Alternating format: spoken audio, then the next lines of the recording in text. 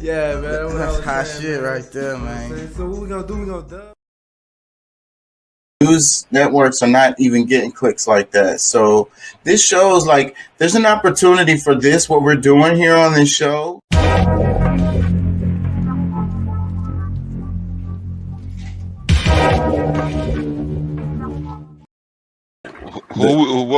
Who and what are we gonna complain about tonight? You are now tuned in.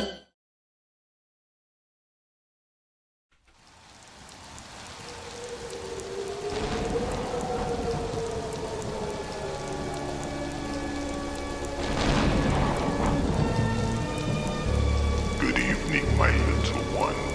I shall make you psychotic.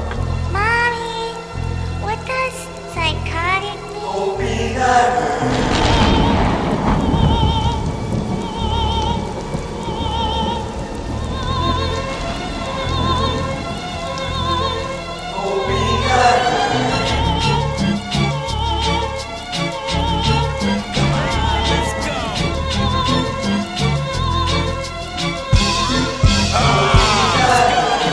Back and forth, and you know I'm swinging bows. I'm about to change course, go home and change your clothes. I'm looking at this bitch, it seems like she's saying no. I'ma hit the streets, though I'm supposed to be laying low. I'm following the buzz, never know which way it go. Keep on bringing heat, cause the G.O.D. say it so. Sailing on the beat, so you can't chop and play it so. She got me for a piece, now I'm about to pay the hoe. Stop smoking, switch the sweets, where I gotta take a toke. Now I got a little guac, now I gotta make it grow. Keep on thinking we some hee-haw, mom, pop folks. We gon' hit you in your teeth, we keep a buzz all closed. I've been on it 5 days, so I'm sitting sideways. Now get out of my way, or I'ma hit you all day. Take a lick on my dick if you don't like what I say. I'm the shit with the shit, so we gon' do this my way. And we just getting started, so go on, say your grace. I'ma eat you rappers, though I won't enjoy the taste. I'm closing your estates while you falling on the stakes. I'm rolling on the bass while you rolling on the face. Sitting on the place, not knowing I'ma take your fast, slowing and it's fake. So I'm gonna wait. Time will come, down will be done. I saw it and I said that it was great. Mommy, what does psychotic mean?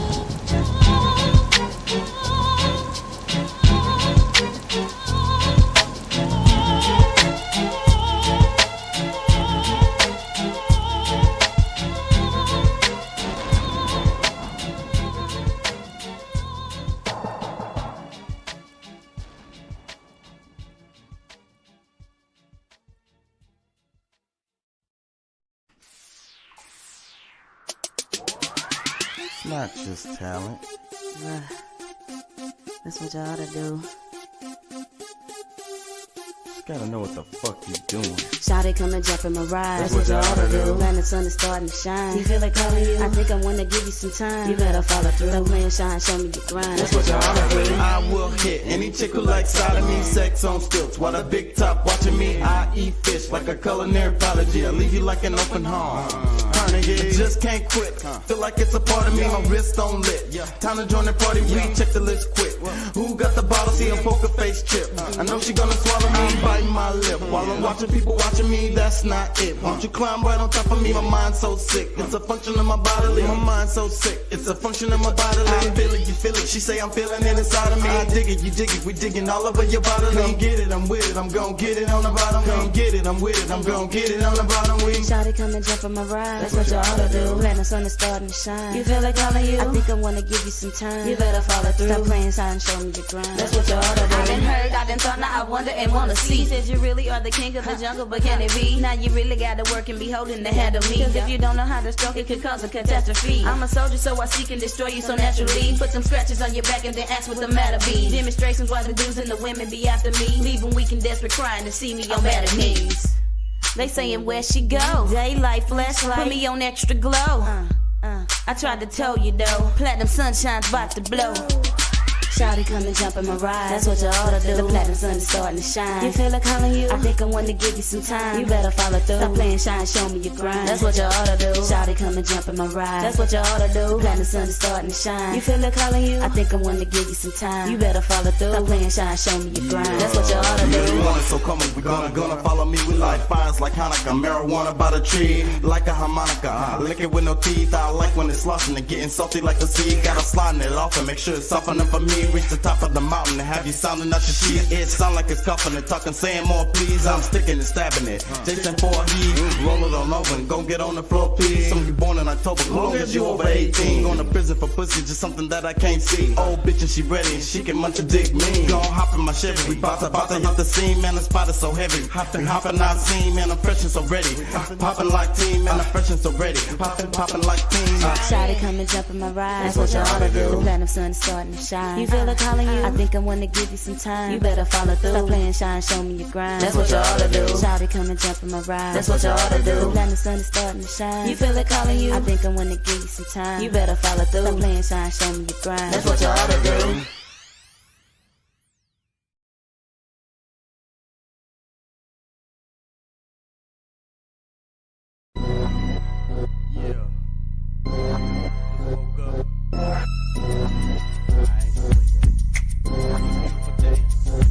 I ain't feeling your side, I'm feeling alright. I'ma get inside, I'm feeling my life. I ain't feeling your side, I'm feeling alright. I'ma get inside, I'm feeling my life. I'm digging your wife, she playing my mic. She really so nice, I call her my light. I say we off flight, cause we stay up all night. Bet you ain't know she to take it all tight. Tell her, bend it over, let me take a small bite. Been waiting since October, see that ass fall right. Looking around the room, see passport eyes. And adrenaline feeling like a NASCAR ride. When the people ask about this, your ass gon' lie. Cause the truth is you did what you do in your life. Can't nobody tell you what to do with your life. Girl, gon' turn it over cause I know what you like. It's hard in the color of the asphalt, right? Just lay back and wonder what the past was like. While you looking at your panties ripped in half, that's right. While you looking at your panties ripped in half, that's right. I ain't feeling your side, I ain't feeling your side. I'm feeling alright, I'm feeling alright. I'ma get inside, I'm feeling my life. I'ma get inside, I'm feeling my life. I ain't feeling your side, I ain't feeling your side. I ain't feeling alright, I'm feeling alright. I'ma get inside, I'm feeling my life. I'ma get inside, I'm feeling my life. Let me tell you a little something about life. Win, lose or draw, I'm still taking your life. I mean, if you ever wanna fucking come in my sight, you scream like you never screamed in your life. Flip it on over, gon' do it like this. Not riding with a soldier, then you ride against it. Looking from the other side, make your stomach get sick. Every person scheming, thinking he the one to get rich. Ever sit and really think what you would do with one wish? And if you knew afterward, you'd be sleeping with fish. Style will be done, here we come. Bearing gifts, these images make you wanna grab your crucifix. It's getting dark outside, no sleeping past 6. Not living in fear, cause that's really not it. If you owe me something, Nick, better give me my shit. If you owe me something, Nick, better give me my shit. I ain't feeling your side, I ain't feeling your side. I'm feeling alright, I'm feeling alright. I'ma get inside, I'ma get inside. I'ma get inside, I'm feeling my life. I ain't feeling your side, I ain't feeling your side. I'm feeling alright, I'm feeling alright. I'ma get inside, I'm feeling my life. I'ma get inside, I'm feeling my life. Sliding on in, this is it, instant win. If hip hop broke, put on some fix it then. Take real life shit, go ahead and mix it in. Not just streets unless that's where you sleeping in. They hungry out there, that's why we eating in. Honestly, don't even let the church thinking in. Blasphemous if you think I'm speaking sin. Survival is a must for all the creatures in. If you feeling life's tough, then you probably need a fin. Have a sucker, popsicle or something, take it in. Sharp teeth, eat meat, origin involvement. Why the UFC give you more than a grin? Why you take a seat when the foraging begin? Why you gotta creep just horn in the wind? I'ma stop cause I'm just Al Goring with a pen. I'ma stop cause I'm just Al Goring with a pen. I ain't feeling your side, I ain't feeling your side. I'm feeling alright, I'm feeling alright. I'ma get inside, I'm feeling my life. I'ma get inside, I'm feeling my life. I ain't feeling your side, I ain't feeling your side. I'm feeling alright, I'm feeling alright. I'ma get inside, I'm feeling my life. I'ma get inside, I'm feeling my life.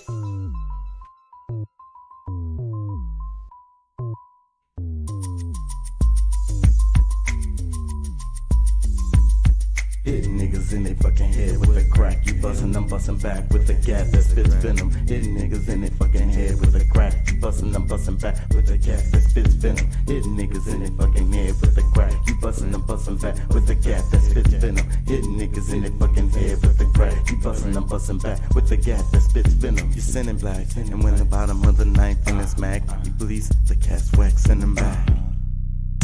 Waxing them.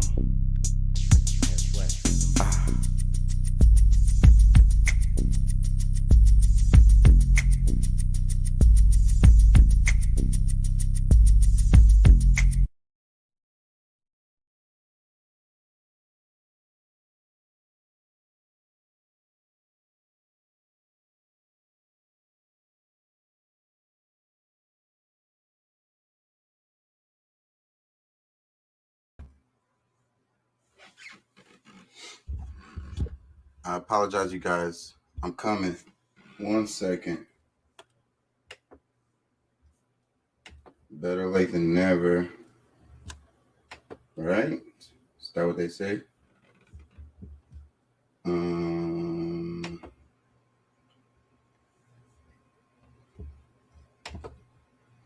Political arm of a political party. The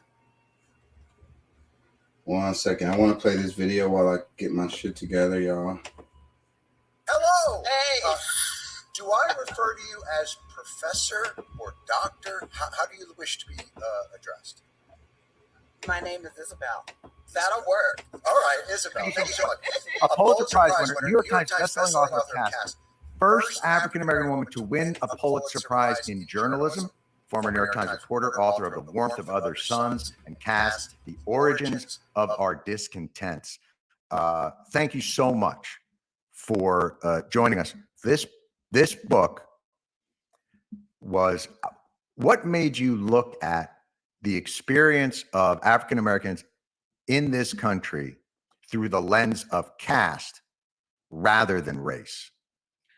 Well, you know, it started with that first book, The Warmth of the Suns, which was about the Jim Crow South and why 6 million African Americans would flee, defect, seek political asylum within the borders of their own country. Why would they do that? What were they leaving? And it ended up that they were leaving a world in which it was against the law for a Black person and a white person to merely play checkers together in Birmingham.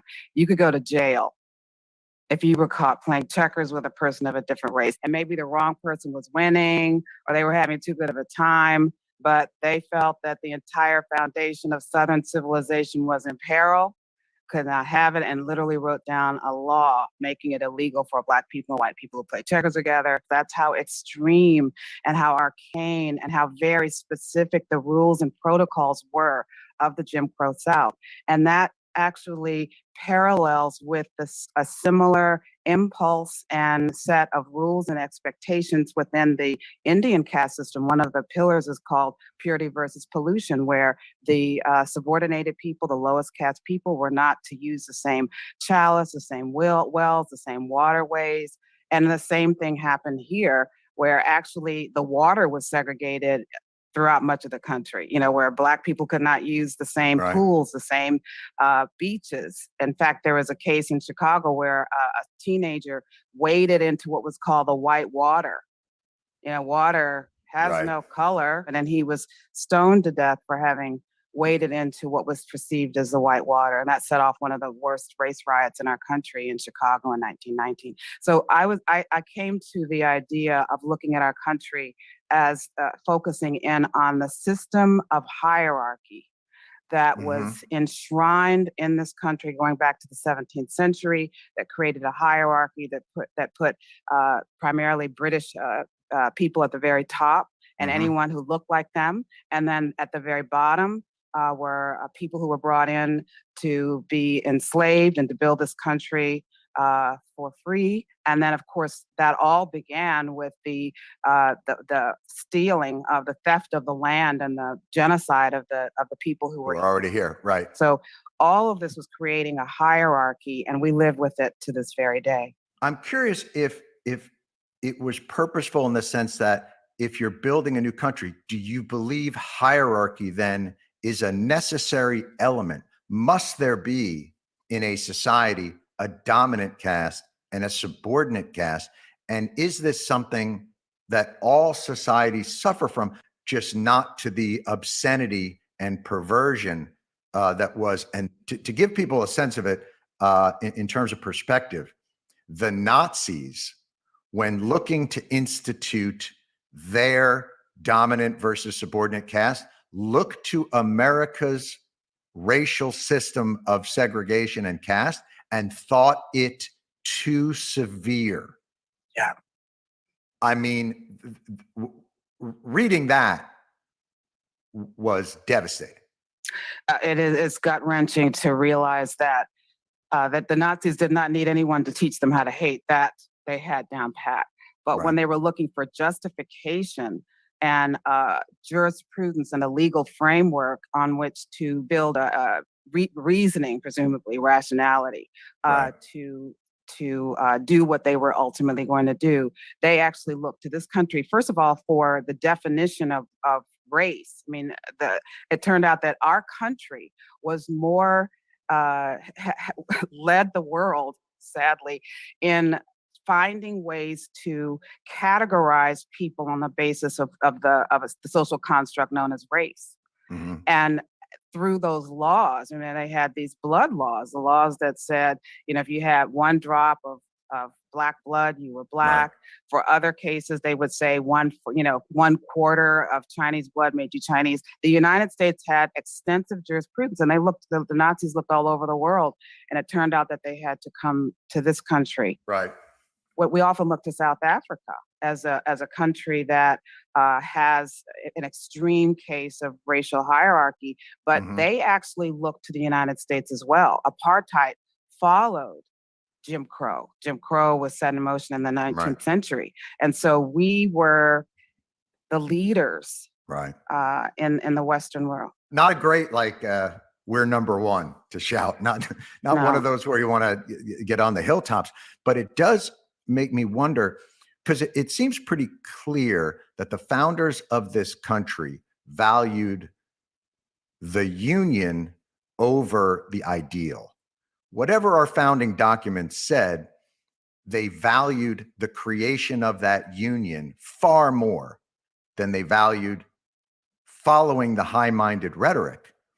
And do you know, was that explicit in their discussions and negotiations? And how did this legal framework come into place? Was it borrowed from an English framework? Who were the designers of this incredibly restrictive prison that we built?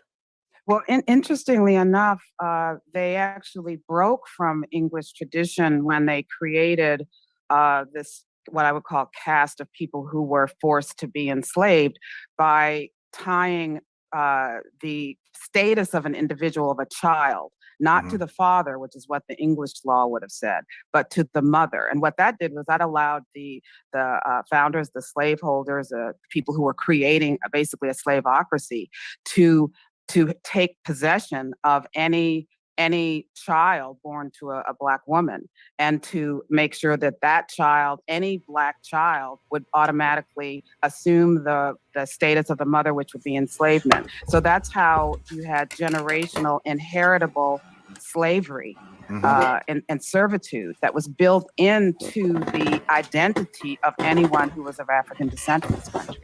So in a way, they actually veered from it and created a new framework for the hierarchy here.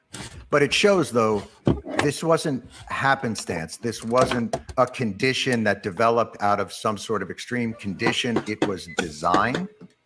It was purposeful, and which makes it, I'm not saying it would have been any better if the intention had been different, but then the cruelty of it is that much more, our country is that much more culpable. Well, I think that in a way, the intentionality in a way, it diverts us from the from the end result. Doesn't matter why the person is whipping this individual at the moment. I mean, if they truly believe that this is their God-given right, that this is they were born to dominance, they've been programmed to believe that they are over these people, that these people are not even human, so they can do anything they want to them. So in a way, it becomes so encoded for so long, passed down through generations, that it becomes the perceived wisdom, it becomes the convention, it becomes what you expect to be the case. In other words, you come to accept it because it's been in place for so long, passed down through the generations. Even the idea of race itself is a social construct. We've come to believe it to be what it is, but this is a construction. When people arrived from parts of Europe, they might have arrived thinking of themselves as Polish or as Irish or as Welsh or as German, whatever they might have been. They were not thinking of themselves in terms of the current day language of race. But once they entered into the hierarchy that was created in this country, they had to shed that. And they were joining into a pre-existing hierarchy in which they were characterized as something that would have had no meaning back in Europe, but had tremendous meaning of power, influence, and entitlements in this country. Who invented this? Somebody must have made the invention, because I think you just hit on something, which is you think of yourselves as ethnicity, certainly, and Polish and or tribal, where certain tribes or certain things. Where did this idea of race then enter the conversation? Is it at that time of subjugation, or is this something that was a theory that had been talked about and was deployed for the benefit of this dominant cat? Well, of course, it evolved over the decades of the 17th century, where clearly they were bringing in people who looked different from themselves, and they used what should have been the neutral physical characteristics that should have no meaning other than just the beautiful range of human manifestation, and they converted that into a value of hierarchy, in which, based upon what you look like, it would be determined whether you would be whether you could own property or be property. And that was the emerging hierarchy that was built out of the fact that they perceived themselves to be needing to build a country out of wilderness. They first tried to enslave indigenous people. They killed off so many indigenous people, drove them from the land, and then, of course, they were the indigenous people had some ways of being able to evade because they knew the land. Right, they knew the landscape. And it turned out that they tried to do this with Irish indentured servants and others from Europe. But those people could also escape and blend in with the landowners and the powers that be, who were the British. And so they found that here were a group of people who could not escape. They were readily visible. They turned these otherwise neutral characteristics into a value that determined who could do what in the country.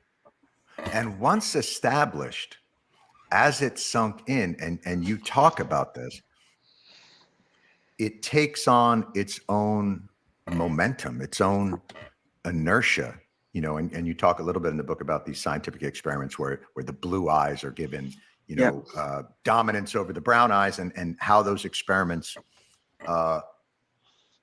play themselves out. They set it up as sort of this bifurcated system, whiteness and blackness, and then they start to expand whiteness when they need that. And how does that play into the perpetuation of a system like this? Well, what it does, Hey, y'all out there. What's up? What's up? Man, I apologize for being late. I fucking fell asleep. I had a snooze and I kept hitting the snooze. I guess my phone was like, this dude don't really want to get up. My snooze stopped going off, and I think it was one of y'all texts or something that woke me. I don't know what woke me up. Just woke up and I was like, oh shit. It is what it is, man. I apologize to everybody for being late. That's all good, bro. You human, bro. You got to get rest too. Yeah, man. I was running around doing a bunch of shit. I was dealing with these kids and shit. And the kids is what made me tired, because I got my youngest. Anyways, y'all don't want to hear about that. What do y'all think about this video right here so far? Man, You know, it's interesting. I never really heard anybody talk about it like that, but you know, to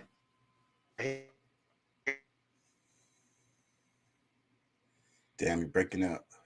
like, bro, You broke up at the end. What was it's that you very said? sad. I was like, it's really interesting, and it's sad, like how did this How did we get or here? that we have today? Can you hear me? Yeah, I can hear you. Go ahead. Okay. I mean, you think about it now today, it's almost like they base thing. I mean, race still exists, but it's more so like now they base a lot of this off of classism, as well. So I don't know if that makes sense. It's I was really just what trying we to be tie. saying on the show all the time, but I hardly hear anybody speak of it in these terms. But that's what she broke it down, and she said she had to look at it through a class way to better understand it. And she wrote this book, and that's what they're talking about. So like, and the idea of whiteness, super interesting to me. And then how all encompassing whiteness, like they said, we got to expand, we got to change, we got to let some more people into this whiteness, because that way we can have more strength. Yeah. Yeah. The shit is crazy, bro. It's a harsh reality. It's a sad truth, See how they break it down. Yeah, I don't want And to it's put y'all to crazy. sleep. Go It's ahead. crazy how. No, I'm just saying, like, it's crazy how, like, just something that I've seen take place, in my time. If there's this one white person or that's friends with you as being a black man, how he is now kind of placed in that class. You know what I'm saying? It's like the way that they treat. It's just it's Yeah, crazy you how get to that shit lower. works. Right, I get what you're saying. You get to lower your class by hanging out with black folks, like Yeah, kind of. it's just Well, stupid. Go ahead. that's how I was just gonna say. That's how they treated my great grandfather. I mean, he was originally from Ireland, but well, I think during that time he was, because I mean, Irish were also considered black at that time too. So, but same, on the same token, with him having white skin, you know, just because he was, he's married to a black woman, had, you know, what they consider mulatto children, they put kind of left him on the black side. All of the census stuff has him as of course he was head of household, but they still had him listed as black. And I think that was because instead of having these black kids or non-white kids that were just the way that they label it or whatever. And I mean, I guess this thing kind of does kind of clear up a lot of most people don't really see that, and maybe even never really had any example of that. But America will remind you of all the history, and if you really pay attention. Yes. Well, she's going to talk about it in this show. I don't know. I want to play another clip, but I don't remember what part it is of the video. But about how one of the big problems, like, is silent. And she said that the reaction that a lot of people got, I guess from her reading her book, I think that's what it was. They was like, they didn't know this history. They didn't know none of this stuff. They didn't know none of it existed, that it had ever happened. And she said, well, there's a problem with that. The problem is that skews people's view of people today. They don't understand how people ended up in the situations that they're in today because they weren't taught this part of the history. It was left out. So, because of that, that's why they like to victim blame. You know what I'm saying? Because they're like, pull yourself up, get your shit together. What the fuck is going on? But they wasn't told the rest of the story. Yeah.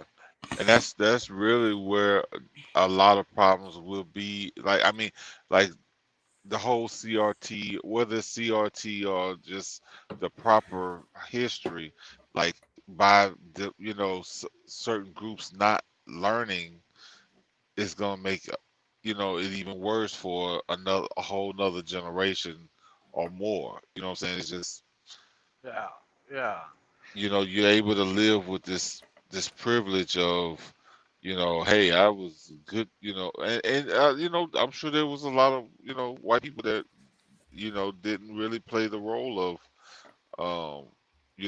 I mean, there was only a few that was like masters and whatever, but of course a lot of them are still able to use their their Right. whiteness as a That's what she was gonna say. Like, even though a lot of people, like she says everybody's culpable, and it's like it becomes ingrained in you to just like, try to please the powers that be. You know what I'm saying? To get by. So, but then that causes you to uphold this same system that they created. And that includes everybody all the way down the spectrum. yeah. Let me play a bit more. And it's actually like diabolically brilliant because what it does is it creates the. I haven't played this before, have I? Tell me if I played this before. I'm kind of half asleep and tripping, bro. But I saw this video today, so I can't imagine me playing this before. But my brain is telling me I played this before. The uppermost group is then, because of the power wielded by those in the uppermost group, not everyone in the uppermost group, but the group itself. Right. And then that means anyone entering that society has to figure out, how do I survive in this hierarchy? How do I survive in a world in which people who look like this are at the very top and they control and own virtually everything? This is going back to the founding of the country. Right. And then those who are at the very bottom have no rights, not even over their own bodies. And how does someone coming in figure out where they fit in and how will they survive? And that creates this sense, in order to survive, I must accede to and be in the good graces of those who are at the very top. It creates this natural human impulse to want to be more like those who are in power in order to survive. Right. I mean, in some ways, I don't blame people for the natural response to survive. I'm just saying that what it does is it programs everyone into the belief system, and to act in accord with what is required in order to survive in a pre-existing hierarchy such as ours. And it's been going on for so long, it's 400 years in the making, that it has been so set in the ways in which we move about that we don't even see it. That's the power of it. It's almost invisible. It's invisible. And you even talk about how it's also absorbed by the caste that has been designated as lower, that the people in that caste start to absorb the lesson of them being lesser. Yes. And the dominant caste even relies on perverting some in that caste for their aims, to police the others, on plantations and in concentration. That part right there, bro, makes me so sad, and this is what I see whenever I look around the community. I see people who have accepted this shit as the way the way things have always been and the way things will always be. And nigga, you might as well just keep, just put your head down and do what they say. Yeah. You see that shit so much. People, in a sense, lost hope. But just to kind of go back to what you and Pat was speaking about a little bit ago before you played this clip. I think with a lot of the people not being educated and not even knowing this history, I think that's why you have so many of them that say, not white supremacy, but privilege, white privilege. There ain't no white privilege. That doesn't exist. That's just something that people, a word or something that people say, and it's like, no, there is a certain amount of privilege that you guys have. There's certain things that you will get away with that nobody else would get away with. It's just whether they subscribe to it or not, and it doesn't even matter if they support the system or not. It doesn't matter. They still benefit because that's the way the system is set up. It's set up for, so it's like, that's what I be talking about. Where you came out of your womb, where you came out of your mom's womb, and your skin tone, then already determined how much human rights you get and all of this shit your whole fucking life. And then the other part of it is how much money your parents had when you came out of their womb. That's another thing that determines that. So, but what's crazy about that is people are still sitting on the money they made off of slavery. So, like, come on. I don't see how you can value. There's horrible people who have money, and there's horrible people who don't have money. What I mean is, how much money you have doesn't determine like your humanity. Yeah. I want to play a little bit more because I was hoping that they would get to the other. I'm glad they just said that point that I mentioned right there. They cleared it up. So that's what I was talking about. But it's another part, the silence, like the let me see. Patient camps and things like that. How do you elevate a group that's been subjugated like that? How do you begin to dismantle it? And is it something, you talk about in India, it's there for thousands and thousands of years. And it's not race-based. It's just sort of they've decided. Yeah. The experiences you have at conferences where an upper caste Indian woman, and you can spot her. You can spot that she is upper caste in the way that she talks to somebody who is giving a presentation, who has studied the Dalits or studied the untouchables, and walks and just thinks nothing of stepping in and correcting it. Yeah, this is the way in which we have all been programmed. I mean, the programming is in every sphere of our society. It's from the billboards and the commercials to who dies first in a movie.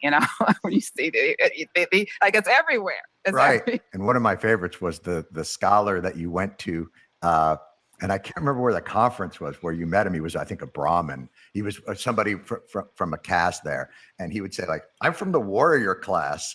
And you're like, he's like 5'7". He's like, 5'7", 130 pounds. And you're like, all right, that's fair enough. If that's your caste, that's your caste. He was a geologist. Boy, does it show you, though, just the arbitrary and incredibly strange nature of all this. It's everywhere. So we've all been programmed as to who is valued in our society and who must be protected at all costs, and whose lives do not matter, as much as we have the Black Lives Matter movement as a result of the recognition of the ongoing quest for equity and recognition of the humanity of people who've been subjugated for so long. This actually, what it means is that everyone becomes, in some ways, a participant, whether we choose to or not, because this is what we've inherited. One of the things that I say, one of the metaphors that I like this to is use good. to help The us house. to see this is, in recent years, it's not been unusual to hear people say something to this effect of, this is not America, or I don't recognize my country, or this is not who we are. That's right. Well, that means that we, the majority of Americans, have been deprived of the opportunity really to know our country's true and full history. And if you knew our country's true and full history, you would realize that our country is like an old house. It's like an old house.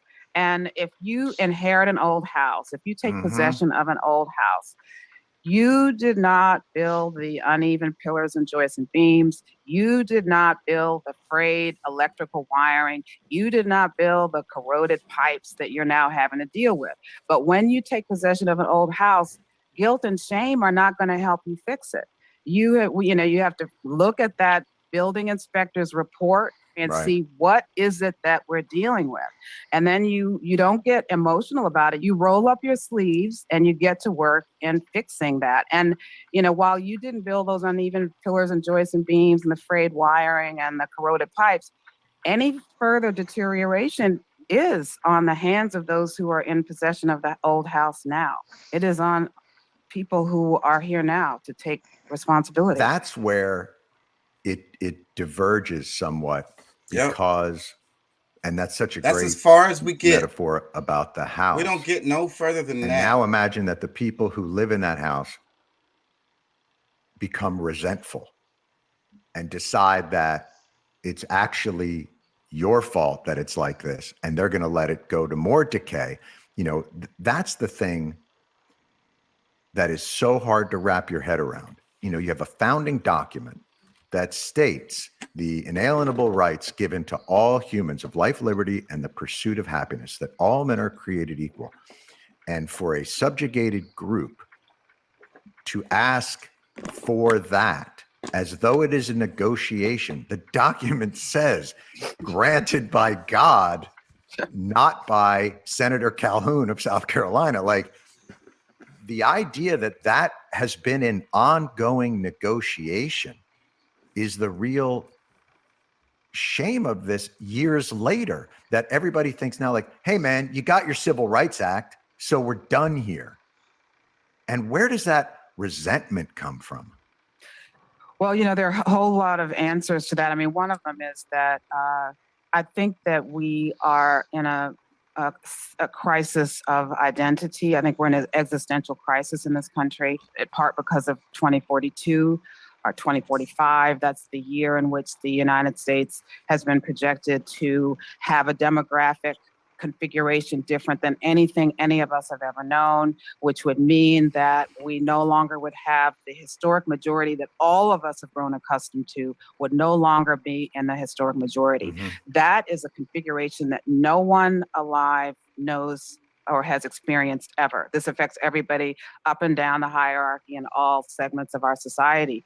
And I think that there's this recognition that this is impending and this is a challenge. There's language that political scientists use, which is dominant group status threat, which means it's another way of talking about the existential crisis of what happens when we are all accustomed to a particular configuration as to who is in power, who has this, and who's to be where. And then that changes. And then what happens when those who have been subjugated and that everyone has grown accustomed to seeing at the bottom, what happens when they rise? What happens when there's opportunity for them? What happens when, if there's this sense that if people who've been at the bottom begin to move up, then that diminishes. It's not true, but it's a view that it diminishes the role and power and value of the people who've been programmed to see themselves as dominant all along. How? Bing, ping, bada bing.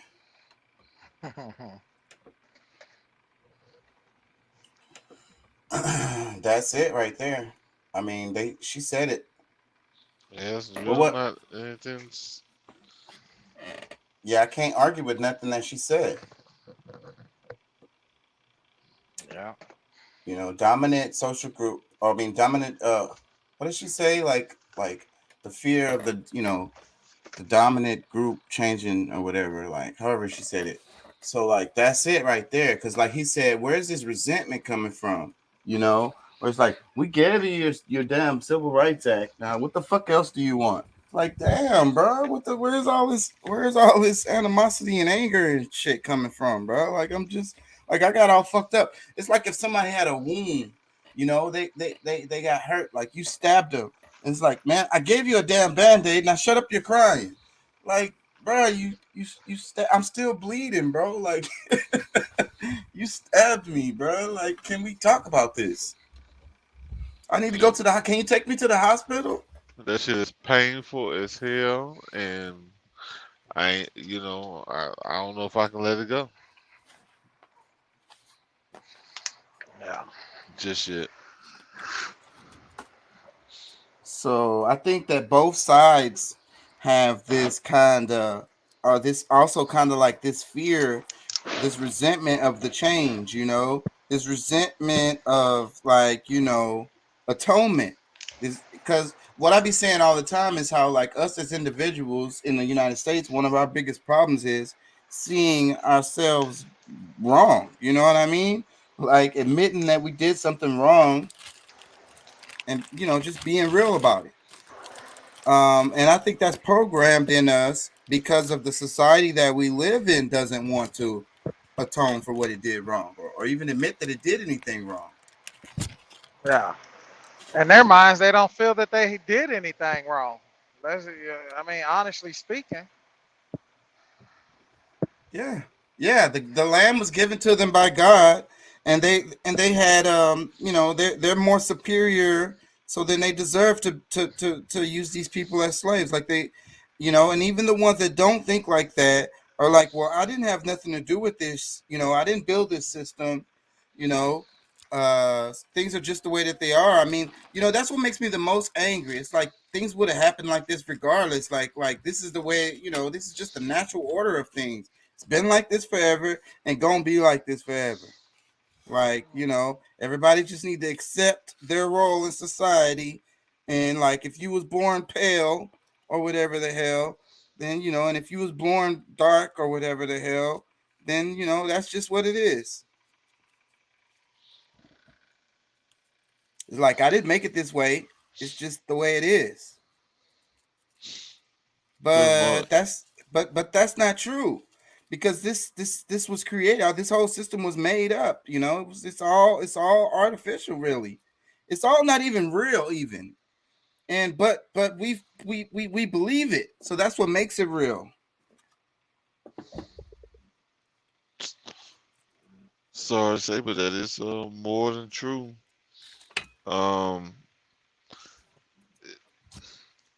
Really don't know. Honestly, right now I'm trying to keep myself awake.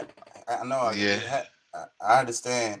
And the next video I want to play is Common Ass Voice, old girl, but she's talking about conspiracy theory stuff, so it might grab y'all attention. I sent this earlier today because I really just wanted to.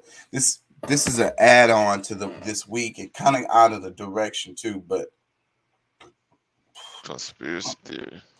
Yeah, I'm just saying it like that because that's what she says. Yeah, and that also protects me, and it protects her from anybody. You know. I feel you. I got it. Yeah. So, but this, I mean, hey, y'all tell me what you think. How real her ideas can be on this particular subject. This video is 13 minutes. I ain't gonna lie. I want to play the whole thing, but let's play it in clips. Let me see. Did she sum it up at the end? I can't remember. Oh, about the farmland and shit at the end. She sums it up real good at the end. Talks about us growing plants. That's why we got to be careful with this, because at the end of the video, she starts talking about people growing their own food and shit. Well, just kind of subsidizing yourself. That's pretty much. Yes. Yeah. So we just got to be careful when we talk about stuff like that, because YouTube be tripping on that shit. Famine, death.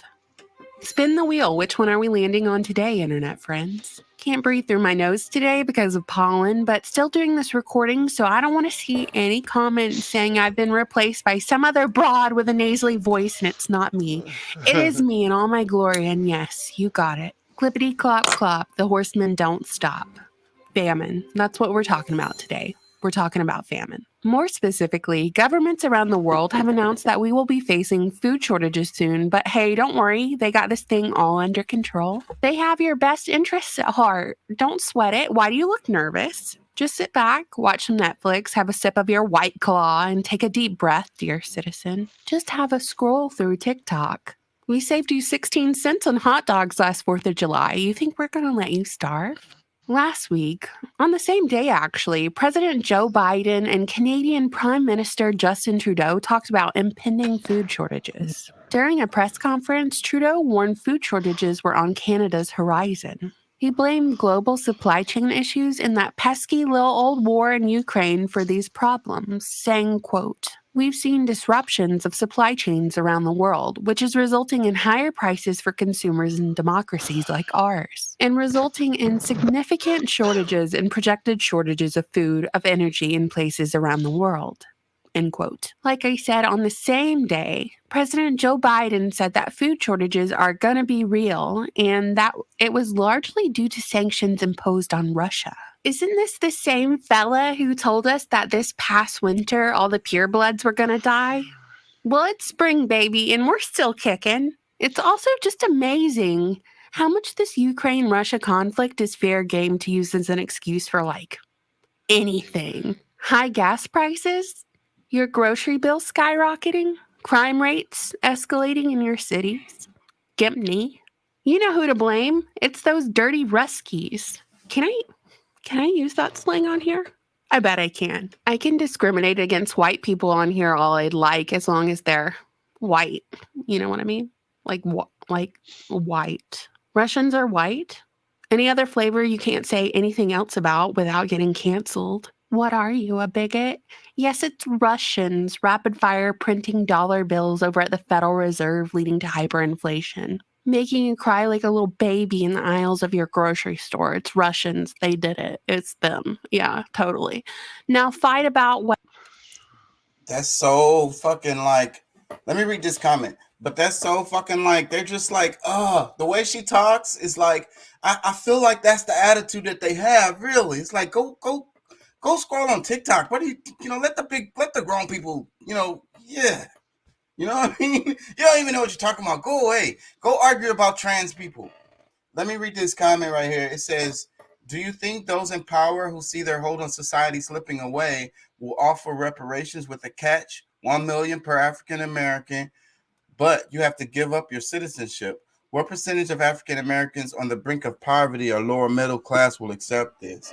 And I think whoever wrote this, I think you're pretty on point, because I think that reparations is going to come with a catch if they ever, because they're not trying to really actually atone. So therefore, it's gonna be used in some kind of way. As far as citizenship, who knows what it would be? You know, you got to give up all your rights. You know, or I don't know. You know, you got to move. You got to leave the United States. I don't know. Who knows? It's gonna be something, and you're gonna be like, "What? No, that's not what I wanted." Yeah, but if you want this cool meal, this is what you got to do. So, do you want the reparations, or do you know? And then they'll use that and say, well, if black people were treated so badly in America, why did they not take their reparations money and leave? Right. Instead, they chose to stay here. So they must be good. So we're just going to keep treating them like we've been treating them. The ones that want reparations can get it. And, everything is good. Done and done. Yeah, exactly. That's pretty much how that shit gonna roll. Well, if somebody who understands how everything works, I would definitely take that deal. It doesn't say, not leaving, leaving the United States and leaving America are two different things. So, it's just all how you look at it. But either way, I don't know if that's even really a legal deal, because where do you go back to when you never left? But I don't know.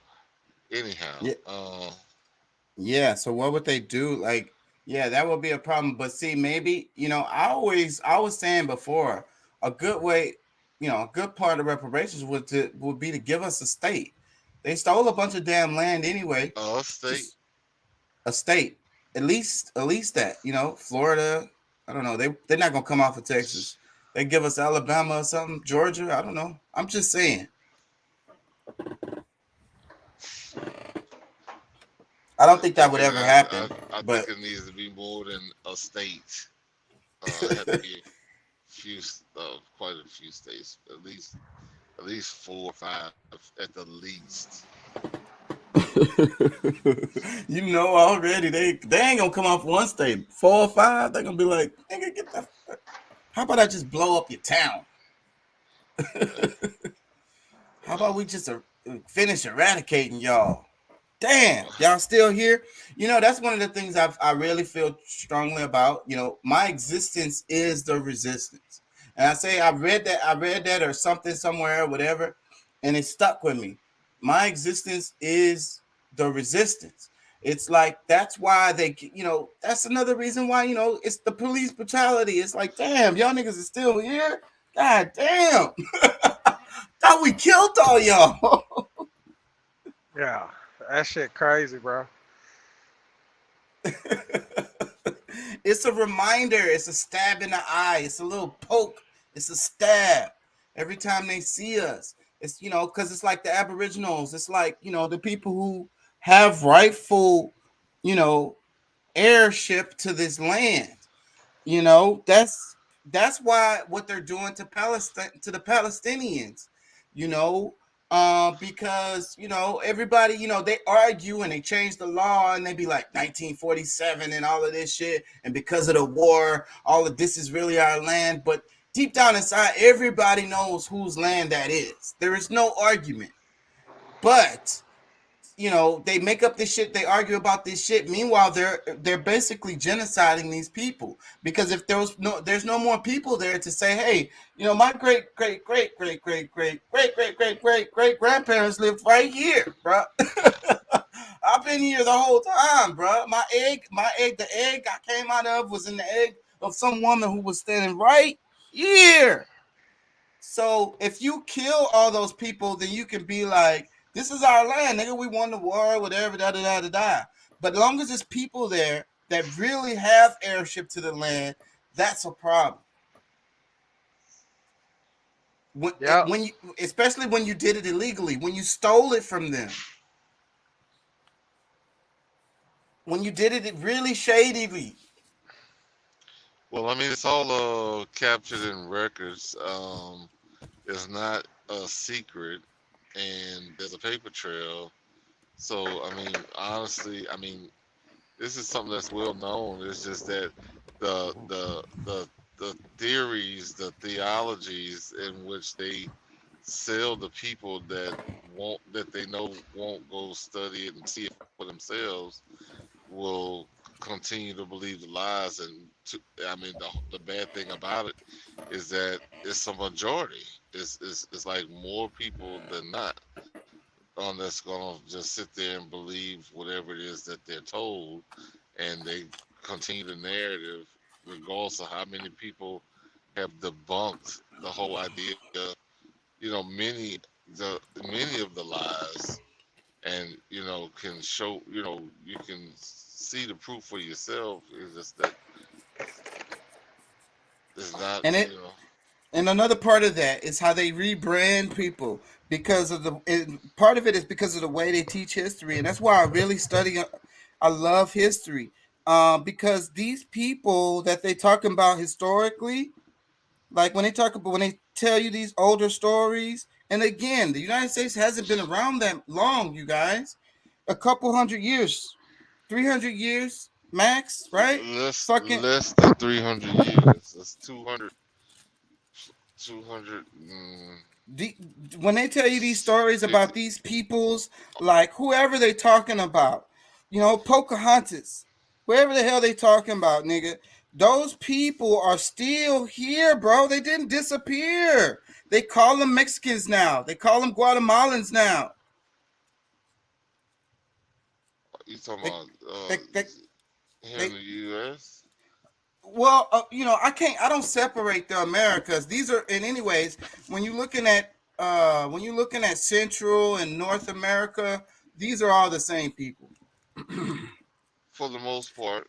They moved around. That was their range. They lived in this, like, I don't know what you want to call it, southwest, southeast, southwest, whatever, like southern, like basically Central America up into the States. These are all the same people. For the most part. I mean, I would say even further down than that. You know, of course, the ethnic cleansing has happened over the years. To some, you know, for a bunch of. But when they talk about Maya, those people are still here, bro. They call them the Maya in the textbooks, and they call them, I don't know, Guatemalan now. You get what I'm saying? Or niggas. Yeah, that's my point. You get me? That's my point. And that's what I think that people don't understand. All these different distinctions that they give us in present day is a modern, you know, creation, and it's also to help to keep us from being able to see who we really are. And that, you know, because that's the thing. Niggas always talking bad about Jamaicans or Haitians or whatever, bro. Like, bro, them is the same people as you, bro. Like if you from Louisiana area, you are Haitian, like, you know what I'm saying? Trust and believe me. Well, really a lot of them from based on the history, like a lot of the Mexicans migrated to Louisiana, out of Mexico because of a lot of those wars. The Mexican American War, and you know, even stuff even before that. But either way, it is the same people. I mean, like I said, it was totally, we mixed for thousands, like for Who definitely knows? hundreds of years for certain. Probably But hundreds of thousands.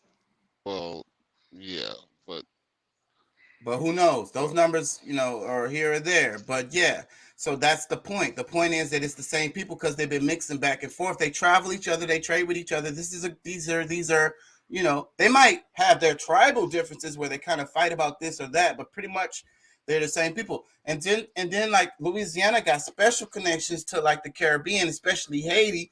And that's another thing. People want a history. Like you think, okay, y'all look at the movies or read the books or they tell you the history of slavery and the blacks are all enslaved and they're in the South. You think it wasn't black people or brown people moving back and forth in and out of the United States during this time? Get the fuck out of here. It was people moving back and forth between Haiti and the United States and the different Caribbean islands like crazy. Just because that's what they did historically. What people do is what people do, and that's what they've been doing, and they've been doing it. Like slavery disrupted to a certain extent and caused problems or whatever to a certain extent, but it didn't stop what these people were doing and had been doing and still continue to do to this day. no. I mean, it's not like some new like paradigm of moving around the world. Like people have always done that. Like the migrations. I mean, and it it probably wasn't like, I mean, it probably was a lot like exactly how it is today. Some people, it wasn't the whole migration, the immigration processes and this, that, and the other, because we were more free about who, you allowed certain people to come in and okay, you find your place, you set up, you live. But it's I think people is, I guess that's maybe the best way to say it, but like they try to make it as if all these processes are new, like we're like human beings were not human beings before. Yeah, and the way they tell history, it makes you feel like that. But it's so dumb because that's what I be trying to get people to understand. Like you can't look at history through a present lens, but you can. What humans do is what humans do. So moving around, we move around, and we've done that forever. So like even like vacations and shit. If you were able, yes, way back in the day, shit, travel to such and such, and chill, and then go back home. Even during us war or even during slavery, you know what I'm saying? Be like, bruh, it's kind of dangerous in the South of the United States right now, but who knows what they called it? So it might not be a good idea. But it had niggas like, man, nigga, fuck that shit. I'm gonna just slide up in there and do my thing and then slide up out of there. You know what I'm saying? And I'm sure they did because they knew what they were doing. Yeah. That's another thing. We think that they were dumb. And the more I study history, I think these people were smarter than us.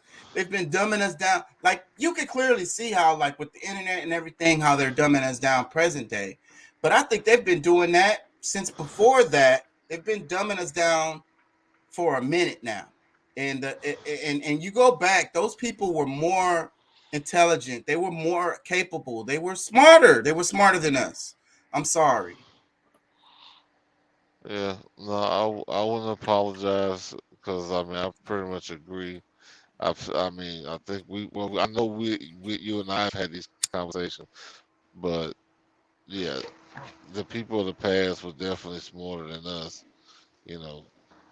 And then a lot of things happen in a short period of time that You know, even just the difference between what's happened from the '80s to now has, you know, really made people so dependent on, like on other, other sources. Like instead of the way that they before the '80s, they were more self-sufficient, more dependent upon themselves and their groups, to where they've given away their power to the smallest groups of people on the planet, and we're pretty much dwindling into like just fucking pits. Damn. Like, damn, that's heavy, man. I be thinking about that. There's a saying I heard a long time ago, and I don't want to. I'm gonna butcher this. So it's like Jewish person, and there's like he's like the Jewish people. We're like the hawk, and we go into the nest, and we just eat. And it's like society is, they just there to provide us with sustenance. Like they exist for that reason. And this is their philosophy.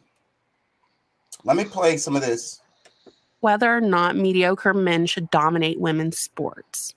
Bigot. Anyway, I told you months ago that they were sabotaging the supply chain, or maybe I asked whether or not y'all thought the supply chain was being sabotaged. I seem to remember that you did think so, and I shared my personal opinion that the ruling class wants these supply chain disruptions because supply chain disruptions benefit government in the sense that in times of crisis and in times of shortage, government can step in, impose mandates, laws, whatever, and control large sectors of what was formerly considered the free market. And I summarized that the whole series of action, the aforementioned action, would certainly lend itself to the goals of the Great Reset, which we'll talk about here in just a second. Such crazy timing, all of this Agenda 21 stuff rolling out in the year 2021 and still going strong in 2022. It's just the perfect storm of all these circumstances. So let's take a closer look at some of these circumstances, coincidences, some might say, contributing to these food shortages.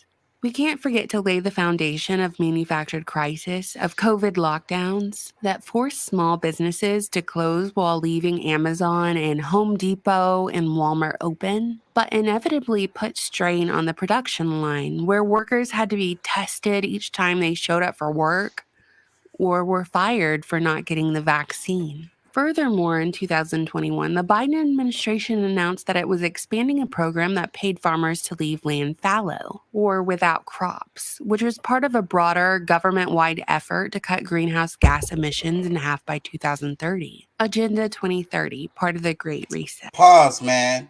It's like the thing, like she's saying, like this video really hit me hard because it's like she made me think about how many different things are happening at once here. Like we got a bunch of shit happening at once, bro. And you know what's crazy? I was thinking about the TV shows.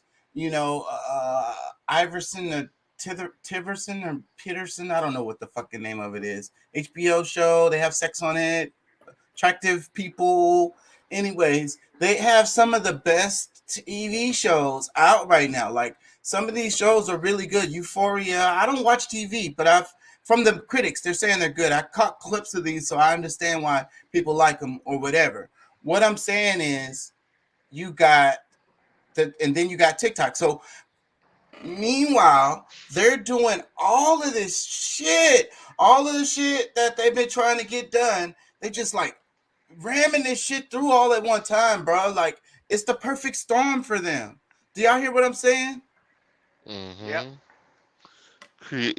That's the whole chaos magic that they're doing, is that if they keep, like the whole keeping you distracted with this, and because some people might be like, oh yeah, this bullshit, but then it's like, but this thing, this is what we gotta pay attention to. So they got different segments of our of our country that's totally encapsulated in one or more of these different things that they're worried about, that they're scared about. And but that's just. I mean, that's And how each one this. of them are weapons of mass distractions. To quote Doc, since he's not here, but yeah, weapons Exactly. of mass. Yeah, so and that's what it is. So, but meanwhile, they're doing all of this fucking big. They're making big moves. Yeah, Yep. totally, bro. Looking up a And bunch of shit. but see, but that's why. Like I've been screaming for weeks, if not months, already about y'all better be putting some seeds somewhere.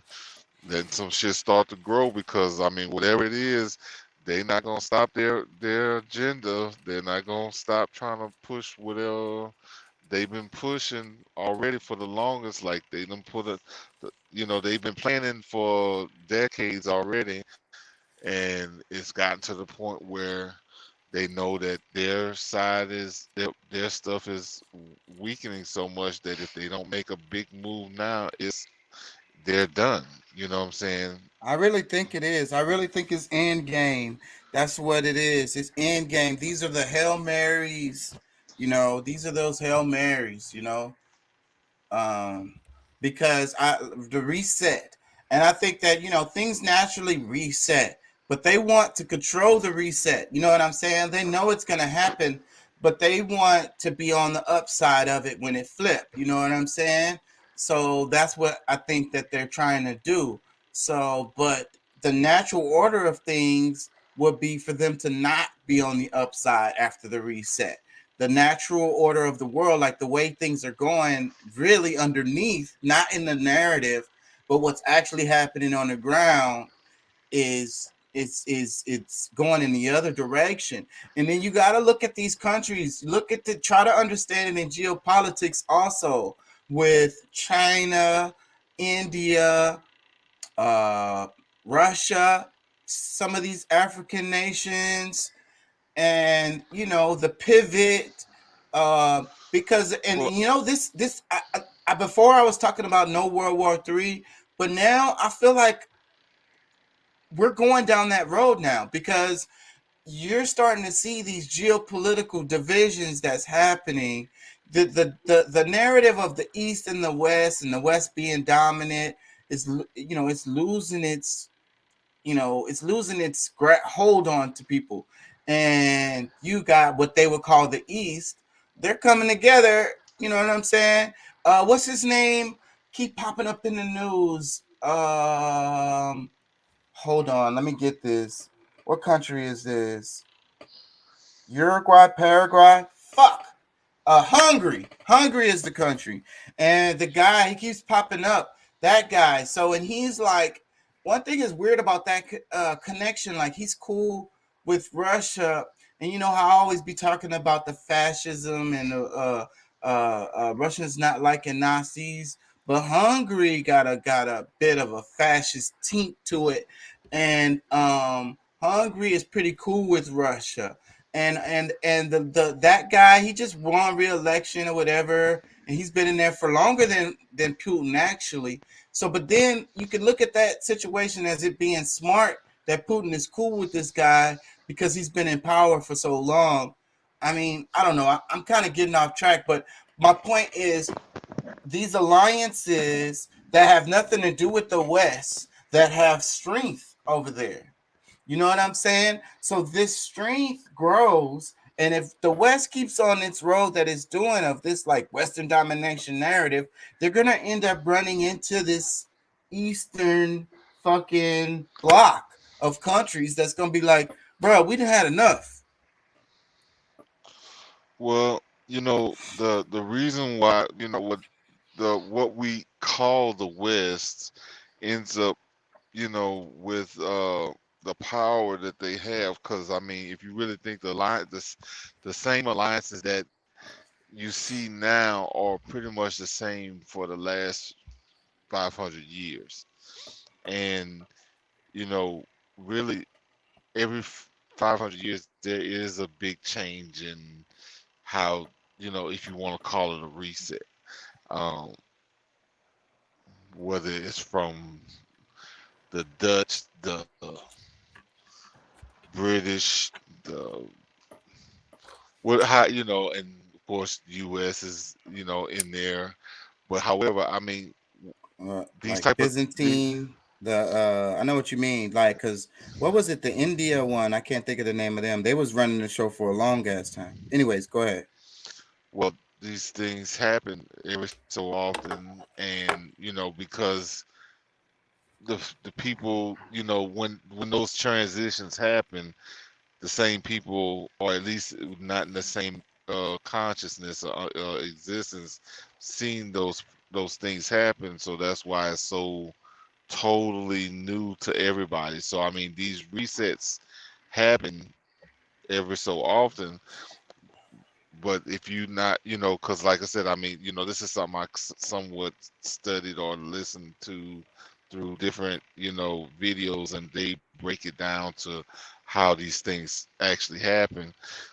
I mean, this is something that's never that it's not that it never happened before. It's just that nobody that's living has seen it happen. But they're preparing for things that's totally insane. And like I said, this is a lot of desperation. I mean, the whole AI stuff and putting their consciousness into the AI so that when they're gone, they can still be here to try to rule over people who that are still here. That's crazy. Insanity. Let me play a bit more. This plan incentivized farmers to take land out of production by raising rental rates and incentive payments. When the Biden administration announced this plan, they were adding 4 million more acres of farmland to make a total of 25 million acres of farmland that is basically unused. During this time, videos circulated from farmers on TikTok and other social media platforms saying that the Biden administration was paying them to destroy their crops. But mainstream media outlets have worked around the clock to debunk this rumor. Even though it's well known that governments pay farmers to destroy surplus crops for the purposes of supply management to keep prices stable at the grocery store. Around the same time, a report came out saying that Microsoft billionaire Bill Gates sealed his position as the largest owner of farmland in the United States. Okay, did y'all hear the part about, that they pay them to destroy crops? And I remember when they were doing that last year. Yep. Yeah, and that's a real thing that happens. It really happens sometimes. Normal. This is kind of normal, I would say, to a certain extent. Not to say that it's right, but they do this. Yeah. In a time period when they're already looking at things being limited, like, I mean, this was a bad period in time to say that when, you can barely stock the shelves. Right. And, so you can't be doing that now. And it's the illusion of scarcity. And we talk about it all the time. But this is a common practice because it could just be like this particular crop had some bumps on it or whatever. Like they have these real strict, rules on what's acceptable and what's not, what can be sold and what's not. And then sometimes it benefits them to destroy crops so that they can maintain a price level, a price point. Sometimes it has to do with the price point. This is very common practice. I seen them not only telling people farmers to destroy crops, but I also seen videos that were surfacing around on social media where they had small oil companies where they were sending them letters to just dispose of the oil. The oils that were sitting in their little storage tanks on these just spill out them. at these lacks. Yeah. Just basically, just open that shit up. Sometimes I wonder about that. I swear, because these people are smart. They really get the smartest people in the world that works for these damn oil companies and shit. It's the best job for you to get. So I mean, like, you're a smart guy, you go get a job for one of these oil companies. These guys are really smart. So I be wondering about some of these spills that happen and some of the pipeline bursts that be happening. I wonder about that shit because I'm like, especially the pipeline ones, because I'm like, I know they spent a whole lot of time working on that shit. bro. That's just like all of the chemical plants and Houston, down in the Pasadena, LaPorte area. It is cheaper for them to pay a EPA fine than it is to try to dispose of that shit the proper way. So it's better for them to burn that shit in reactors and release the gases in the atmosphere, you know, than it's cheaper for them just to pay the fine than to try to dispose of it properly. You think about how many trucks they would have to bring in, load these trucks, then they gotta pay. They gotta pay you because that shit ain't gonna be cheap. So they can just burn that sludge off, run that shit through the reactors and let that shit burn all night. You sometimes you driving through Houston, just look to the southeast, you'll see the damn sky be lit up orange because all of the refineries over there got their reactors flaring off. I They know. burning off shit. It's like Texas don't give a damn about the environment, bro. We're like China. What is that neighborhood? There's a whole neighborhood that smell like fucking donkey nuts. Pleasantville. We used to live over there. Uh-huh. Yeah. Pleasantville smelled like donkey nuts, and they could keep that name. It's not very pleasant. The neighborhood, they have a suit. I don't know what happened with it, but the people who own houses over there were suing related to that air pollution stink that's over there. We didn't live there that long, 6 to 8 months or something. And I don't remember what happened. My mom, she didn't have, she just randomly ended up renting a house out there. We was there like 6 months. And literally it stinks. Every day you walk out of the house, you smell that same smell. I don't really know what it smells like. I just use donkey nuts as but it stinks. Nah. I don't know what it smells like. I don't know what donkey nuts smell like. I'm just saying. Yeah. The shit crazy, bro. But it makes you wonder. Sometimes I sit back and I think about that shit and I wonder what was there first? Was this refinery there first or was these homes there? And then I think about, okay, if the homes wasn't there, so that means the developer of this subdivision, who's probably now dead and gone, but his family has benefited off of the money. The decision that he made to put this development or this subdivision right over by a refinery, knowing the repercussions of that shit, but at the end of the day, it's cheaper for them just because they already have that money set aside, bro. They had that money set aside because you think about what happened back in West Virginia back in the day with the chemical plant company Roman Haas, DuPont. All of those chemicals that they buried underground, and kids were being born with, well, no what they eyes do and all that shit, bro. They set that money aside now. So Yeah, I it's know. like, okay, they can sue and it's and still we'll pay out. we don't but it's care because cheaper. we just made $1 trillion. So y'all make us pay even if y'all charge $1 billion, we just made $1 trillion. Yeah, so what they do is they put those factories right next to low income communities, right next to black and brown communities, blacks and Hispanics and shit. I've seen it time and time again. They can't pull it off. The other communities are gonna be like, nah, nigga, y'all can't build that shit over here. Fuck that. We're gonna be breathing that shit in. So then they slide it in on the black and brown communities, and they do it all the time. Put a fucking dump. The one that's working all the time, and all they know is that before you know it, where you said, oh, they must be building new neighborhoods over here, and before you know it, they got the plants there. Yep. Or a trash dump, or they'll send a train through there, or some shit like that. That's what they love to do, bruh. So, and I'm sure they do this around the world because looking at from, that's been my personal experience. But I think they do that around the world. They go to the indigenous areas, and that's why you have the indigenous people complaining about the oil companies spilling shit into their water and shit. So I think they're doing the exact same thing around the world where they're just like, send the pipeline through the Chihuahua group, fuck them. and then when they have problems, we need to get rid of that shit, spill it in the Chihuahua group, fuck them. What they gonna do? It's crazy, bro. Cry about it. They're gonna start rain dancing on some ass. That's what need to be happening. Yeah, but they don't have no nukes.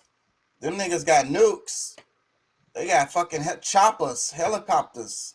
No, you better remember that damn voodoo.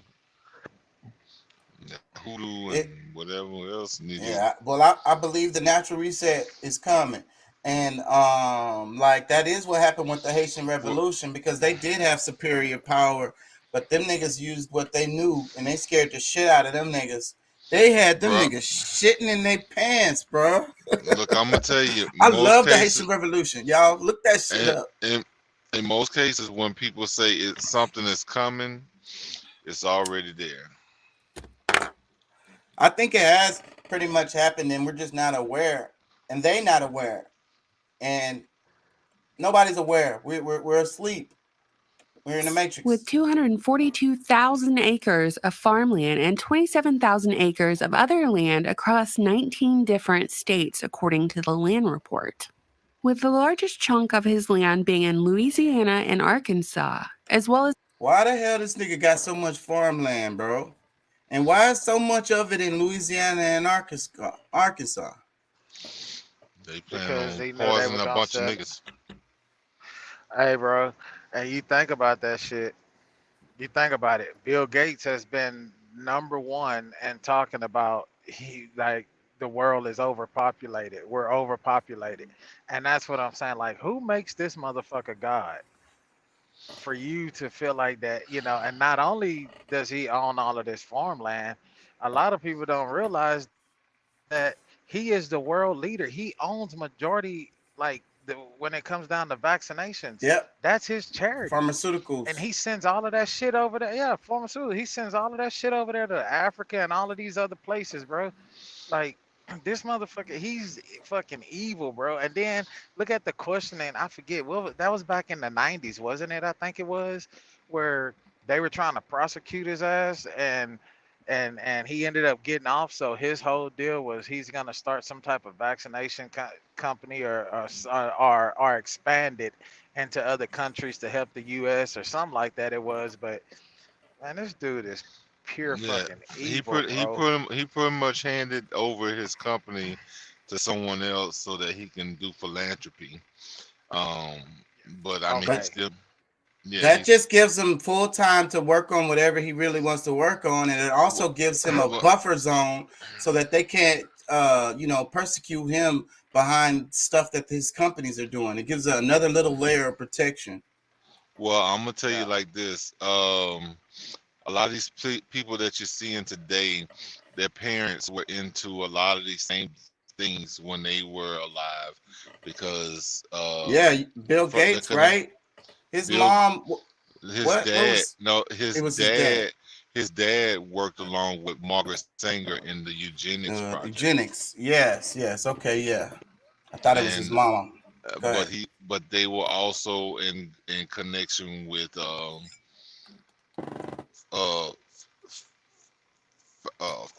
Fauci, Fugazi. And they're making a bunch of money too off of this shit. So it's like, okay, on one hand, you got the pandemic and the pharmaceuticals, and then on the other hand, you got food. And then like food and drugs go together, right? Food and Drug Administration, fucking. Well, the people that can control the things that go into your body pretty much control the people. The people who control the money can control the country. The people, how does that go? I heard that before somewhere. Yeah, they have all the powers over pretty much everybody and everything. Fucking crazy. Let me play a little bit more of this. Was his home state of Washington. Bill Gates, the guy who cheerleaded the whole pandemic, ran a simulation for COVID before anyone knew what COVID even was, with Event 201, who invested in these vaccine companies and funded the efforts to make the vaccine. He's now the biggest farmland owner in the United States right when food shortages are announced on the horizon. No, nothing to see here. Nothing. Nothing to see here. We'll just come on, just keep on going. There's nothing to talk about there because there's nothing to it. Fuck. Ah, Fuck. Nothing suspicious at all.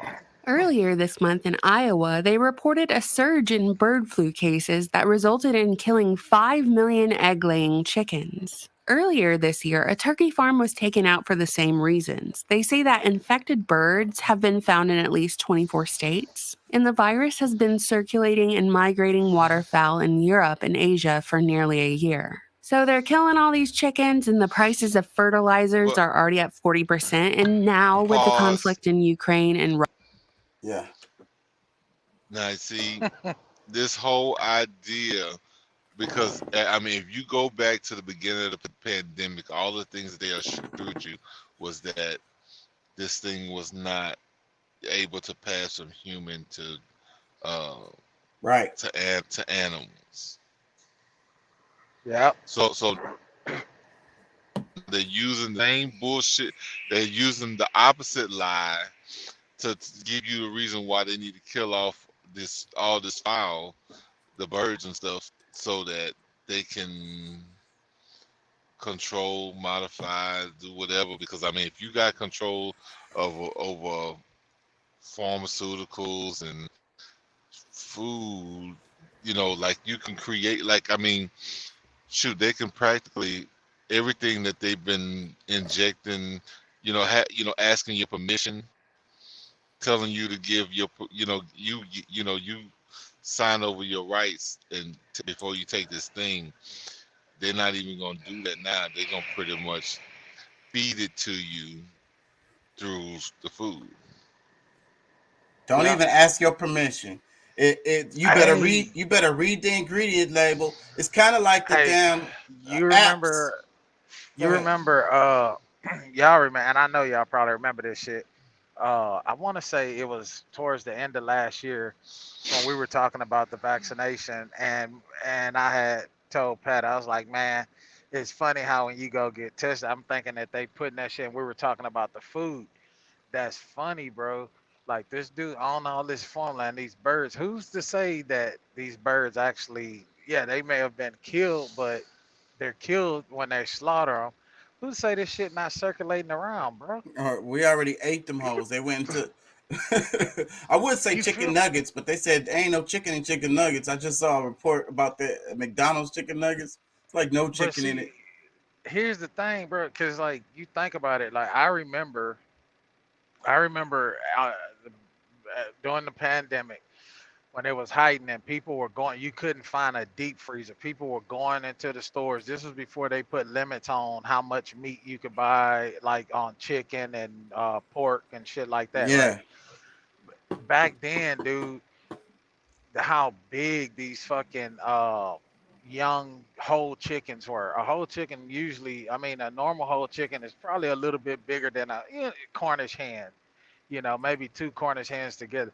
Dude, these chickens were fucking swole. We didn't eat no chicken. I tell you, I didn't want I'm no telling chicken. you. I didn't want no pork. Even the pork chops looked fucking disgusting. Like I didn't That's eat none of that shit, bro. And it's like now that I watched this video that's why I don't fuck earlier with chicken today. breasts or those leg quarters. I don't fuck None with of that, that shit. Yeah, none of because that shit, why the bro. fuck is that shit so big, bro? That ain't right. Yeah. Yeah, and then now they're going around telling people, oh, we should leave the meat alone, start practicing and, a vegetarian diet and this and this and that. And it's like, motherfucker, y'all putting that shit in the vegetables too. Right. Y'all think y'all slick. Like, GMO vegetables too.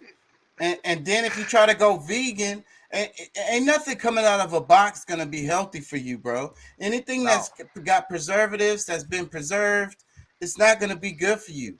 And that Period. beyond meat, that beyond meat. I don't know.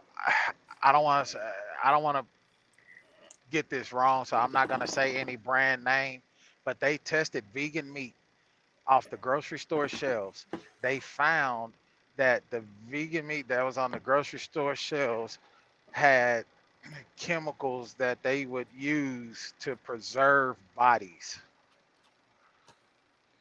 They found in another It was a couple of other brands that they found, and they pulled it off of the shelf for a while after these people done this research and found. But they found that this shit had traces of human remains in it. Ugh. This vegan meat that was coming from other countries that was on the store shelves. You're killing me, bro. I'm gonna go throw her up. Let me play some of this. Russia, it's really heating up. It's looking grim because Russia and Ukraine make up more than 30% of the global wheat market and are considered the breadbasket of Europe. Many African and Middle Eastern countries source over 50% of their wheat from Russia and Ukraine. About 400 million people are dependent on Russia and Ukraine for food. Because of all these circumstances, wheat prices are up 21% and barley is up 33%. Wartime profiteering, am I right? And let's not forget that even before the war, grocery store prices were at an all-time high everywhere. Boom. I really wanted to say that because we was talking about inflation a lot on the show, and they were talking about the war and inflation, but the prices were up before the war in Ukraine started, right? Even the gas prices. Yep. Yeah. But they point the finger at everything. Putin, Russia, everything is gonna be blamed on them because that's that's their op. And in order for them to be able to go and set their claim on why they gotta neutralize him. I was noticing it. In some products, the price wouldn't change, but the portion amount would, like the cereal boxes is getting smaller. Number of ounces in it is smaller. You know what I'm saying? In different ways they were doing the packaging and shit like that. And just the regular prices of stuff like eggs or whatever, like the regular stuff, those prices were just more. Bread, stuff like that. And I noticed this shit, and this was before Ukraine, and it was like, I don't know, going into the pandemic, and then it's like you go into a pandemic and everybody is struggling and the damn prices of the food is already high. And then, you know what? Let's raise the prices some more. We gave them some checks. I hope you saved that $1,200 we gave y'all, because you're gonna need that for bread and eggs, motherfucker. Only if you niggas knew. If y'all would have went and used that money and got you a few chickens, maybe a cow. Get your friends to go in with you, and they get a bull, and then y'all start sharing. It's almost like shit. You should have been pooling that money to make something like create a community. Man, let me play some more. But don't worry, the fine people at Bloomberg have offered us a solution. In the form of a tweet that got ratioed to hell and back, recommending using lentils instead of meat, switching to public transportation, avoiding buying things in bulk. The author of the article they linked recommended that families who earn less than $300,000 a year embrace a vegetarian diet and, quote, rethink those costly pet medical needs, end quote. Just go have all your family pets euthanized. It's that simple. Children won't go hungry if you just go have your cat put down and you start your steady diet of Soylent Green, cricket burgers, and cockroach aioli. Don't worry, you can still have your free Krispy Kreme as long as you show them your passport for your 8th booster. In all seriousness, be prepared, but I don't think you should excessively worry and go raid the grocery store if you live in the U.S. We're a huge exporter of food, and we run on corn, meaning that the livestock is predominantly corn-fed, and there's a lot of corn to go around. But I think they don't mean they're gonna give us that corn. I was just studying the potato famine that happened in Ireland, and it was really a genocide. And you know what's crazy? Because it was a famine, and a lot of people died. Like what did they say? I don't know, bro. Like a huge amount of Irish people died in this famine. Like it changed their population to the point where to this day they don't have the amount of population in Ireland to this day that they had before this famine happened. Okay, that's how impactful it was. So, but guess what? Guess what they don't teach you? They was growing enough food to feed all the people in Ireland. Guess where that food went to? Livestock. That food went to livestock to feed the people outside of Ireland. They purposely starved these people and fed the food to the fucking cows. So don't think they're going to give us that corn. What we're actually about to see is that poorer countries will be pushed even further to the brink of destabilization with food shortages. But also keep in mind, if food prices exceed a certain average income threshold, riots and instability will be close by. Since the average citizen is being forced to spend this huge chunk of their income just to eat, just to survive. So that's the average income person. Imagine what it's like for lower income people. We lootin' the Winn-Dixie tonight. Listen, for real though, if I see you sliding a jar of peanut butter and a loaf of bread in your purse, you think I'm saying anything? You trying to feed your children? I'm not saying anything. I didn't see nothing. Food prices have gone up since the beginning of lockdown, and we're watching gas and energy prices rise, and housing is insanely expensive, and the inflation they said was transitory, well, isn't.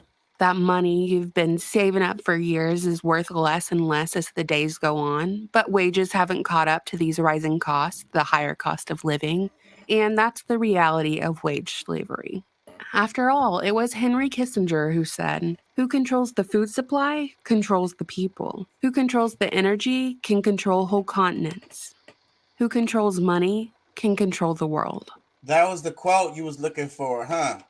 Earlier. Pat, I think that was the quote you was looking for right there. That shit crazy, bro. It's crazy, bro. Crazy. I'm putting y'all to sleep. Let me play just a little end because her solutions are, grow you a garden. Let's play. And that, internet friends, is where we land on the solutions portion of this video. A rare segment in a really graceful video, but important nonetheless. And it's about what you can control. What you can personally, tangibly control with your own two hands. Because there will always be war, there will always be greed, there will always be evil people who want to rule the world. And there will always be news stories reporting all of this with agendas we've only begun to understand. But you personally can cultivate skills to help yourself and your family live outside of their system. And it might seem like such a little insignificant thing. People will belittle it in the comments, learning how to grow a vegetable garden, using herbs to make your own medicines, raising backyard chickens for eggs to barter with your neighbors.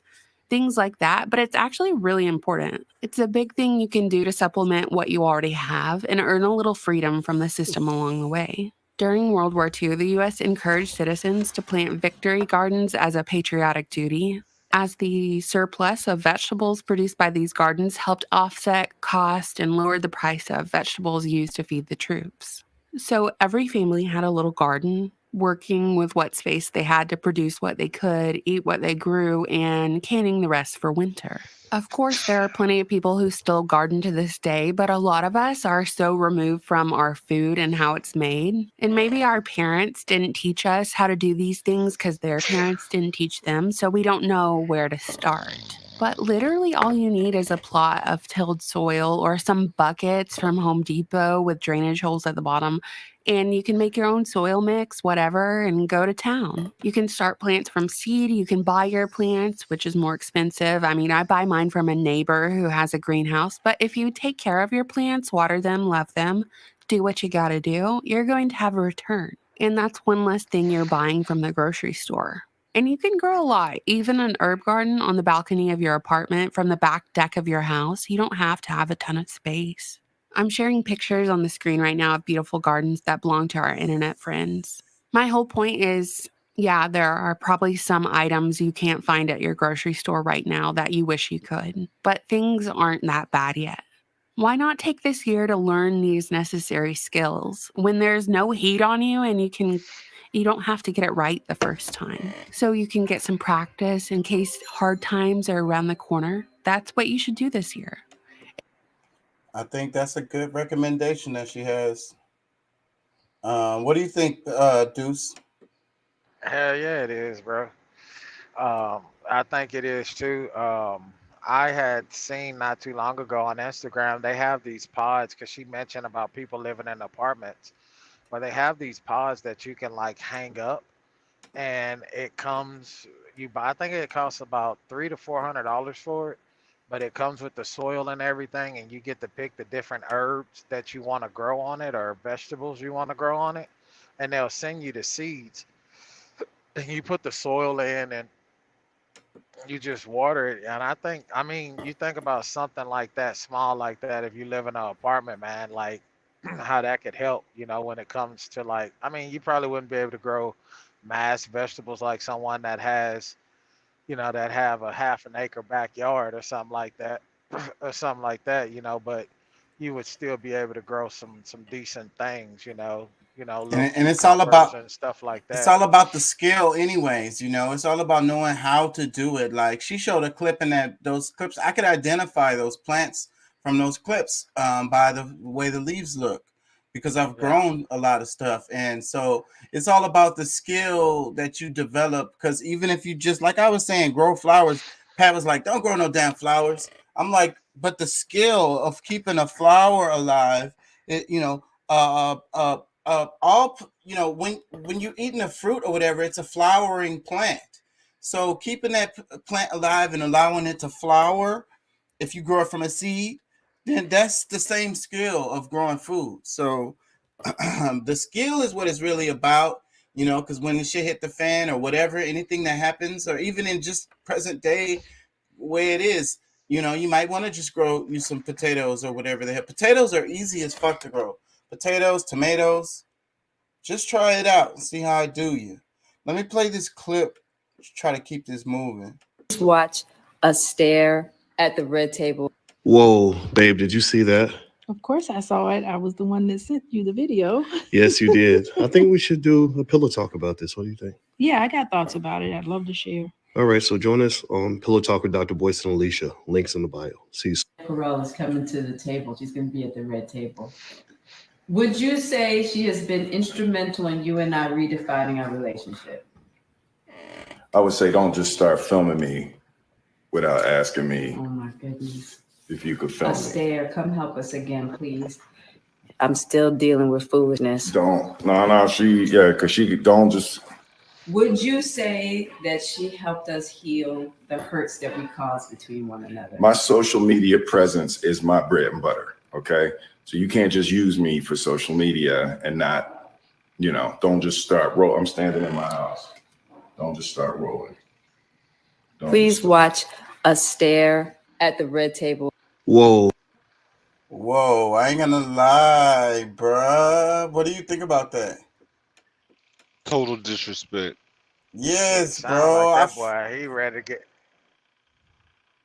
Yeah, he sounded hurt. Like, and then he said, my social media presence is everything. This is gonna hurt. This is gonna hurt, bro. Damn, and it got out. Did she post it?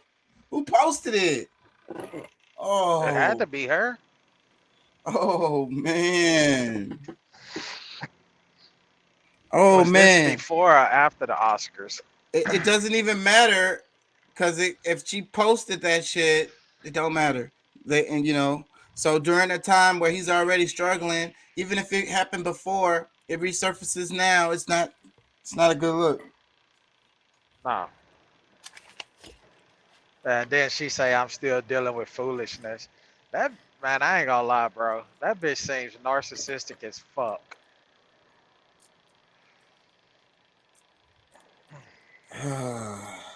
I felt that video. I ain't gonna lie. That was my first time seeing that. His face, and he's all like, don't just film me like that randomly, bro. And then she kept on filming. Yeah.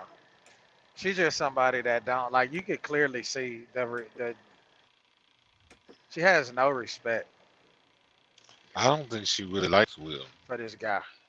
This nigga just slapped the shit out of this dude in front of everybody behind her.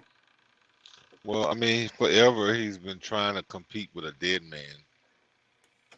And because like even Jada's not the only one embarrassing him, because Willow put out that letter, that letter to Tupac, that to come and make her mother happy again or some crap.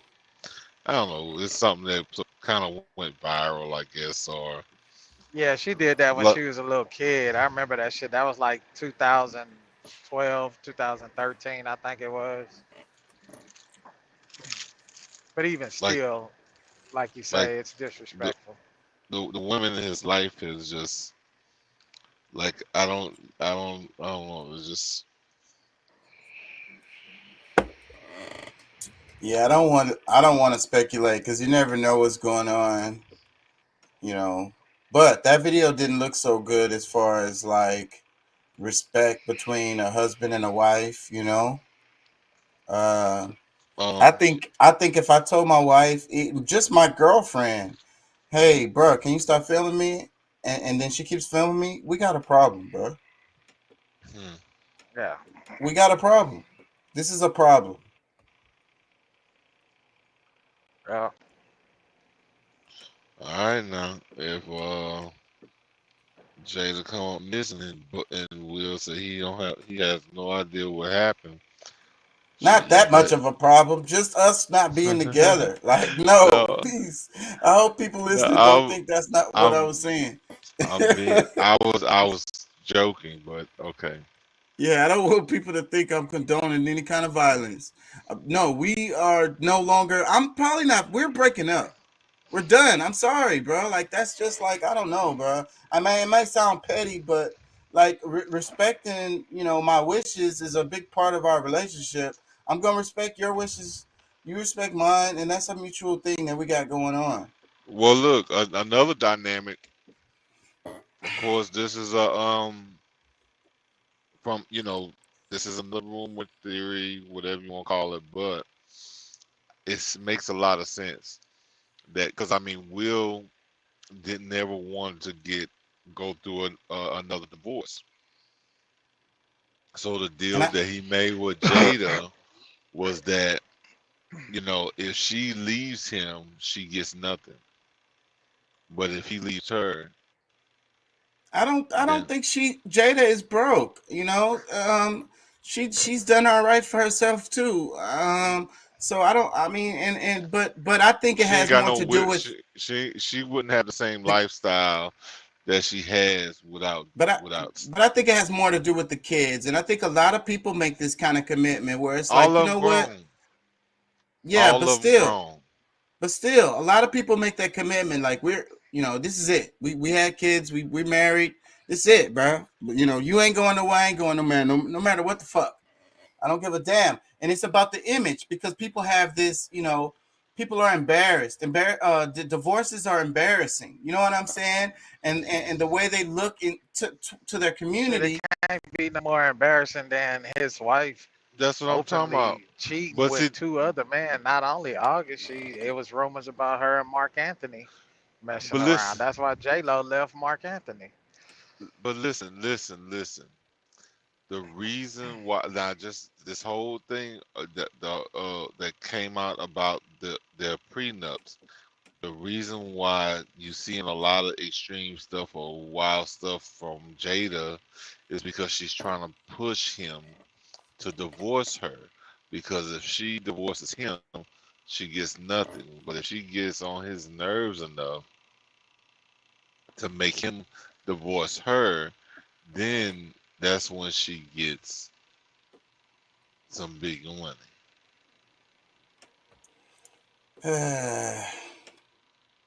That's the story. I'm just saying that's, take it or leave it.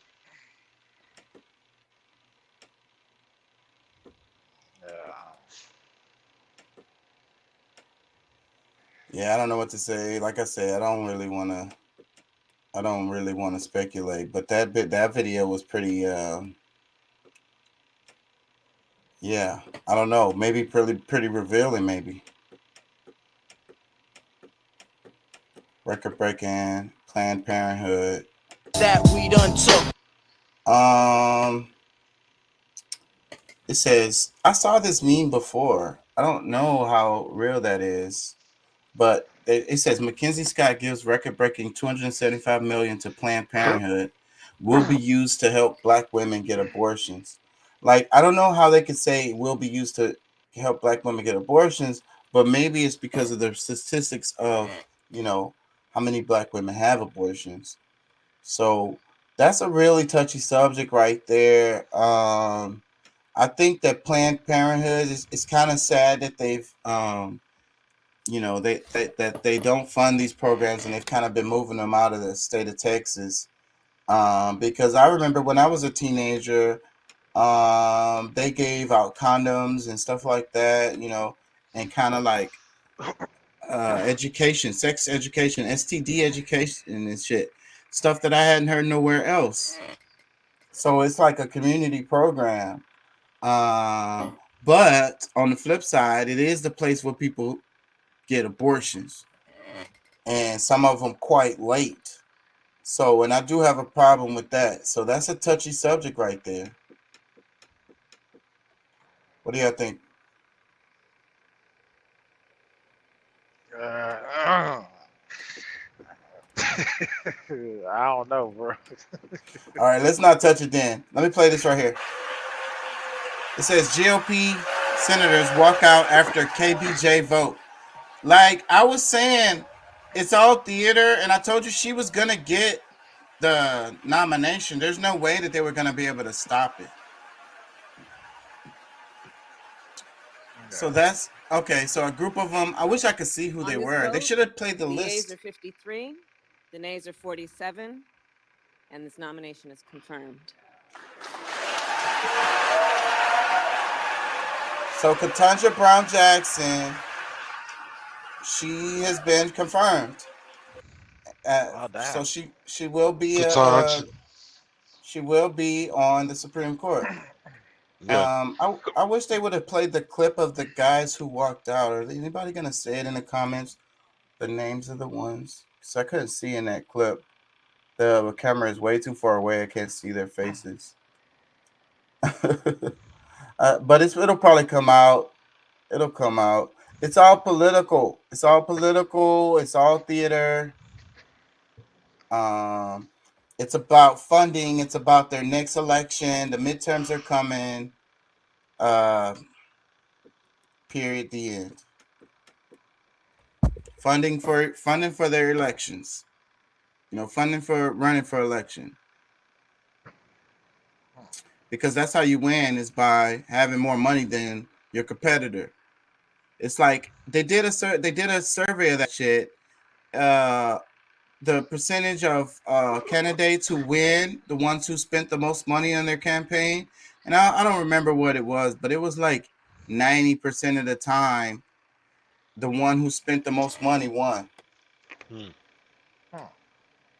That's something. Damn. So that's what I mean by, like, they already know a lot of times who's gonna win. It be those ads. You can see it in the ads because they spend that's where a lot of the money goes. The ads. Yeah. Yeah, man, that shit's crazy. CNN. So this is what they're gonna be talking about all day tomorrow. When did this happen today? This nomination is confirmed. When it shows me being out of the loop because I didn't.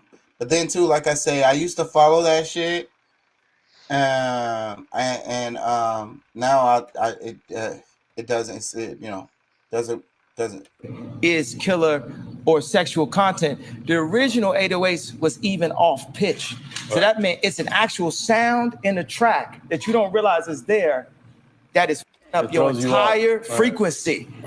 Right. And now today, every time I hear a car come out, it's 808. But if you think about African music and hip hop and what we breakdance to, it was light.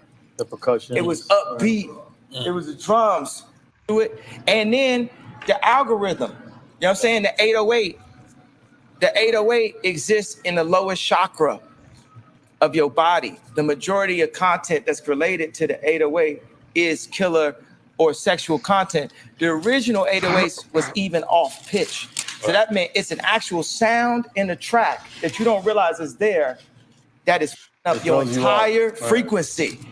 Right. And now today, every time I hear a car come out, it's 808. But if you think about African music and hip hop and what we was breakdance to, it was light.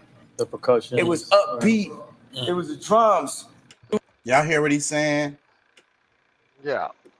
The vibrations of it taking you to your lower self, you know, promoting that lower self behavior, animalistic behavior, you know, and then it's on a vibrational level, so it's programming you subconsciously and you don't even know it. So then you turn off the music and you go out and act like a buffoon because you just got programmed. Yeah. Yeah. That's why I like upbeat shit, bro. That's why I can listen to like Pharrell Williams and Outkast and, you know, the Fugees and, you know.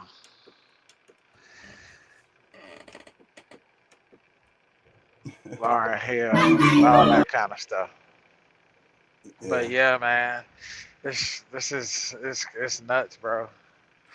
This chick is becoming the new Candace Owens. Let me see if I'm right about that. Let me play this clip. But from what I can remember, if I recognize her face, and she's on PragerU a lot. Let me play this clip. I'm sure it's going to be something interesting. About how this Supreme Court nomination was racist from the get-go because this administration said we are going to Boom. pick a black female. And I don't think people truly understand what the issue is with affirmative action hiring. Not only is it racist because you are ignoring an entire set of people who have applied for this job, but you are actually creating a climate of racism because now we as individuals have to go through this world and we're going to look at people who are people of color and maybe they're in these upper echelon jobs and we're going to look at them and say, did you really get that based on your merit? Or did you get that because you're black or because you're female? And then they get to look at themselves and go, did I get this based on my merit or did I get this because they wanted a black person? You are essentially robbing every single person involved in the situation. If you want to talk racism, let's I'm gonna talk tell about you how what. this Supreme I'm gonna tell you what. She has a great future ahead of her where she's gonna make lots of money. They love to find a beautiful black woman to make their point for them, you know. And I've been seeing this chick popping up more and more and more. She's really pretty, and she's intellectual and her delivery is good, but the premise is all the way off. So, but what do y'all think about that? Pat was talking about the Supreme Court justice and the whole thing about her being a black woman, and like I was saying, like that shit don't matter at all. And so this is them making it political. They're making it into a thing that's not a thing. Not really. Yeah. And where did affirmative action come in? Why did she throw affirmative action in there? Because of affirmative action? Is that what she's saying? Why Ketanji Johnson Brown became Supreme Court justice because of the affirmative action? I don't think that the Supreme Court has to follow affirmative action rules or whatever. You know what I'm saying? Get the fuck out of here.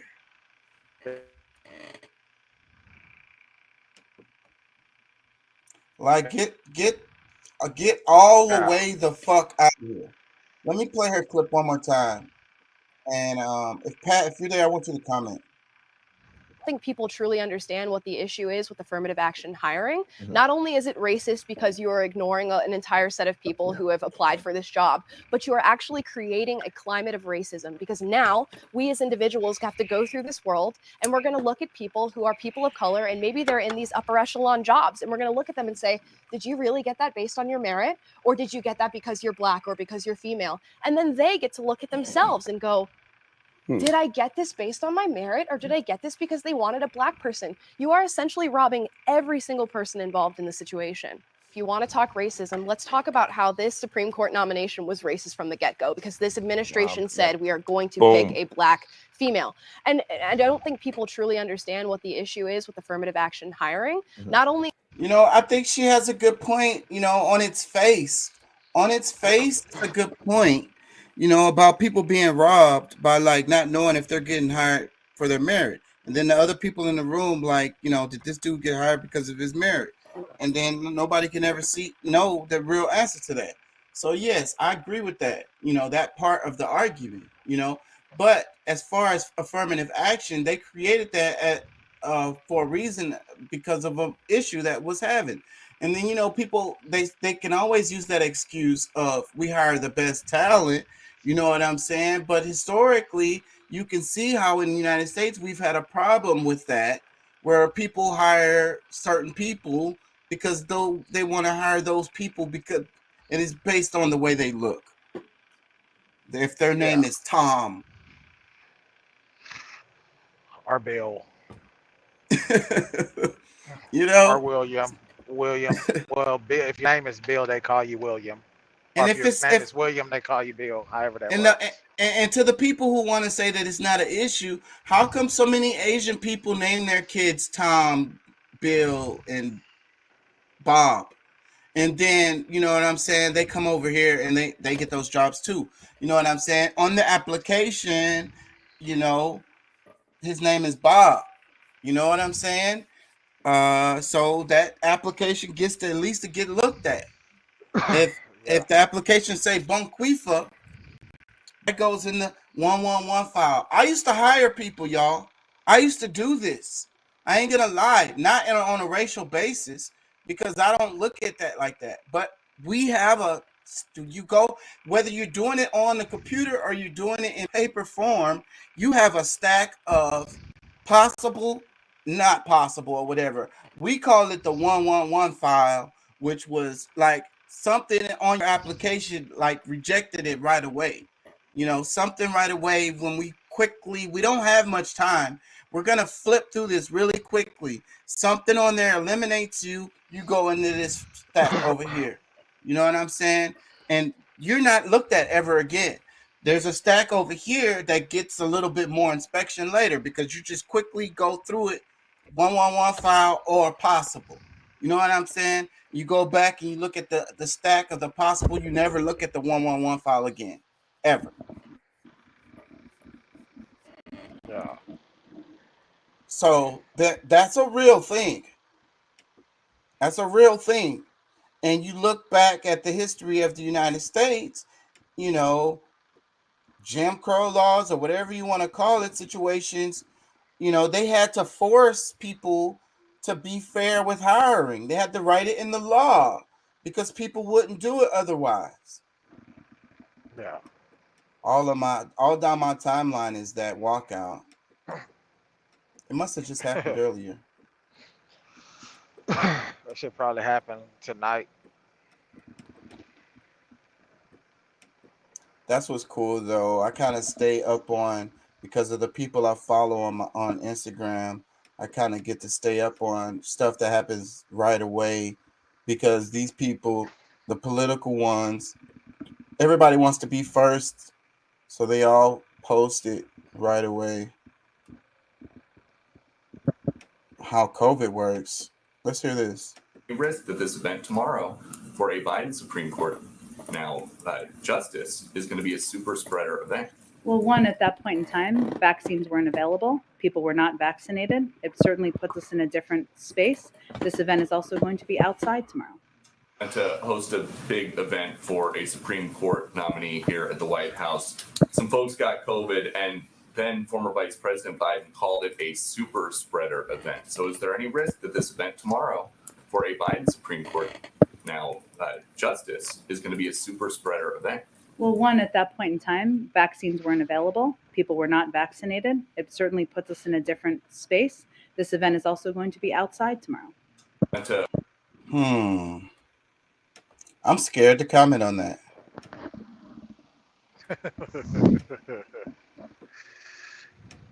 I'm just being 100. I'm scared to comment on that.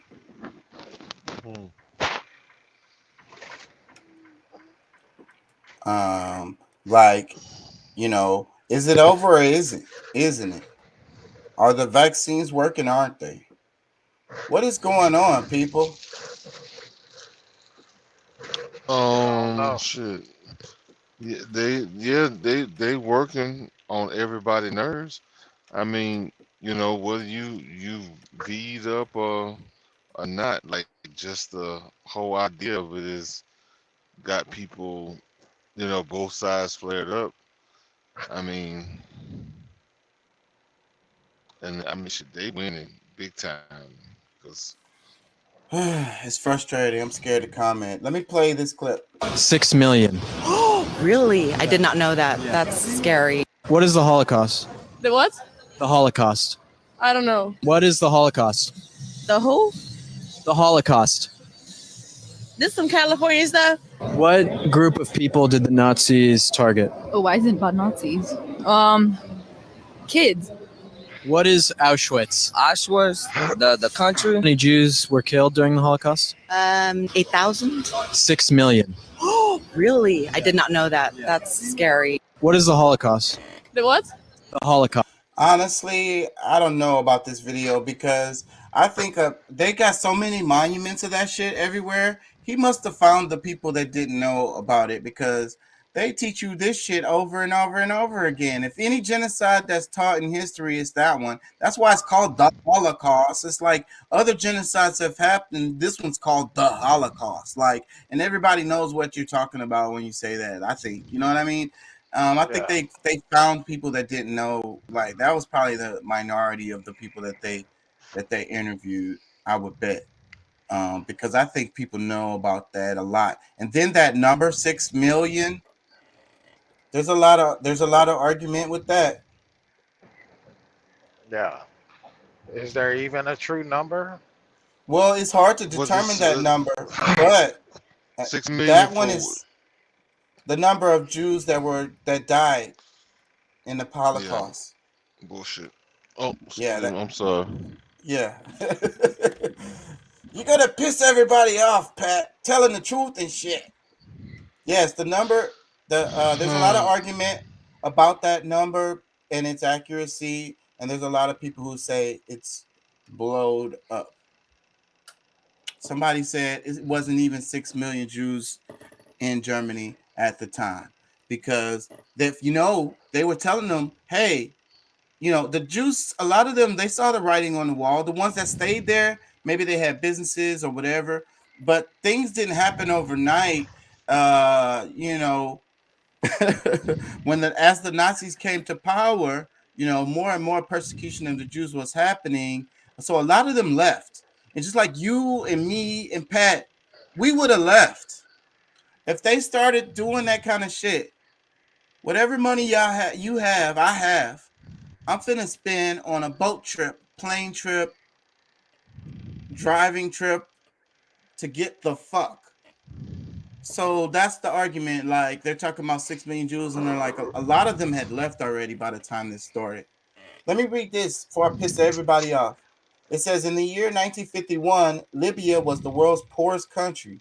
Gaddafi made it Africa's most developed country with 150 billion foreign reserve and zero debt. Under Muammar Gaddafi, Libya had one of the world's strongest currencies. Libyan dinar equaled 0.82781 in 2011. Gaddafi wanted to give all African countries the dinar to strengthen their economies. He also had more than 140 tons of gold and similar amounts in silver, which he wanted to distribute across Africa to be used in trading. Y'all see this photo with that looks like a U.S. officer in the back of a truck with a bunch of gold bars? And then it says Libya under Gaddafi, free healthcare, free electricity, free housing. Owning a house was considered a human right in Libya.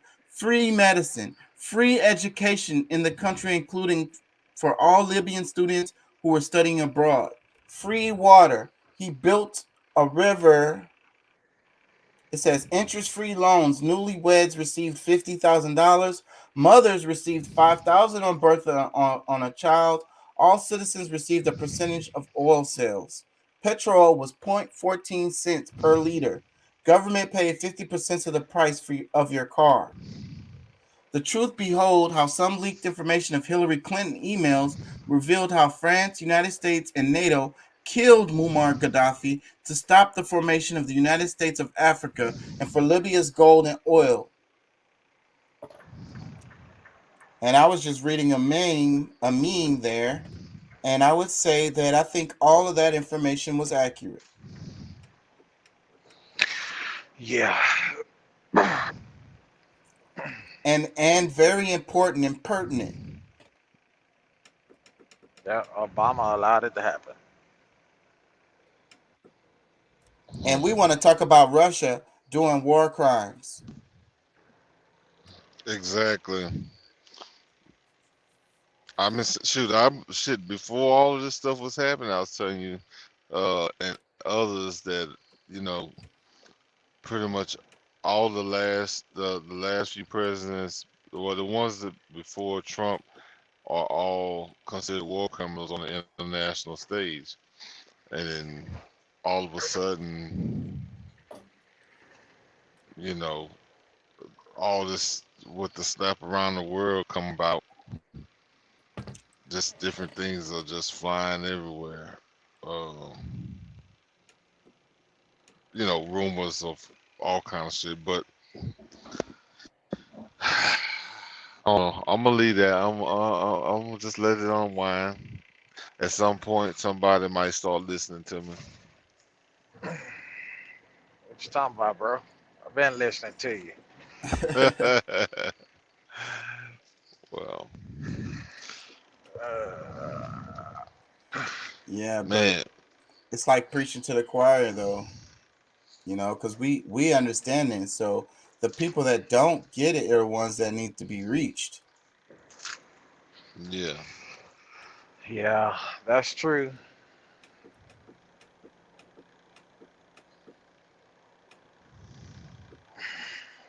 So it's that's still why crazy to me that in this day and time, I ain't saying that I know everything. There's a lot of times in this podcast that I'm majority of the time I'm educated on something, and that's what I'm here for. Here to learn, things that I know a little bit on, I comment about. But it's just in this day and time for you to not know absolutely anything, you just don't give a fuck. Yeah, please use That's your just my phone. opinion. You got a little computer in your pocket. Do a search, one search a day, of a random thing that you're curious about, and just type it in your search bar. Look, no, like when you hear shit on the news, when you're watching the news, or you hear some shit that you think is a bunch of bullshit. Why don't you Google that and see what comes up from what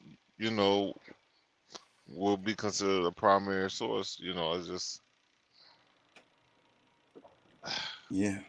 That's that's why I I mean scream it. that's That's why I scream it. Look that shit up. Don't take nobody's word for it. Mine, the news, anybody you heard. Look it up. The information is out there. Take my word for it, but you need to look the shit up. Yeah, for yourself, so you can feel more confident on the information. Just going by what somebody said, whoever the hell they are, that's not fucking good enough. I just like the fact that I was never that person that somebody could just tell me something and I believe it. Like I always somebody tell me something, bro. I'm just kind of like, all right, yeah, okay. You know what I'm saying? And then I'll run that shit by somebody else. So I'll, if, remember to look it up, I'll look that shit up and see, like, because motherfuckers be lying, bro. Especially the field that I'm in. Truck drivers are the number one liars.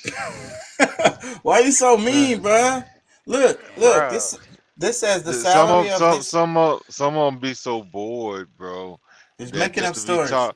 just to be talking, just to what I'm saying, that they can have a conversation with somebody. Yeah, I think they do be making up some shit. Yeah, like motherfucker will tell you they've been driving 30 years. Okay, motherfucker, let me see your license. When does your license date back? Let me read this. It says the salary of this Walmart job starts at $95,000 a year. Wait, somebody popped in. What's up, Doc?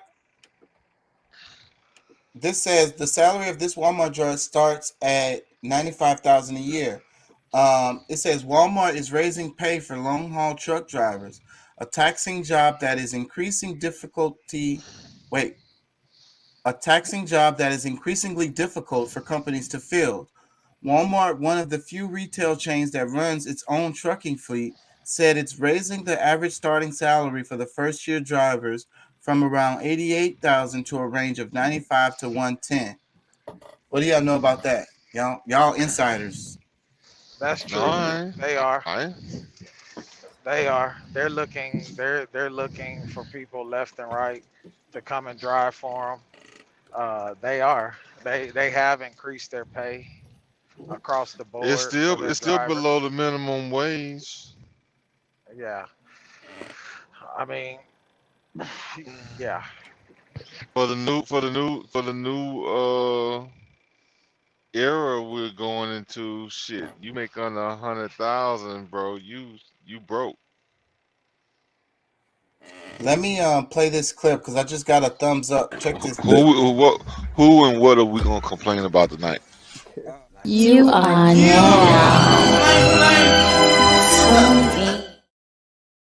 Yeah, so as y'all come into the stream, if y'all do give me thumbs ups or shares or whatever, it helps the algorithm. We was getting some good people coming in tonight, and I got an ad going right now, so that might be why. Okay. Yeah, so give us a thumbs up as y'all come into the stream. It makes a difference. Like and share, like and share. I lost my point. This guy has been saying stuff that pissed people off. Let's play a little bit of this. It becomes white rice. When you strip brown sugar of its protein, it becomes white sugar. Let's carry this analogy further.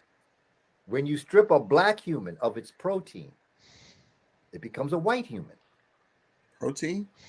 It's science. It's not about superiority, inferiority. It's about dominant and recessive. J.A. Rogers once said that when you strip brown rice of its protein, it becomes white rice. That's not really true because it's a different rice. Man. But I agree with recessive and dominant gene. Well, yeah, that part, but the protein bullshit. I mean, you talking about something that didn't have protein to begin with. Yeah, what are you talking about? Like when you say protein, like anyways. Yeah, that's some bullshit that people that just don't know. The internet is buzzing on that kind of shit too right now.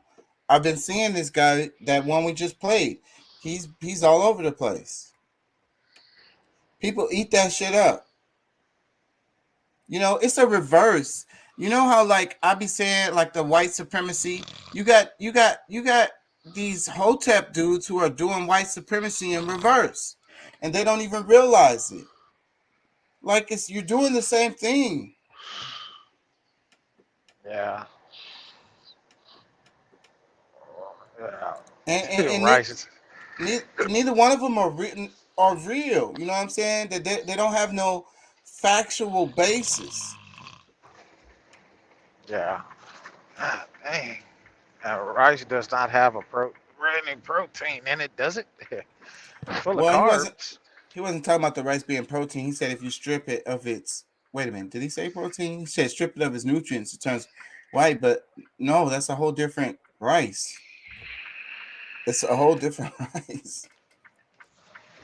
Anyways, that's why people need to understand like genetics better.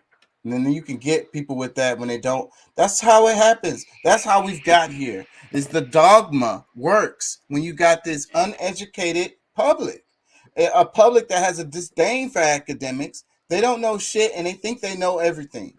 So then somebody comes at them with some smart sounding big words, and then boom, they think they know something or they understand it. They don't understand it. They clearly don't understand it. They fucking need to read some more. Yeah.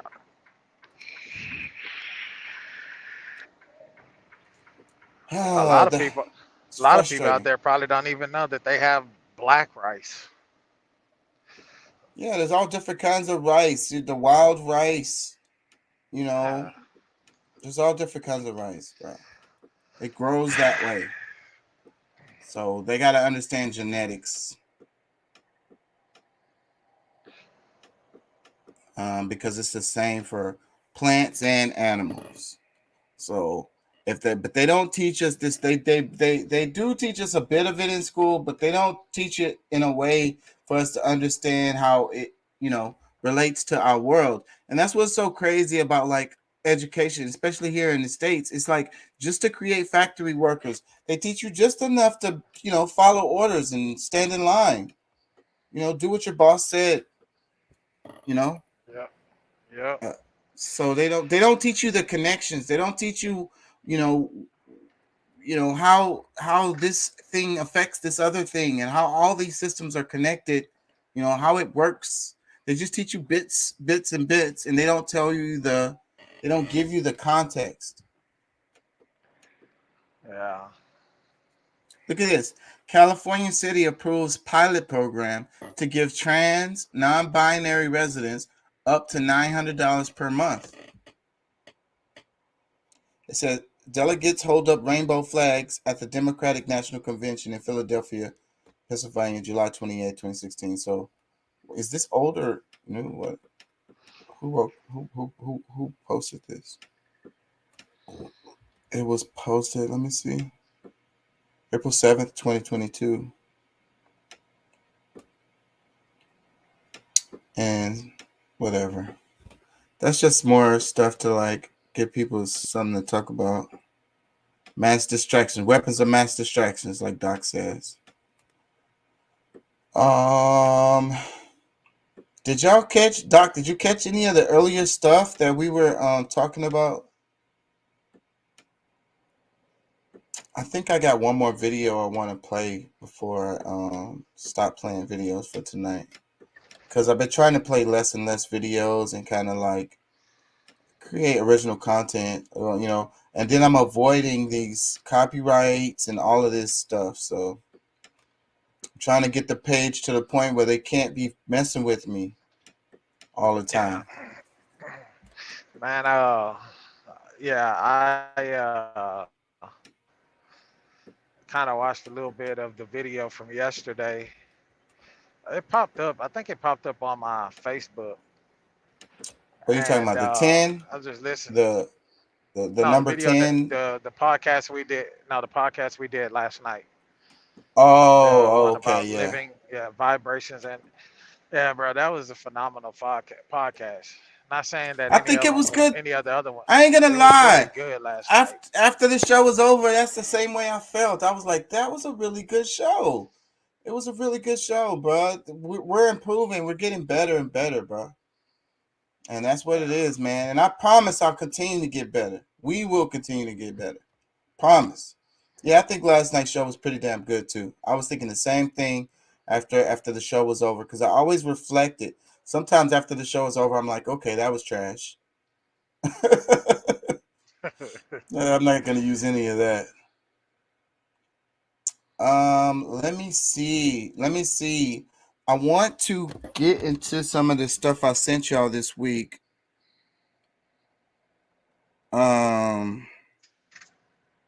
So we can get on track a bit. Let me see. What videos did you get to watch any of them yet? Which ones did you see? I watched all of them. I watched the one with Bernie. I watched the one you sent tonight. I watched the one with Russell Brand talking about the World Banks, and if they truly cared about Ukraine, they would forgive their debt and not be trying to make a 300% return off of their money. Yeah, you want to play that one? That's a good one. Let me see if I can find that. Which number was that one? It was the Democracy Now! Was the last one, and then it was right after the one that talked about what it would living things. It was right after that one. It was the one before that one. The one where the guy who's a physicist was talking about, living deals. Yeah, it was right before that one. I still don't see it. Y'all give me a second. Okay, I found it. Oh, so it's bullshit. That's the name of it, right? I thought I played that video. No, you didn't play that one last night, or maybe you did. Did I play that? I don't think you played that last night. Okay. No, we played Democracy Now, and we played the video about the bots. Yeah, I'm having reproducing. I'm having more and more trouble with knowing which videos I've played and which ones I haven't, because I don't know. I'm losing it with that because I watch a lot of videos and then I be sending them to y'all. I don't know which videos I sent to y'all. I don't know which videos I played on the show. I need something to help me with that. So maybe I'll leave some kind of note or something. Video I've already played or something. I don't know. I need something to help with that. I need an assistant. Get a picture, like one of those trapper keeper things or whatever they call those things. And when you're doing the show, write down the videos that you actually play. That way you know which ones you've done, and you can go back and see, or which, that way you can check them off your list. Yeah. Let me read your comment. Is this old? It's not that old. It says trivia. While not as common as other types of rice, black rice is the highest in antioxidant activity and contains more protein than brown rice. As such, eating it may offer several health benefits, including boosting eye and heart health, protecting against certain forms of cancer, and aiding weight loss. Healthline, November 5th, 2019. Yeah, and that's what's true about the white rice. It hardly has any freaking nutrients. And wild rice is probably, that's what they tell us to eat all the time. But it's more tough. Like, you got to cook it longer, and it tastes different. People like what they, are accustomed to. So it's kind of hard to change. Personally, I'm fond of the jasmine rice. Me too. I'm gonna eat some of that later. I really like jasmine rice a lot. I just went to the HEB today and bought some. Yeah, I got some. That's what all of my meals are made with that I brought on the road. My wife made me some coconut rice, but she used the jasmine rice when she made it. And I got curry chicken. I got some jerk chicken. Yeah. Yeah, I like jasmine rice. I don't know. I like Have it. you ever tried the I think it's called basmati Yeah. rice? Yeah. Yeah.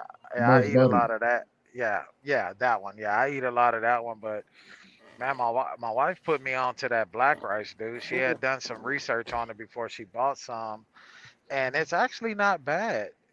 It's actually not bad. You gotta, I'm gonna but try my it wife, now. Yeah, my I wife, haven't tried it yet either. that girl there Very cooks like interesting, somebody's though. grandmother. She cooks like somebody's grandma. It's really not bad, dude. It was actually pretty good. I tried some without anything on it, and it was actually really good. I just had this idea in my head of it tasting burnt, and it does not. It tastes good. You racist to rice. I guess so, right? It's black. It's gonna taste burnt because it's black. Yeah. Hey, I gotta point out, I find it interesting that all three of us all like jasmine rice.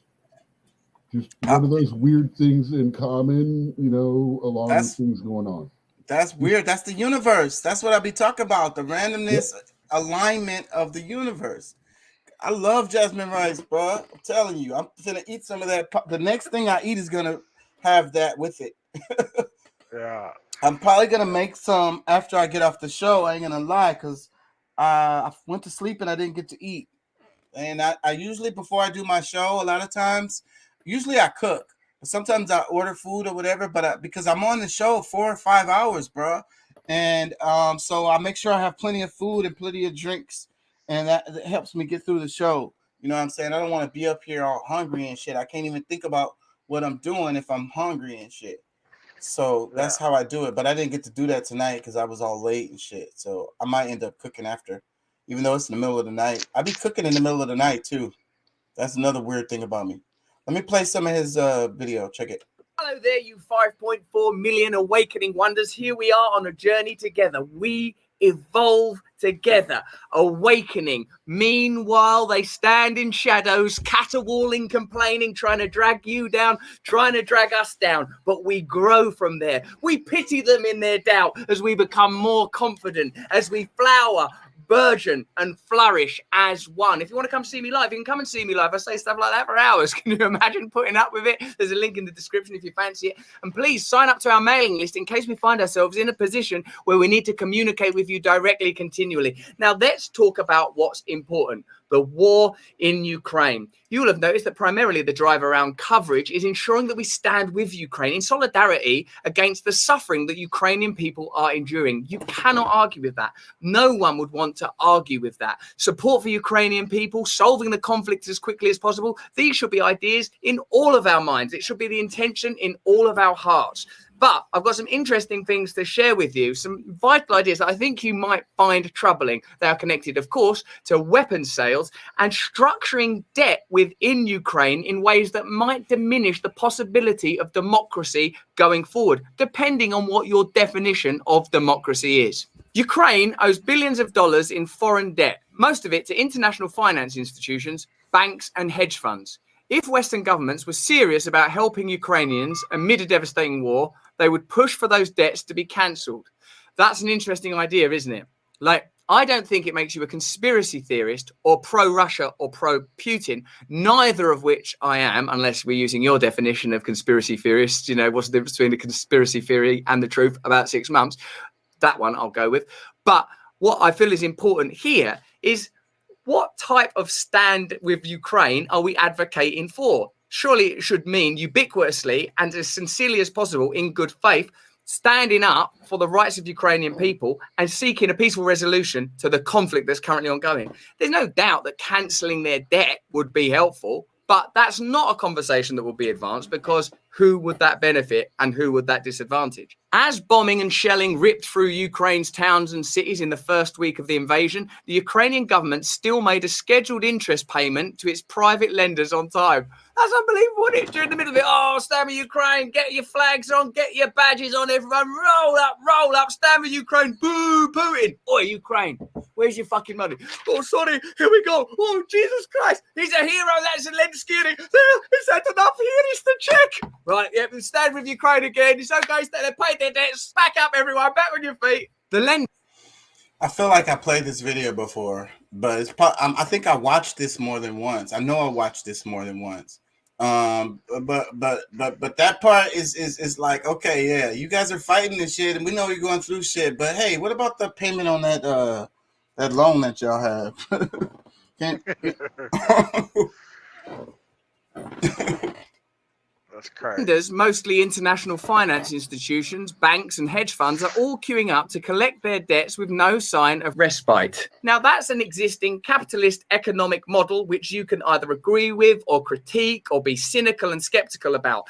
But what is important here is it's not being interrupted by what we're all told, and I believe is, a terrible crisis in Ukraine. If it really is a crisis, if upmost in all of our intentions is the well-being of Ukrainian people, cancel their debt. And if you can't do that, then at least acknowledge it's a bit of a priority, the situation in Ukraine, but the real priority is an economic one. So any solutions we suggest in Ukraine will have to be in line with our real priorities, which are profit. And if the economics, it's the economy, stupid. And every time. So like what he's saying right here is like really clear, an example of like what the priorities are. He's like, okay, we worried about the y'all. We want to make sure y'all good or whatever, but we gotta make sure you pay that bill on that on time for that loan. You know what I mean? So like that's what's important to them. Follow the money. Yeah, it supersedes everything. Yeah, exactly. Organic white and jasmine rice. I never had that. That looks good though. I'm not gonna show it right now. I might come back to that.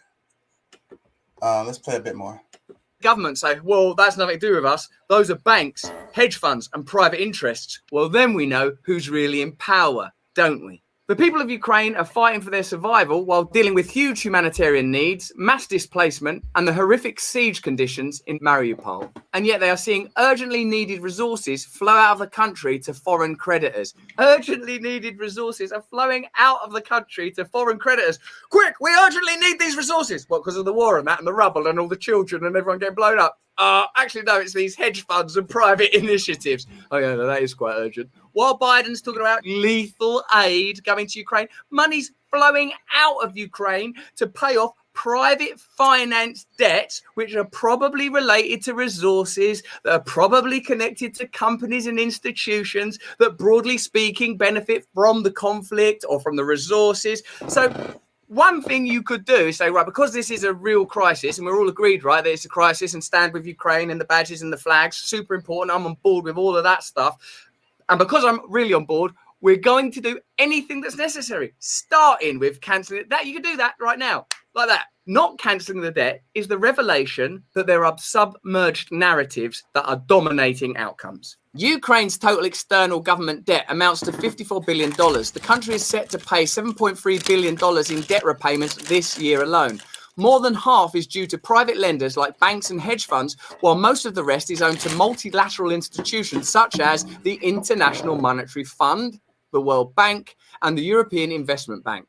The current fall in the value of Ukrainian hryvnia against the US dollar will only exacerbate the debt burden, as foreign debts are owed in dollars, heaping extra pressure on the government to find the funds to repay its loans at a time of foreign invasion and extreme economic disruption.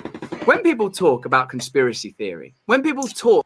Do y'all understand this? He goes really fast, and also you kind of got to know something. I have another video I'm gonna play. It's an animated video about the bank and IMF Bank, World Bank is gonna explain it. So I'm gonna play that next.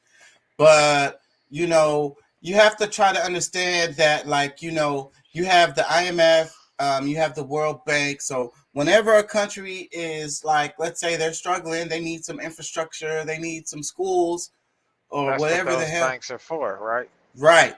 So, They're but supposed to help. Yeah. they're supposed to help. That's the whole point of them. But what they do is they put these countries in debt, and then they extract resources out of them, out of those debt payments. Because what they'll do is they'll tell you you can't spend money on schools, and you can't spend money on that infrastructure project that you want to work on because you owe us this amount in that debt payment that you have to make.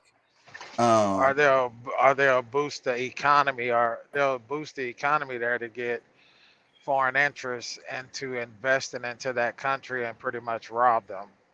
Is that the same thing as what you're saying? That's kind of what they do. I mean, well, what they do is they give you a loan up front with a main. They like it's a ripoff. If they did, like, you know how they be talking about those check cashing places or those cash advance places and shit, how they predatory, how they predate, that's the same thing that happens. It's the exact same thing, but on a country level where, they're like somebody is struggling really bad, and then you go up and be like, hey, I see you struggling.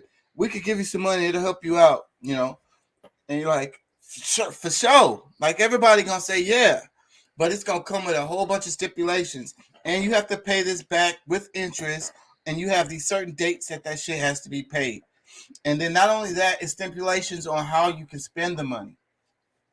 They get to dictate everything. Yeah. And then the private companies are going to be making this money. The interest on those loans go to private companies.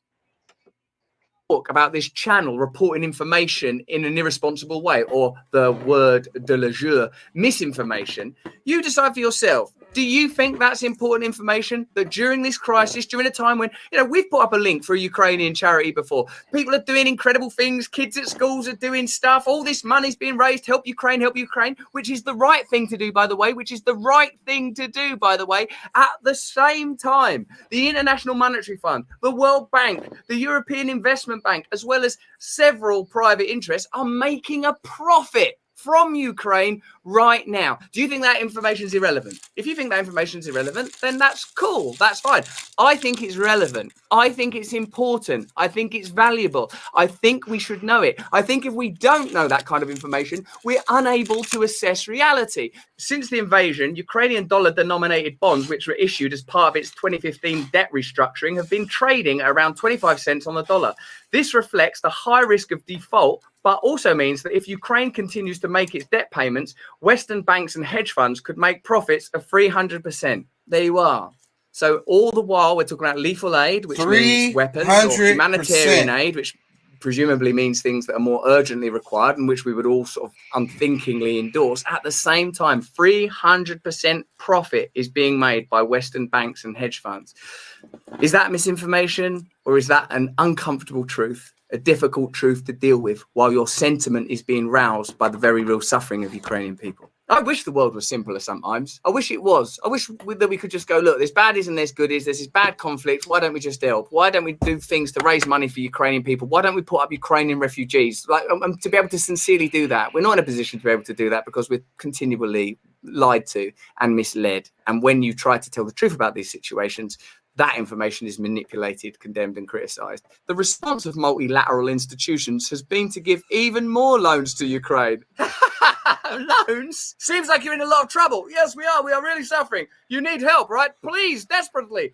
Okay, we'll give you this money. Now, over the next 5 years, we're going to want to see about 300%. What was that? I can't hear because of the bombs. Bloody Putin. Yeah, bloody Putin. Really evil. Over the next few years, we're going to need to see about, sorry, I can't hear because of the bomb. 300%. You're saying this is meant to help? Yeah, 300. Just sign the thing. We should just sign this. Since the war started, the IMF has given a £1.4 billion emergency loan, while the World Bank has provided a $723 million financial package that includes $589 million in loans. These new loans are being piled on top of Ukraine's already unsustainable debts. Any of you that are in debt, and I read the comments, so I know a lot of you are, that debt is a curse for individuals, for families. We live in this state of debt, in this state of usury that is difficult to sustain, have to now recognize that it's part of a kind of global agenda.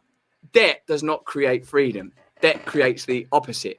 Debt does not engender democracy.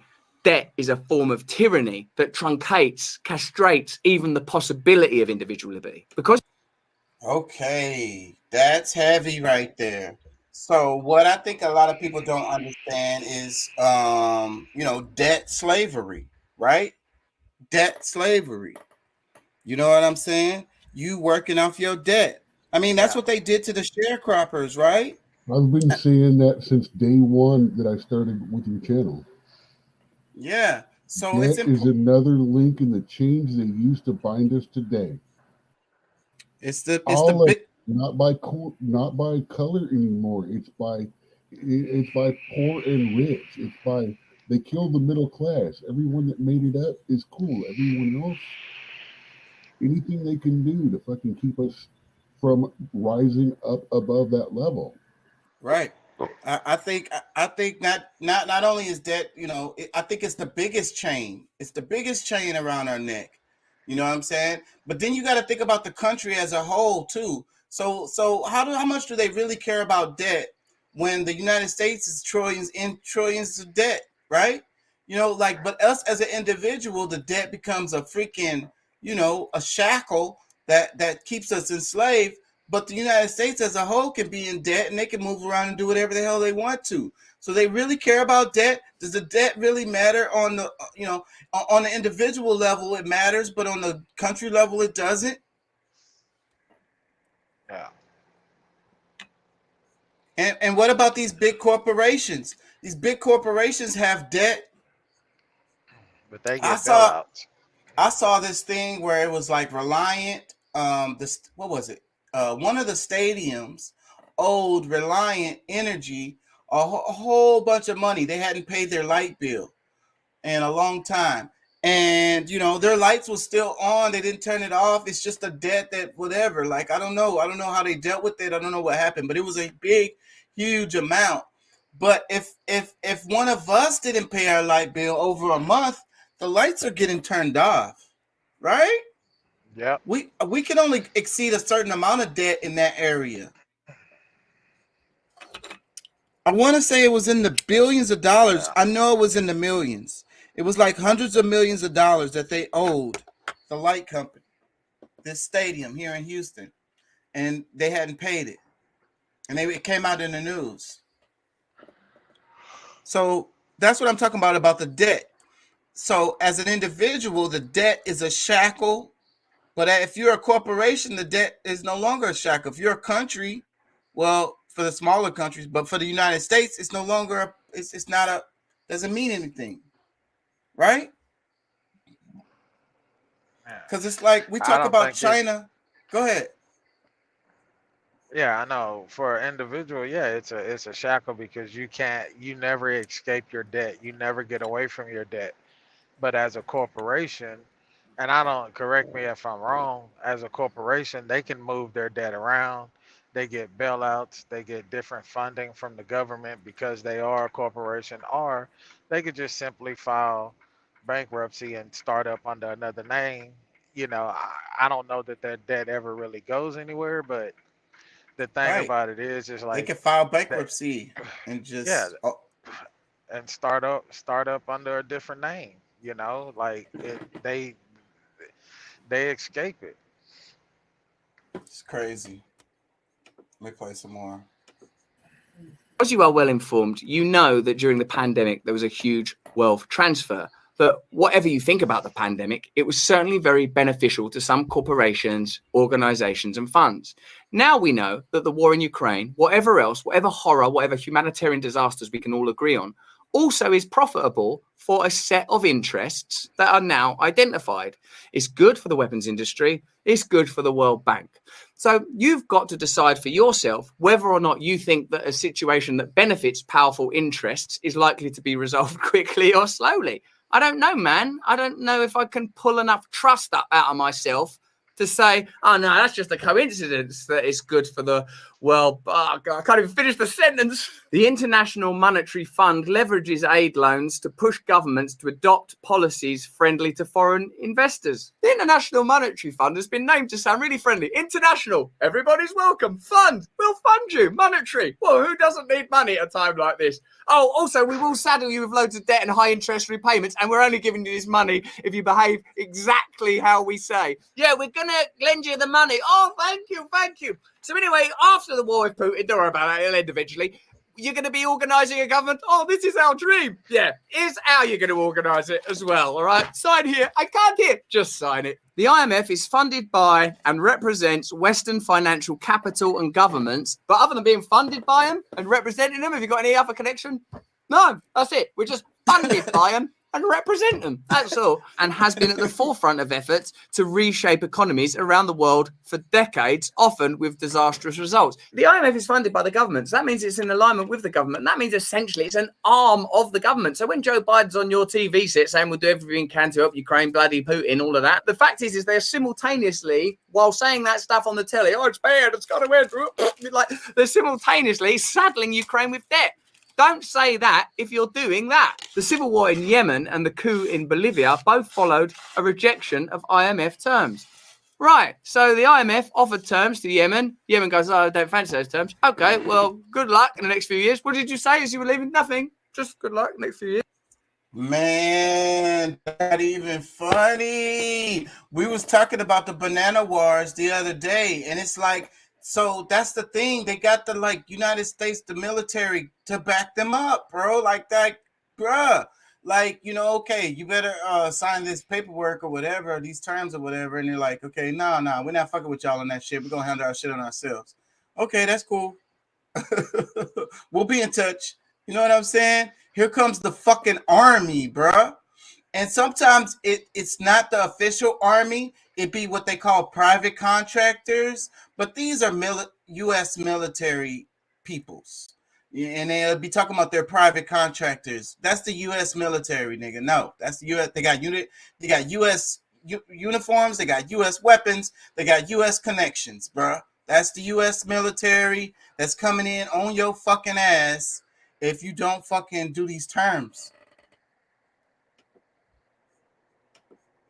And Bolivia, the coup. In Ukraine, the IMF had long planned to implement a series of economic reforms to make the country more attractive to investors. Oh, wow. Ukraine should never have been required to take on these debts in the first place. Following the Russian annexation of Crimea and military conflict in Donbass in 2014, Ukraine faced economic and financial crisis and was forced to take on more foreign loans from international institutions. IMF loans came with strings attached, which pushed Ukraine to accept punishing conditions involving public spending cuts, privatization, and market liberalization. That's not going to help stabilize Ukraine, is it? That's not going to stop the rise of far-right nationalist groups feeling that kind of external pressure, not just from Russian encroachment, although I'm sure that as well, but also from the private interests operating inside their nation to extort and export profit and minerals. You know how this stuff works by now. This prescription of failed policies is similar to many lower income countries across the global south, where the IMF has imposed similar conditions on loans for decades, unleashing long-lasting damage on their economies. I hope that's not their slogan, unleashing long-lasting damage on your economies. Civil society groups are demanding a response to Ukraine's debt crisis commensurate with the scale of devastation being unleashed, which includes debt cancellation to release finances for humanitarian aid. They wouldn't bloody well need all the humanitarian aid if you just let them keep the money that they're repaying because of debts that were highly conditional and put in place in order to make Ukraine more attractive to foreign investors, thus antagonizing Russia, by the way, because And that humanitarian aid tends to come from y'all, out of y'all's pocket. They already spent your tax dollars to make this money. They flip the money and then they're like, oh, they need money. So then they bleed your ass again by tear jerking your ass and you sending more money over there to them. in addition to the NATO threat, there's this commercial corporate threat inside of Ukraine. So whatever that is, it ain't nothing. I don't claim to be clever enough to understand the complexity of that situation and this additional layer of complexity just revealed by this brilliant article. But I can tell you what it's not. Nothing. For humanitarian aid and medical supplies, as well as for future reconstruction. Future reconstruction. How did that go in Iraq? They warn about the role that IMF loans have played in restructuring their economy and slashing essential public services. Always good for a country's cohesion. The agenda is damaging at the best of times, let alone during military conflict and instability. Calling for debt cancellation in response to invasion, disaster, or crisis should not be controversial. It should be an automatic global response. Isn't that brilliant to know something like that? Isn't it brilliant to be able to nullify condemnation and criticism by saying, if you really care about Ukraine, and I believe you do. I believe you do. Who wouldn't care about Ukraine? It's terrible, as you say. It's terrible what's happening there. The people being displaced, the horrors of war. I've come up with an idea. Cancel all their debt. Did I hear you say yes? Did I hear you say yes? I didn't, did I? Oh, okay. So now just give me a moment to think. Is there something else you care about? Is there something else you care about? Or does pondering such questions make us conspiracy theorists? As the people of Ukraine fight for their survival as a country, cancelling debt is a crucial act of solidarity and one that can and should be done immediately. Isn't that fantastic to be given a bit of information like that? Something that changes the narrative, something that would actually, more important than anything, God, look at me obsessing about changing narratives, help Ukrainian people. It would help them. That's what we want. All of us, everybody. Is there a way to stop this suffering? The more time you spend thinking about it, the more you reflect on it, the more you look at it, it pulls at your heart. It hurts you to know it because you're a human being and your life and your agenda are not set by the relentless pursuit of profit and power. Of course, like me, you're a fallible person. You're a mix of good and bad traits and attributes. You're flawed, you slip up, you make mistakes. But you are not the IMF. You are not an international system that's claiming that what we have to do is stand with Ukraine while simultaneously kicking Ukraine's legs out from underneath the Ukraine, waving a flag on their behalf while saddling them with debt. I don't know what that is, but it ain't nothing. It should be stopped. If they care, cancel Ukrainian debt. If they can't, then you know something new. If you don't know, now you know, in the words of the great man. But that's just what I think. Let me So that what's interesting about this video, I really hope I didn't play this already. I really feel like I played it. But what's interesting about this is the narrative, right? You know, we haven't heard anything about this, right? Like, this is just a guy, he's a comedian, he's an actor, you know, he has a really great, huge social media following, but he's not CNN, MSNBC, the people that's supposed to be giving you your news. So how many times in the news have you heard anything in this area? Never. Have never heard anything even hinting towards this. But what I have heard is that we're going to continue to give Ukrainian the weapons that they need. Remember when this went down? I said, buy Russian rubles. Yep. And buy. Oh, what's his name? I mentioned him earlier. Hungry. He agreed to buy the gasoline in Russian rubles, and that's why another reason why his name is popping up in the media, because he just got reelected, and he also decided to accept Russia's, the request to buy with Russian rubles. They're like, cool, we're gonna do that. So the Western media is blowing it up because they're like, oh, this guy's a bad guy. You know what I'm saying? He's a Russian puppet. So yeah, that's what it is all about, really. That's economics. It's the economy. When this is all over, it's all going to go back up. If you have the opportunity to buy a Russian debt, Ukrainian debt right now, you should. That's how you should invest your money. And I know it's crappy, but that's what I hate. That's why I hate it. But I ain't gonna talk about that. Let me play this because I gotta take a quick. The International Monetary Fund and the World Bank have been founded, just like the United Nations after World War II. Why? Mainly because after the war, everyone wanted peace. However, peace on an empty stomach is hard to maintain. So these two institutions were meant to help the economic stability of the world. Both of them are basically banks, but instead of being started by individuals like regular banks, they've been started by countries. Most of the world's countries are members of the two institutions, but of course, the richest countries are those who handled most of the financing, and ultimately, those who have the greatest influence. The IMF and the World Bank were designed to complement each other. The IMF's main goal is helping countries which are currently in trouble and who cannot get money by other means. Perhaps their economy collapsed, perhaps their currency is in danger. The IMF, in these cases, is kind of like a lender of last resort, who you go to when nobody else is willing to give you money. The World Bank, in comparison, has a more long-term approach. Its main goals revolve around the eradication of poverty, and it funds specific projects which help them reach these goals, especially in poor countries. Unfortunately, the reputation of these institutions has been dwindling, mainly due to practices such as lending to corrupt governments or even dictators and imposing ineffective austerity measures to get their money back. If run properly, however, they definitely could help make the world a better place.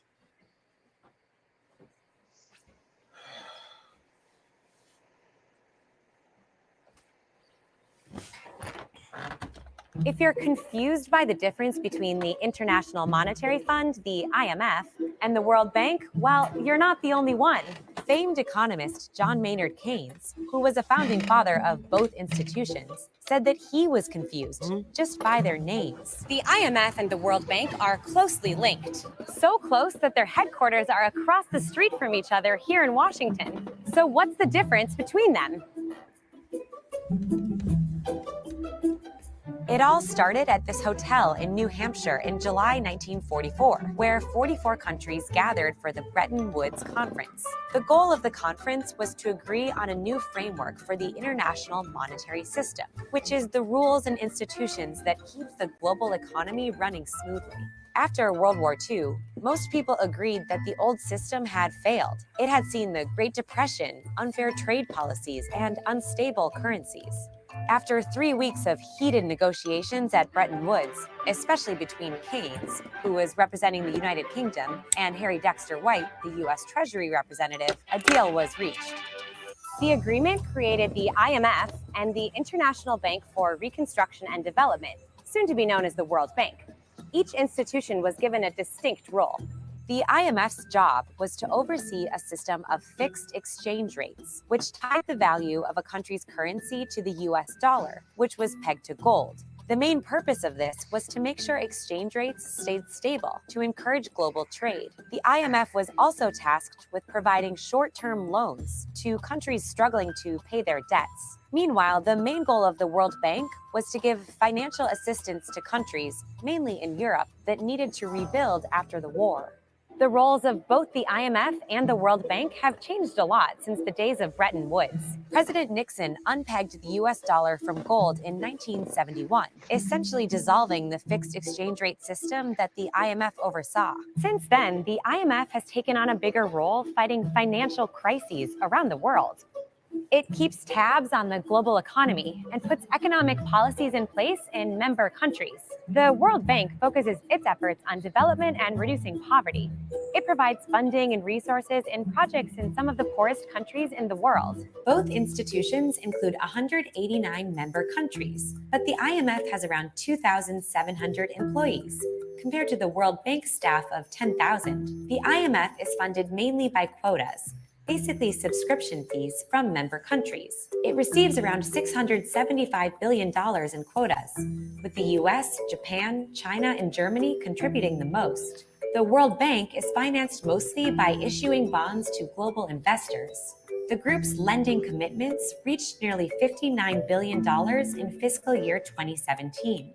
The IMF has committed $160 billion under its current lending arrangements. Today, the IMF's biggest borrowers include Greece, Ukraine, Portugal, and Pakistan. The places where the World Bank is running the most projects are in Africa and East Asia. One thing the IMF and the World Bank have in common... Wait. That graphic is telling. IMF's biggest borrowers, Greece, Ukraine, then Portugal, then Pakistan. Then it says others. It's funny how that others is such a big ass fucking blue block. On the other side, the World Bank, it says, look at this, Africa, East Asia, and Pacific. Then it says others. Like this graphic is trash, bro. Like in a lot of ways. Like on one side, okay, over here on the IMF side, it names countries. It names Greece, Ukraine, Portugal, and Pakistan. And then it says others. On the other graphic, it says Africa. Like where in Africa? And then it says East Asia and Pacific. What the fuck is that? That means all of Africa, and others is all other countries combined. That's what I'm saying, bro. Like, she's giving it a good face. This video is trying to make it sound good, what they're doing and shit. Like, it's a good thing and all of that. But this graphic right here is kind of like, what the fuck, bro? One thing the IMF and the World Bank have in common is that they both have some opponents. Critics point to the conditions attached to their loans, saying they don't always address the specific economic issues within a country. The IMF has come under fire for continuing to bail out Greece, even as the country has failed to clean up its finances. Human rights groups have criticized the World Bank for ignoring the environmental and social impacts of some of its projects in countries like Ethiopia or Myanmar. But the IMF and the World Bank... Pause. They always go over the important shit really quickly. But the IMF or Myanmar of some of its projects in countries like Ethiopia or Myanmar.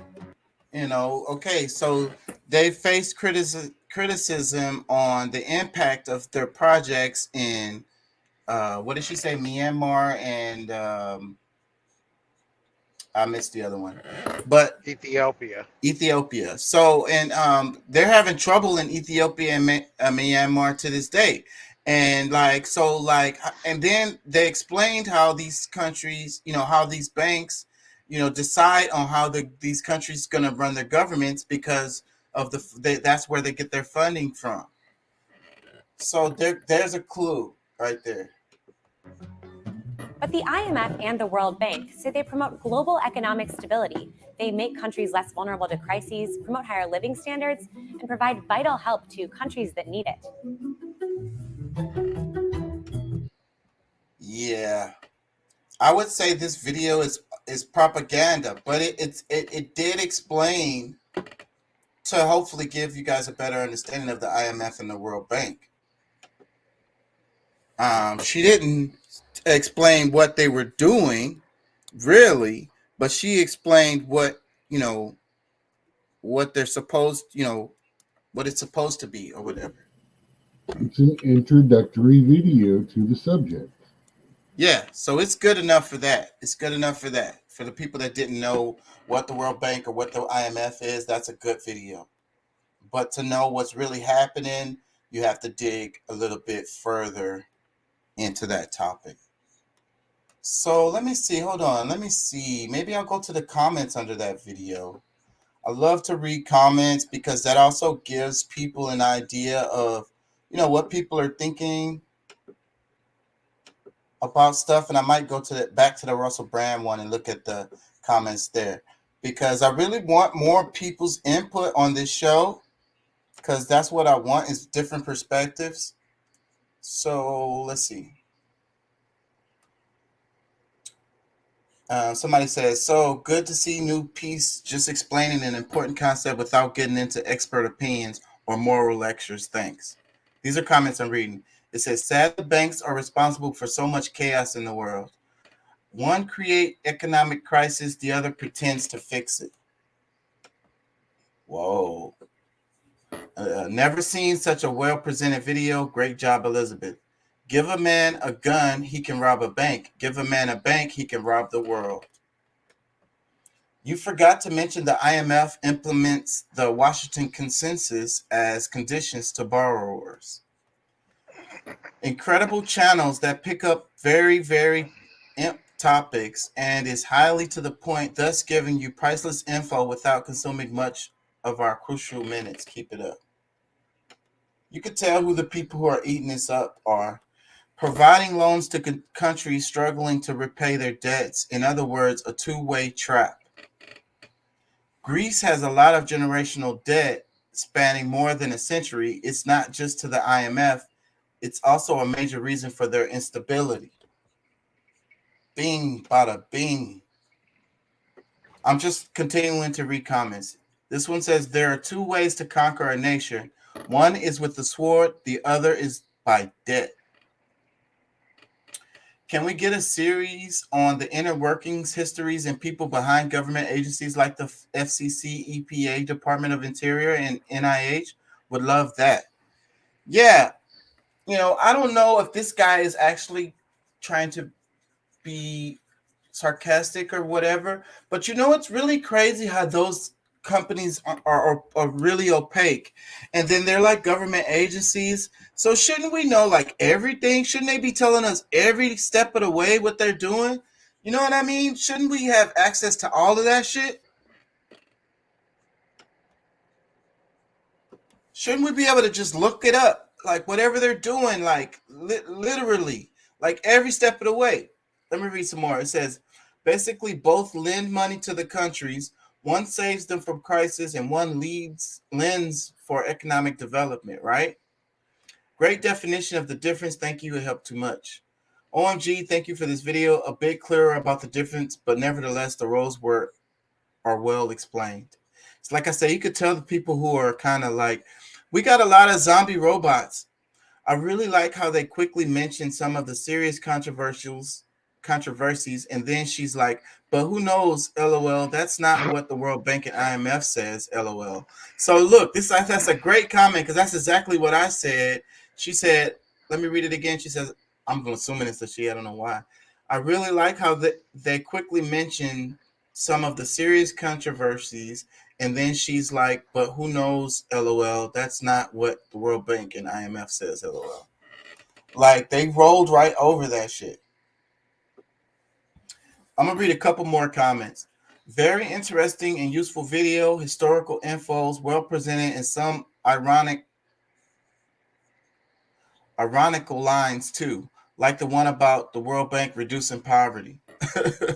Obviously, how good of a job are they doing at what they're doing? That's a good question right there. There's a clue right there. How long did she say these organizations have been in, going? Well, can we get a graph on their success rate?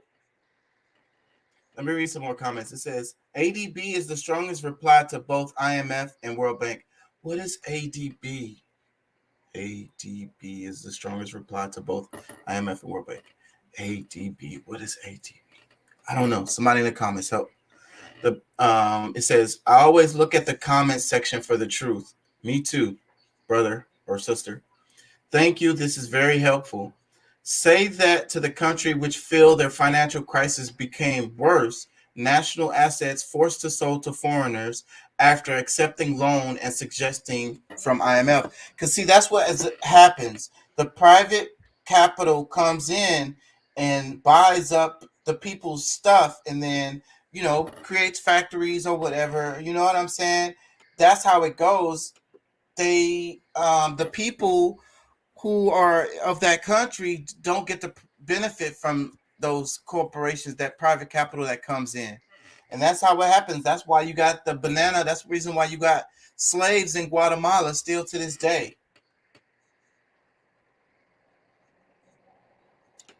I want to go back to the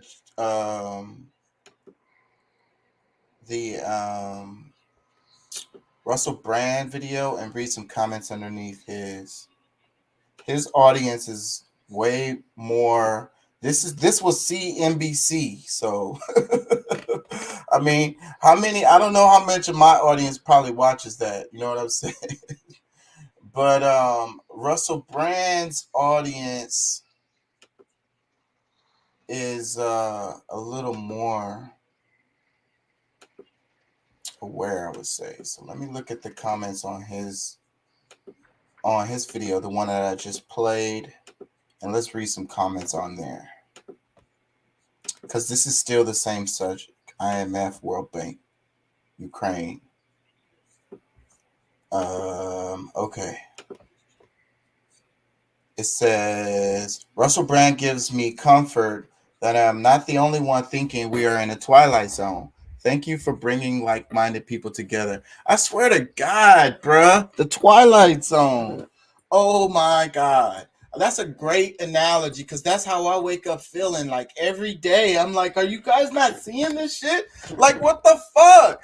There's an episode of Twilight Zone where the guy, they shunned him. I mentioned this before, and then I pretend that he's not there. That was like his punishment instead of going to prison. And it's really sad when you think about that, you know, and if everybody acts like you're not even there, they can't hear you talking and whatever, you get to roam around free, but nobody's going to interact with you, because there's they have an identifying mark that's on you that lets everybody know to not talk to you and pretend that you're not there. So that's the thing. Like, when I feel like I'm in a Twilight Zone, I'm like, nobody is seeing this shit. Like, what the fuck? Like, I can scream on the top of my lungs about this, that, and the other, and everybody looks at me like, man, and then they say I'm crazy. You're crazy, bro. You're crazy. Okay, bro. Like, okay, I'm in the fucking Twilight Zone then. Let me read some more comments. It says, Russell, don't take this the wrong way, but how messed up is our America's media that you are the guy to go to get the objective truth? What in the heck is going on that you are the guy that I need to listen to in order to get past all the BS? Keep doing what you're doing, man, and I hope you stay unmuzzled. Me too, bruh, because they liable to freaking delete this dude off of the internet, because that's what they've been doing. They liable to delete this dude off the internet. I could totally see it happening. Just like they did other names. And so, but yeah, that's what I was saying earlier. Why is it that, you know, we could go, we go to this guy, I'm playing videos of this guy, and the perspective is better than what we're getting from any other news media. Like, some of the stuff he's saying, we don't even hear nowhere else. Like, the narrative, the idea, we don't hear at all.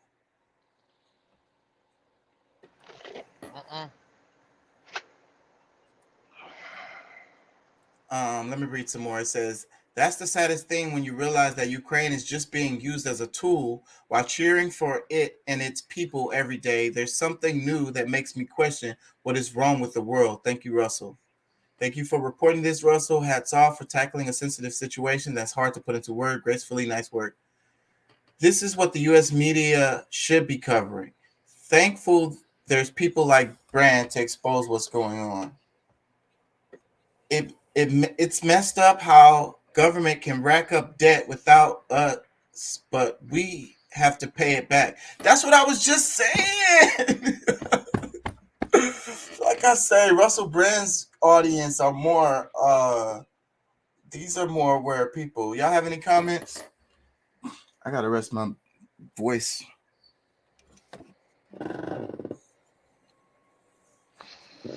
It's crazy, man.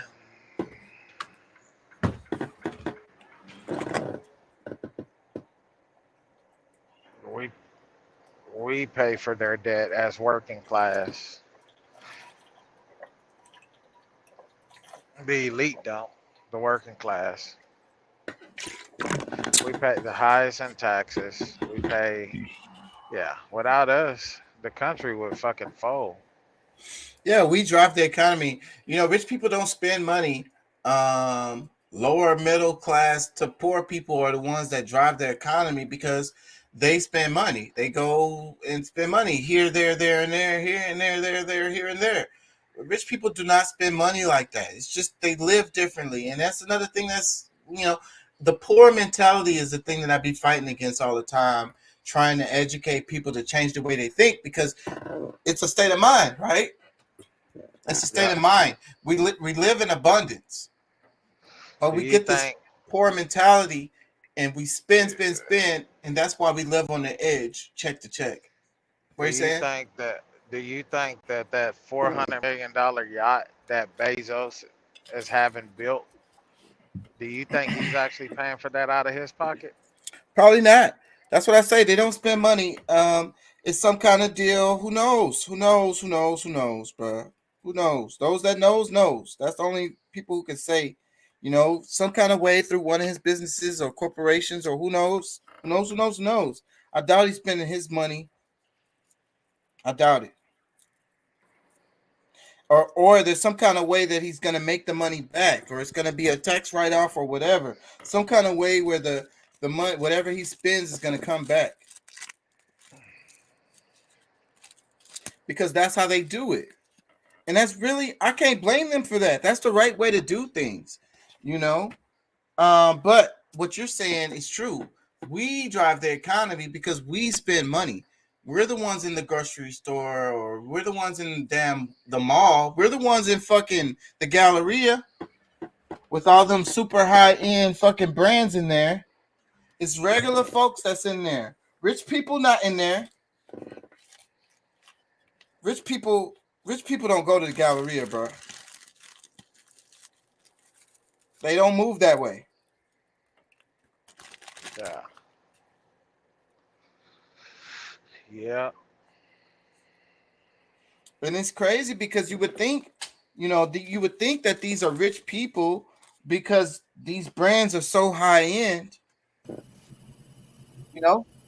No, man. Rich people don't need to prove they're rich. Poor people need to prove they're rich. Exactly. That's the way we've been taught. Hold on, I'll be right back. Hold on. Exactly, Doc. Exactly, because you're buying that as like a status symbol or whatever to say I have the money to be able to buy this particular brand, and then kind of stunt in front of your friends or whatever and be like, y'all can't afford this. It's the same way with the house in the Woodlands or the car. It's the same thing. It's the exact same thing. People with money, if they're buying a property, it's going to be an investment. They're going to make money out of that deal. People without poor mentality, people buy liabilities. Even the properties, even these mortgages we be paying. We was just talking about that. Deuce was talking about the way that they do the fucking taxes on your ass when you paying your fucking mortgage and you think your ass is winning, but you losing. You losing every year. They robbing you. No, what it is it's about front end loaded loans. You pay more interest in the first 7 years of your loan than you do for the entire rest of your loan. Right. That's why they try to get you to refinance every 5 to 7 years. Because yeah, we'll reduce your payment, but the overall money that you're going to spend is going to be more because now you've got that 5 to 7 more years of a brand new front-ended loan.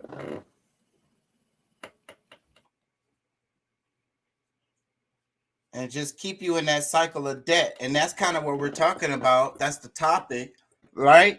So I'll be trying to get people to understand that their car note, that's a shackle. Your mortgage is your mortgage more than anything, because your mortgage even puts you in a location.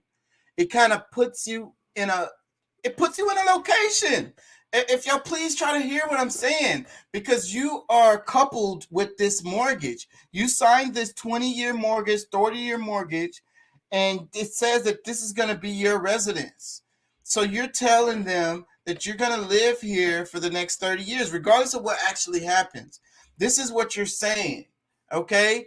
And so then they know if this is related to everything else, you know. No, you're saying you're going to live there for at least 2.5 years.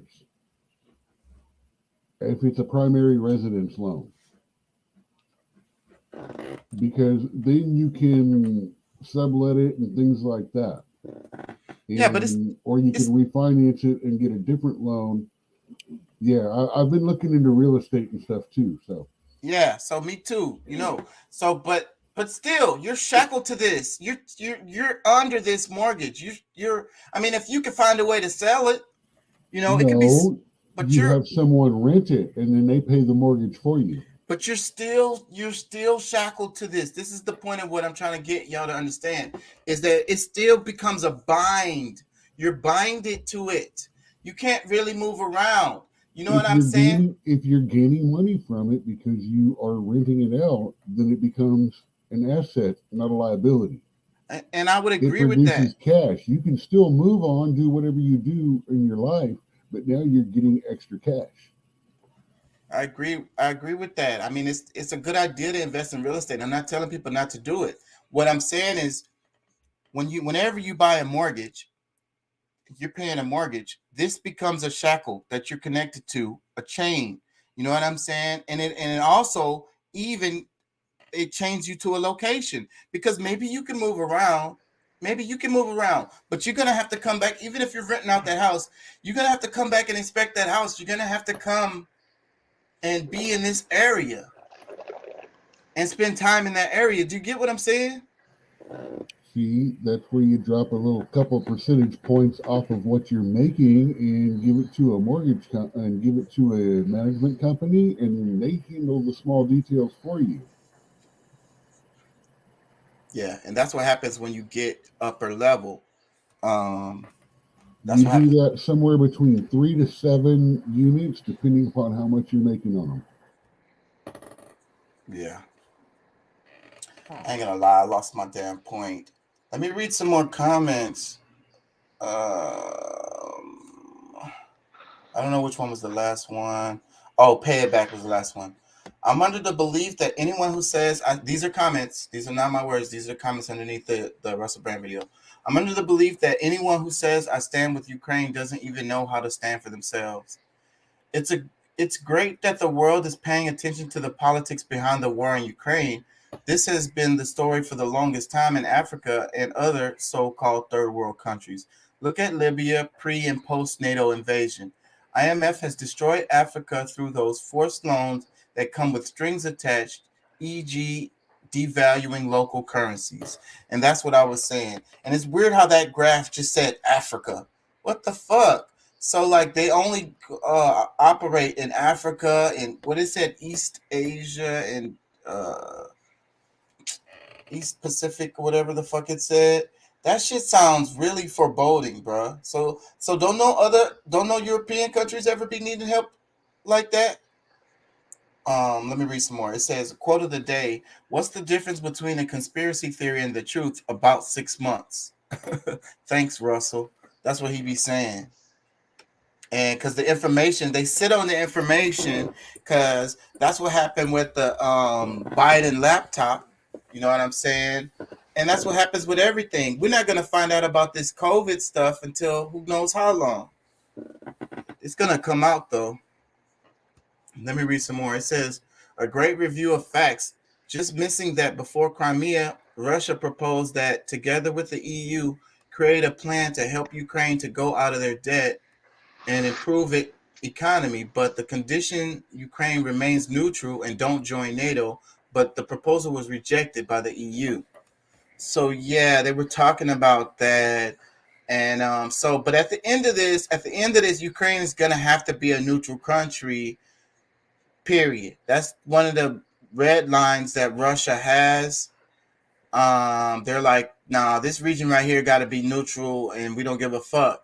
So if they try to push in the other direction, that will lead to like major war, because Russia not playing on that level. Like, as far as however you want to feel about it, right or wrong, you know, that's beside the point. The point is they not playing when it comes to that region being neutral.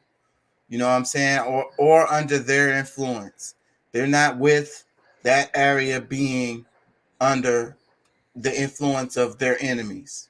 So that's like one of the bases of what's happening. You know what I'm saying? You know, that's how this is gonna end. They're gonna have to sign papers that says, you know, we can't get it. Y'all not joining the EU. Y'all not gonna fuck with Nazis no more. Y'all, you know, y'all gonna remain neutral no matter what kind of fucking drama pops off, and that's it. You know what I'm saying? Y'all gonna buy if they'll probably force them to buy gas from them and wheat and shit like that too. They'll be like, y'all gotta buy y'all shit from us too. So that's I'm telling y'all, that's what's gonna be the result of this. There ain't no other result that's gonna come out of this. Russia's not playing. Let me read some more. It says Russell actually surprised me with his open-minded analysis of every angle of the situation, which Western media just refuses to show. There are also some crazy reporters like Patrick Lancaster on YouTube who go the front lines in Ukraine and show the situation as it is. People like that give me hope. And, you know, that's what I was talking about. Look at our media. Remember, we used to have like investigative reporting where they would go and go to the place and, you know, do some research on a topic that, you know, we don't see that like ever anymore. Y'all notice that? They don't really do that very much. All we have is these talking heads giving opinions on a topic. Like, what the hell is really going on? This guy is just blowing hot air out his ass. He's an expert on Russian, whatever the hell. Get the fuck out of here. Can somebody go over there and look at what's happening and show us footage of what's happening on the ground? And talk to the real people that's out there dealing with the situation and ask them what fuck is going on. That's the basic coverage I be seeing, and I see it sometimes from YouTube channels where they literally go over there and they talk to the people on the streets. It's going to be way better than any talking head you get, any fucking Washington Post article or fucking New York Times article. It's going to be way better than any of that shit. Some random ass person on the street of the country of wherever the hell the shit is going on, ask him, yo, what the fuck is happening over here? That's what I want to hear. I want to hear what that guy has to say, or woman. Let me read some more. It says, spot on, more stuff about fractional reserve banking and the issues with debt, please, Russell. It gets to the heart of the physical evil in this world. I think so too. Other systems of money creation are not only desirable, but are actually the only way to save the world from rampant greed. So yes, I think that if we want to fix the world problems, this is where we have to look at. We got to look at the economics, and the idea of the World Bank and the IMF is really good. And that's what I be saying. Some of the structures we have out here are really good. It's just that they're corrupted with this fucking, corruption. I don't know what the fuck to call it. It's used in a bad way. It's a good tool that can actually do good in the world. It's just not doing that. It's not used in that way. So she said, let me read it again. I'm saying she because I don't know. It looks like a picture. It's probably a guy with long hair. Spot on. More stuff about fractional reserve banking and the issues with debt, please, Russell. It gets to the heart of the physical evil in this world. So like the heart of the problem is economics. So looking at like the like our bank here, like the what do we call it? The United States won. The Federal Reserve. Looking at the Federal Reserve and really knowing it and its conception, its history, what it does, how it functions, that will help you understand a lot about the United States. But nobody really knows what the fuck the fucking Federal Reserve does. They don't teach you this stuff in school. You literally have to look this up yourself. I bet a lot of you guys didn't know the Federal Reserve is a private bank. It's called the Federal Reserve, but it's private. It's not government at all. Even though it's government affiliated. Yes, it's complicated. You gotta look this shit up, people. Let me read some more. It says, never let a crisis go to waste. World Economic Forum. The sad part in all of this, whether Ukraine is conquered by Russia or emerge victorious yet indebted, their sovereignty is essentially gone. I don't know about that. I don't think that Russia is intending on taking Ukraine's sovereignty. I just don't think so. I think that Ukraine is going to still be able to maintain its sovereignty with of course, with strings. But for the most part, it's going to be able to remain Ukraine, and they're going to, be able to run their own government. I don't think that Russia wants to take over their government, install a puppet government. They want to let the people make their decisions and run the country how they want, with strings, related to them being neutral.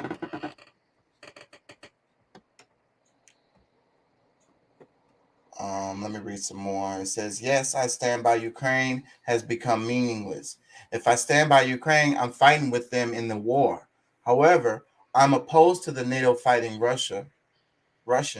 Should it start World War III and destroy all of humanity? So no, a lot of us can't literally stand by Ukraine, and Ukraine should understand that. Whoa, that's kind of heavy right there. It says, really, are we all surprised? Russell, you and your team are doing an amazing job. Just amazing. It gets to the help, hasn't it? I hope. Just don't give up with all the way you love to you guys. Damn, I hate it when people write like that. People think that they be all eloquent and then, some of the websites and memes, I swear to God, people be trying to act like they so clever and shit. And it's like, bro, what you writing is not making any damn sense. You look and sound like a fucking idiot. So just stop. They be trying to. A lot of times what it is, they're thinking faster than their hands are typing, and then before they know it, they hit submit or send, and then it's like, oh shit, I didn't mean to text that. That's not what I really said. That's why I don't like texting, bro. Yeah, that's why I hate texting, because I ain't gonna lie, I do that sometimes. I'll be saying what I'm texting in my head, and I skip a couple of words in there, and then they'll text me back and be like, what the fuck are you saying? And I'm like, oh shit, I meant this. It's like, that's why I don't like texting, bro. I would rather hold the phone conversation than the text. Yeah. And then sometimes text messages could look like you could read a text message from somebody responding to you, and you'll be like, man, this motherfucker, why the fuck he got attitude, or why she has attitude? Like, then I have to misunderstand the tone. Yeah, it's hard to understand tone through text, especially when they start sending the caps. But I'm not talking about that. I'm talking about how people spend a whole bunch of time on their little comment, and they think they're really clever, and they have all of these sarcasm. It has all this sarcasm in it, and they think that it's clever, and it's like they're fucking stupid. Thanks, Doc, for sending this. ATB Financial is a financial institution and Crown Corporation wholly owned by the province of Alberta. Originally established as Alberta Treasury Branches in 1938, ATB Financial operates only in Alberta and provides financial services to over 800,000 Alberta residents and businesses. Headquartered in Edmonton, ATB Financial has over 500 team members. But how does it? ATB is not a charter bank, meaning it is not regulated by the Canadian federal government under the Bank Act and associated regulations. ATB is instead regulated entirely by the government of Alberta under the authority of ATB Financial Act and associated regulations. The legislation is modeled on the statutes and regulations and guidance which govern banks and other federally chartered financial institutions. ATB is not a member of the Canada Deposit Insurance Corporation or Alberta Province Credit Union Deposit Guarantee Corporation. Deposits are instead fully guaranteed by the government of Alberta itself. ATB is a financial in one of the 15 financial. So that other place, I hope this is what they were talking about when they said ATB earlier when we was reading, but this says that it seems like they're only trying to help people within that one country. So can another country use this bank? It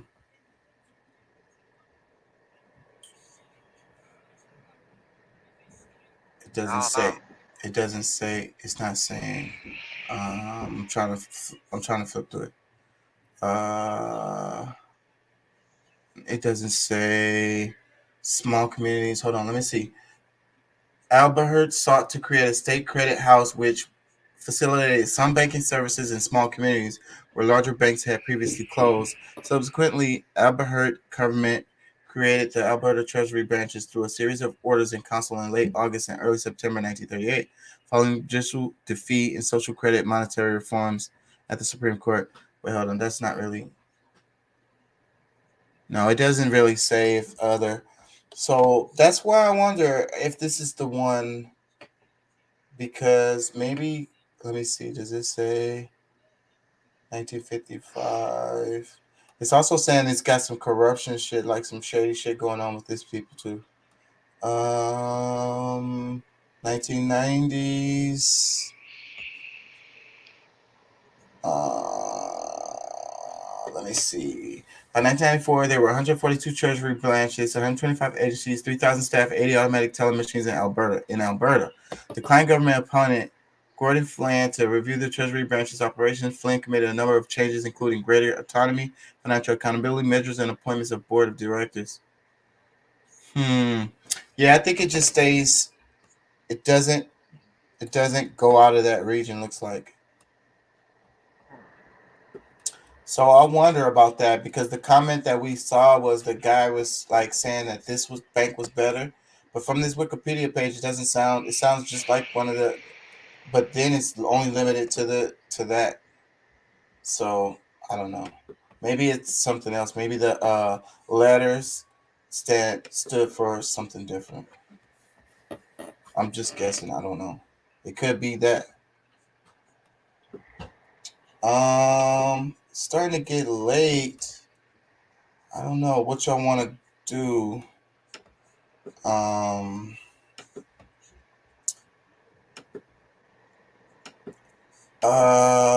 don't want to, because it's already at 4 hours, so I don't want to go into a new topic really, because we'll end up on here for 5 hours. But yeah, so what do y'all think? Y'all learn anything today?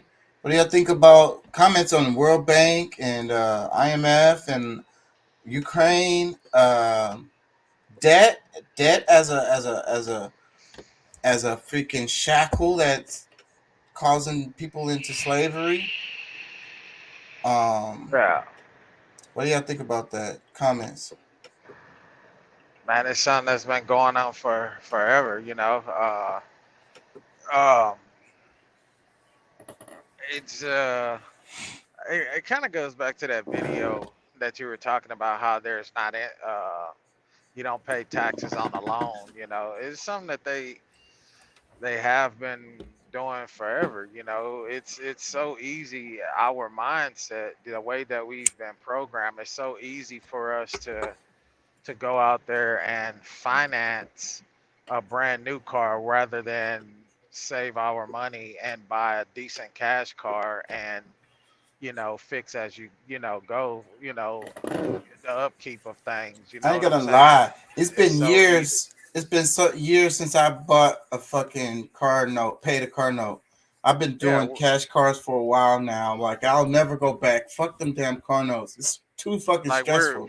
We're programmed, you know. That's just like my best friend. Dude. I got one best friend, you know, love the guy, you know, do anything for him, he'd do anything for me. and he has this, like, we were talking about credit and stuff, and he's like, oh yeah, man, my credit is moving slow. I've been trying to build it up. I'm gonna go down here and finance me a car, to try to help my credit. I'm like, dude, do you realize the minute you open that account, that lowers your credit score? And then in order for it to boost your credit score in the way that you're thinking it's gonna do, you have to build equity in that car. How do you build equity in that car? So if your note is $700 a month, you want to send damn near close to 2 car notes a month on that vehicle to build that equity in order even for it then, to reflect your credit. And I'm like, it's stupid. even then, you're still fucked because the depreciation of the value, the amount you pay for that car, as soon as you drove off the lot, you can't sell that fucking car back for half the fucking price of what you fucking paying, and you already done signed this fucking loan. Yeah, he, it's like, man, and it's like I was like, you got to get out of that liability mindset. I'm like, why do that? I'm like, there's plenty of deals that are all over social media that you can use. Like, I use one, Self. When I signed up with Self, my credit was in the dumps, and I'll be honest, I'm not, like, it was in the dumps. When I say in the dumps, it was like a 480. I using Self for 1 year, paying the little loan. It's basically like a secured loan. You pay it up front. They send you the money at the end of the term, and it boosted my credit score up over 220 something points. Literally, no bullshit. And just by doing that, paying my credit card debt down. My thing is, like, once I get my credit cards paid off, I ain't trying to use them shits. I'll use, like, make little small charges for gas, little stuff here and there, and then just pay it back. But, like, dude, we're programmed to be in debt. We're programmed, and they know it, and they know majority of the people out here that are working class people that are providing and trying to take care of a family. It seems a lot easier just to go finance something and make payments, and then now you're held bound. Now you're having to work extra hours, try to, hoping and praying that your job don't start cutting hours because you're trying to pay this debt back.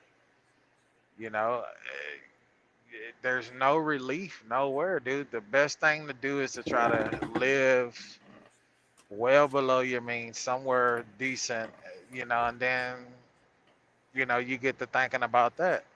It's like Jay-Z. I like the Jay-Z quote. He said, if you can't buy it outright 10 times or something like that, you can't afford it. I can't remember how it goes.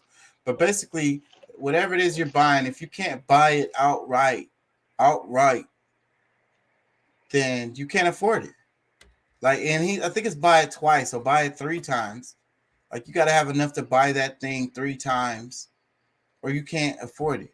So, and that's what happens, we buy that house or we buy that car, and we literally can't afford it. And it binds us to our job too. So this is part of the game that I wish people would try to understand better, because that's what point I was trying to get to earlier, was that how, that mortgage, that car note, it also binds you to your job, right? A lot of people hate their job, but they like that car. They love that house in the Woodlands. They got to pay that mortgage. Guess what wakes them up in the morning? Yeah. They thinking about that mortgage is what wakes them up in the morning. They go to that job every day because they know they got to pay that mortgage payment. So that's the hamster wheel. They got you on it. You can't quit the job. You literally can't. What are you going to do? Otherwise, I mean, maybe you could change jobs. You're going to have to figure something out. Move some things around. That's stressful. Most people are just going to fuck it. I'm going to just keep going to work. You know what I'm saying? And keep paying this little old mortgage. And I'm going to just do that. But you stuck. They got you. You are stuck in the matrix. You are stuck on the hamster wheel, and you can't get off of that hole even if you want to. You get to take vacation? Oh, okay. Well, enjoy that 3 to 6 weeks that you get off. because the rest of the year your ass is gonna be on grind mode. Yeah. Yeah. I mean, I can't really knock anybody, bro, who wants to buy a home, you know, who wants to buy land, who wants to build a home, you know, and you're going to work to pay for that, you know. I can't really knock anybody for that, you know, because renting fucking sucks, bro. I've been renting for a very long time now, you know. There's And definitely I advantages. wish that I had and took that time and invested that money into buying property when I was up and, you know, and building a decent home, or if not building a home, put me a modular home, you know, on my property and have that as opposed to renting. Because And it's such a ripoff. The whole idea, the concept with the rent, like it's totally like throwing money out the window. You could be living somewhere for 20 years. That 1 month you don't pay, you out on your ass. All them 20 years of me paying my rent don't mean nothing. yeah, Damn, that's so cold. yeah, you know, and So- then it's like most of these apartments are owned by real estate investment firms, so they're out of touch. The people that own the property don't give a fuck about you or nobody else. All they care about is seeing a return on their investment. You know, most of the apartments are owned by that. And then not only that, not only just the apartments, there's a lot of subdivisions like out there where we live at, you know, well, I live in League City, but just across town in Dickinson, you know, there's brand new subdivisions that I thought those houses were for sale. Come to find out, those are all rental properties, you know, nice houses, but none of them are for sale. They're all rent. They're owned by a real estate investment firm that built the community, a subdivision community, and put all rental homes in there. You know, and it's like, fuck, man. You know, I mean, they're nice homes, but for the price, I'm like, you know, you're not owning this shit. And But I look, realized that, But bro. look, Deuce, you right about the, you know, there's some advantages to paying a mortgage, but what I'm saying is there's levels to your freedom or whatever. Like, so the mortgage, me and Pat be saying all the time, you get certain amount of privileges. So that's how it works over here. You know, you get a certain amount of privileges. So as you're buying a mortgage, you get a certain amount of privileges that go along with that. But it's still like, you know, and then these apartments are like little prisons, bro. That's another thing. In my apartments right now, you can use the number, like you type in a number to get into the gate, but to get out the gate, you have to use the app. You can't use the number. So, I mean, I don't know, bro. And then it's like really strict with the number of people with the apps. And, you know, a lot of people are sharing like apartments or whatever. They have roommates and stuff like that. So what I'm saying is it restricts the movement of these people. You know what I'm saying? And it's like, I feel like a lot of times with those gates in the apartments, it seems like they're designed to restrict the movement of the people who live there, not as a security to keep people out, but more of a restriction of the movement of the people who live there. Like the apartment complex is a little open air prison. Yeah. I mean, I got you. I've never looked at it in that way, but yeah, I got you. It's something I thought about for a long time. It makes me so angry when I think about it. They make the parking spots all close together. Like they punish you in all kinds of different ways, like little bitty punishments that just add up on top of each other. Restrictions. Yeah. But sir, this is a feature that is for your own safety, after all. Yeah. And that's how it goes every time. That's how they sell it to you every time. It's for your safety. It's for your protection. That's the same thing they did with the COVID thing. Yeah. But they do in gated communities. They charge you more money and they make people feel safer by, oh, you living in a gated community. You know, anybody that pulls up to this gate that said they're here to visit, you know, they have to be on a list to get in, or the security at the beginning of the property has to call you at your home and say, hey, do you know this person? Should we let them in? You know, Nobody's business who's coming to my freaking house. I ain't gonna lie, I kind of like that kind of security because when you're driving through, they're not gonna be fucking with you at all. They're just gonna be fucking with everybody else that comes in there. I bet you there ain't many robberies happen in those communities. Nah. Well, I mean, But there's a disadvantage to it too because look at what happened to the rapper T.I. and his wife. They had a home in a gated community in around Atlanta somewhere. He went to pull into his community, and they stopped him and harassed him, called the police on him, and everything. So there's advantages and disadvantages, bro. There's bias or races no matter what you're doing or where you may think that you're doing something great by living in this community or you have this security, but you got to think about what comes along with that shit because you got this fucking security officer that's sitting in there that's only making about 15 to 17 bucks an hour, working less than 40 hours a week, not getting any overtime, and see your black ass pulling up to the gate in a $300,000 Mercedes into this community. You know what I'm saying? And you just dress like we would normally dress, t-shirt, pair of jeans, and some kicks on. And this motherfucker decides he want to harass you and tell you don't live there, and you get a little irate with him, and boom, there you go. He calls the cops on you.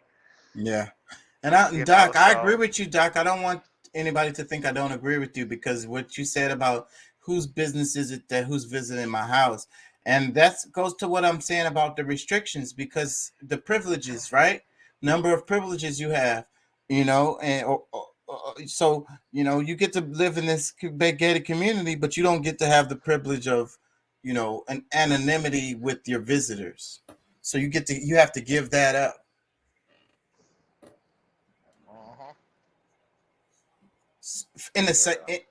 For the sake of security. So, and what is it? There's a Give quote. me a piece of property, bro. Give me a couple of acres. I don't want an acre. I want at least 2 acres. I'll buy me a nice ass 0-turn lawnmower. I'll cut my own line. I'll edge my own shit. Give me a piece of property. I can put a fence around my shit, or if not, or at least put a fence around the back side of my shit. I can have whoever I want over at my place, my own property. I can, I can put a pool in the backyard. I can have enough property to put me a little. And you deal with garden. security on your own with cameras and gates or whatever. What's the quote, Doc? Help me out. Man who values security over liberty deserves neither. The man who values security over liberty deserves neither. Something like that. Help me out. Did I say it right? Yep. Okay. Yeah, so that quote stayed in my mind for a long time. That was one of the presidents, right? One of the early presidents said that, I want to say.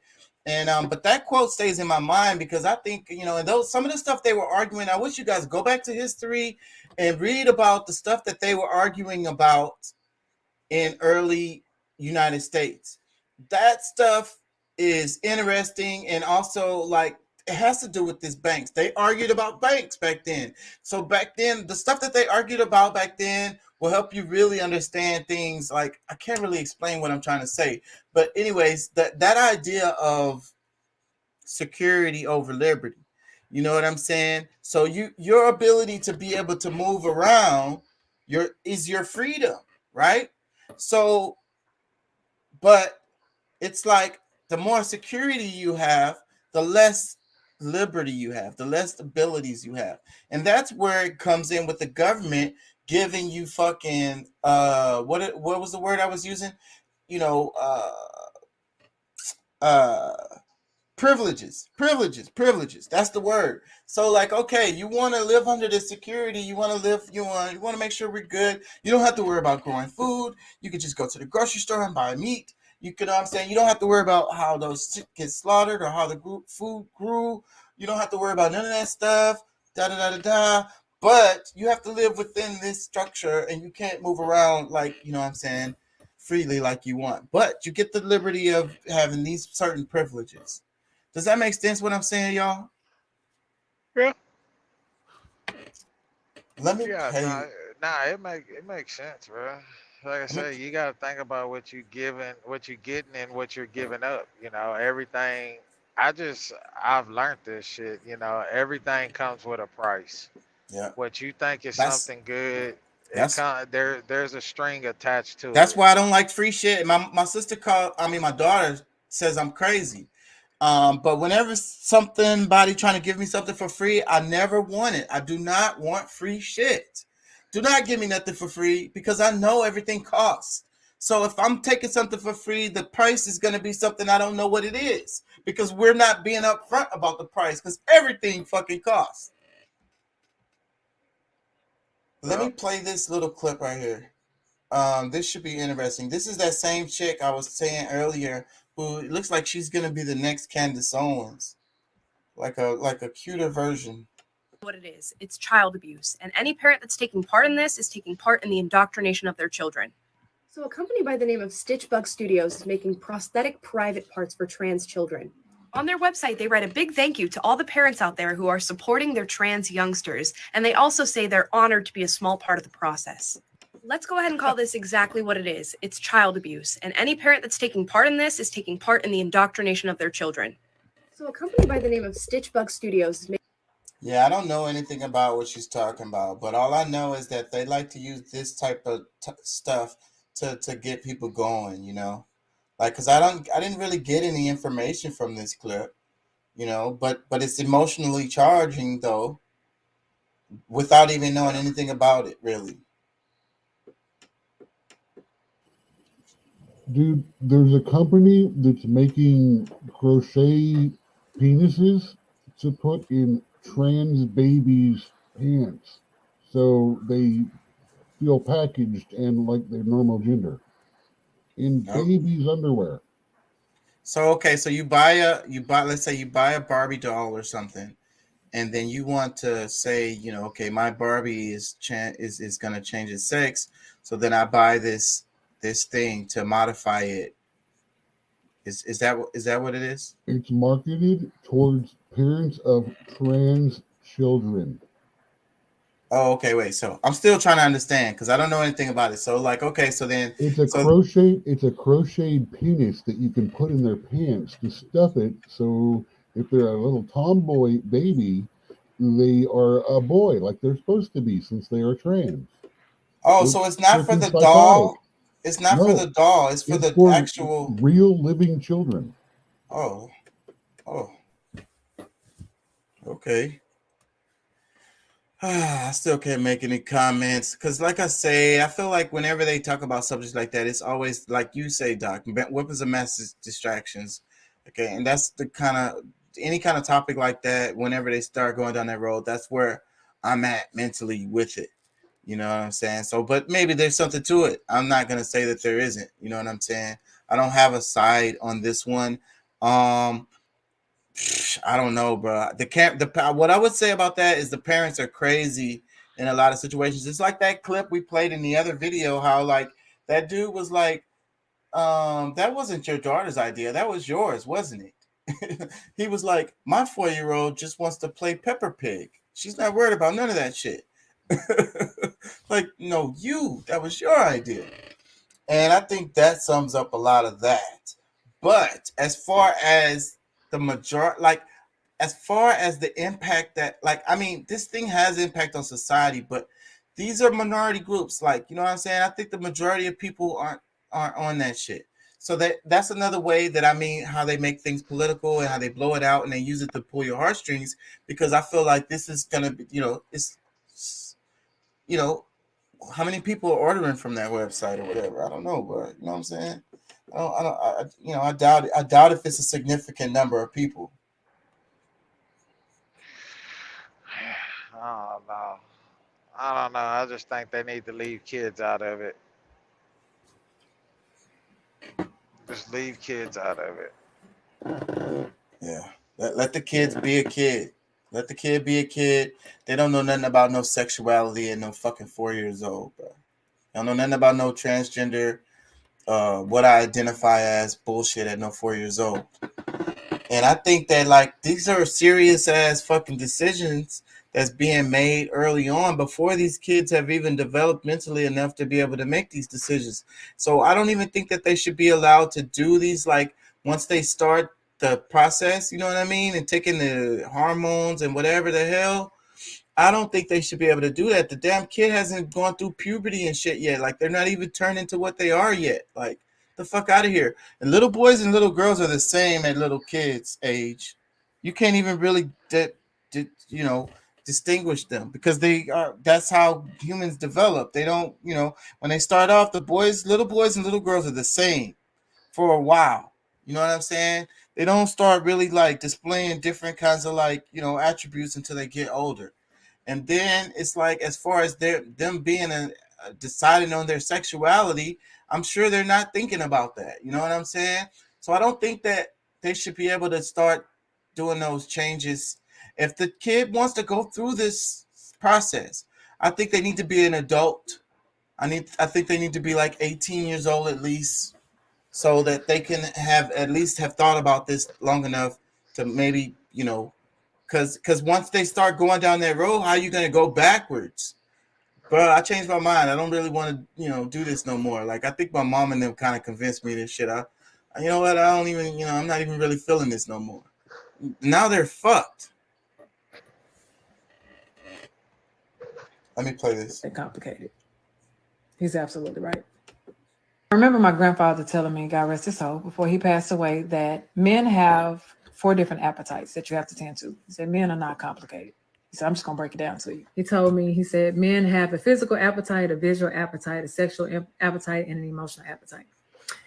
And for a minute, I really didn't understand it when I was younger, but as I got older, it really started to click. It always stayed with me. He said, physically, you need to make sure that you know how to cook. And if you don't know how to cook, then find out how to cook. And if you can't, then at least have a meal on the stove or in the stove. By the time he get there, that's warm, especially if that man is taking care of the household. He said, it don't take a lot of work. He said, it don't. And I watched my grandmother do it. I watched her do it, so I know that I'm capable. He said, a visual appetite. He said, keep yourself up. He said, if you're the only woman that this man is going to be with, at least keep yourself up. He said, because men still need to be stimulated visually, so that way they can crave you.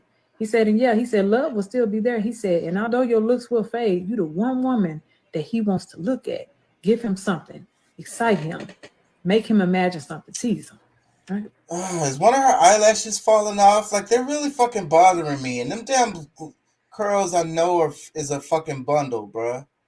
I'm sorry, y'all. To the ladies out there, I love y'all, but stop putting that shit on, bruh. Yes, family. I am here right now with the tallest trees in the world, in Sequoia. And right now you have a whole bunch of people who don't know what they're doing, trying to tell everybody else how to live their lives. They're talking about climate change and all of these something there and getting on their moral high ground after they killed 100 million indigenous people here, killed 300 million bison, put the indigenous people on reservations, destroyed the sacred spaces, and now they're trying to tell people everybody go green and have the green energy cars while they're taking the coltan and the cobalt out of Congo and killing Congolese people, and they got child laborers working for them, and then they're still powering the same electricity from coal and oil and gas anyway. So don't listen to these people. These are not the authors of your destiny. They do not care about people. And it even get me vexed to think about it. Whenever they try to tell you how to live your life, tell them to go suck until they start giving back indigenous land back. Yes, family. I am here right now. The subject of the Congo, I wish was talked about more, because then they talk about Ukraine so much. So, but then what about Yemen? What about Palestine? What about the DRC? Eritrea? It's so annoying to me how they can blow up one crisis and then say meh about another. Not to belittle Ukraine situation, but why does the media focus on Ukraine and don't talk about Palestine, Yemen, other places where similar things are going on? Let me see. I think this one is it right here. Let me see this. Republic of Congo. This is the mineral capital of the world. This is also the rape capital of the world. This is also the richest country on earth. This is also the poorest country on earth. in terms of GDP. And you wonder why? This place is the most mineral-rich place on earth. There's also the most charities here. Villages are destroyed and people are moved off land where there are mineral deposits underneath. And then all of a sudden a mine turns up, and at the same time, NGOs turn up and united governments turn up, and those governments turn up with weapons to protect their corporate interests so that we can have a technology industry, so that we can have aerospace industry, so that we can have a military industry. Everything comes from here. Gold, coltan for our mobile phone, cobalt for military planes. This country produces $1 billion of gold a year alone, and it's the poorest country in the world. This is South Kivu. This gets me emotional. I ain't gonna lie. Like a tear could come out of my eye because people don't understand this. And the DRC, and then it's kind of like how they be talking about Venezuela, but look at Venezuela, but look at Cuba. No, nigga, y'all raping them. The people that live in the DRC, the people who live there, they should be rich. Like every last one of them, everybody who lives there. That's how much fucking shit is coming out of there every fucking day. But what's happening is they go out there and they find little kids and they tell them, we'll give you a couple of dollars. Go dig in this fucking shit and pull out this shit for me. We'll give you a loaf of bread or something. That shit is horrible, y'all. Talk about Ukraine. That's way more horrible. Like, that's not no racial thing. You know, regardless of what the people's skin tone is, that is not what we're talking about here. We're talking about severity of fucking, like, raping.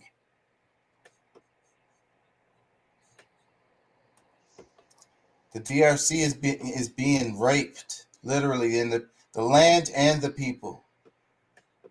Brutalized and extorted. These countries, when you talk about the West, you talk about the East, you talk about developing countries, you talk about, underdeveloped countries and shit like this. These are actually political terms. And in a lot of cases, this is superficial and, like, manufactured. You know what I'm saying? And that's why we always see clips from Africa of people in huts and poor and the fly on the little kid's face.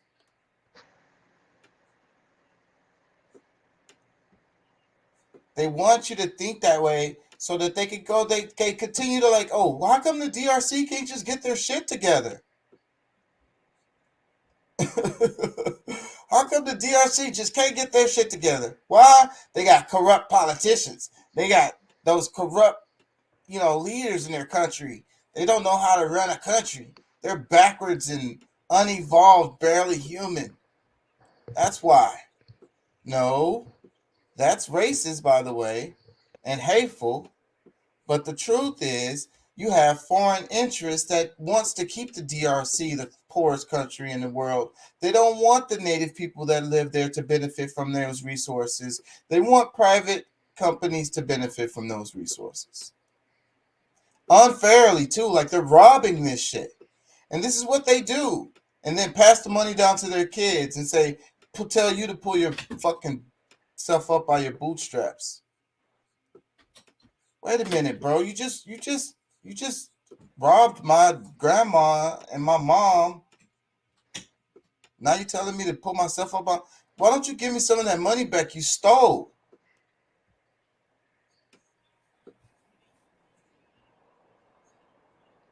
Oh, are they on lockdown in Shanghai? I heard something about a fucking. Let me see. Is this what's happening? Are they locked down again?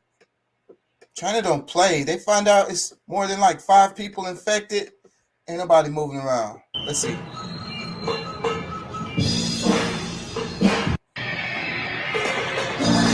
Yep, they are.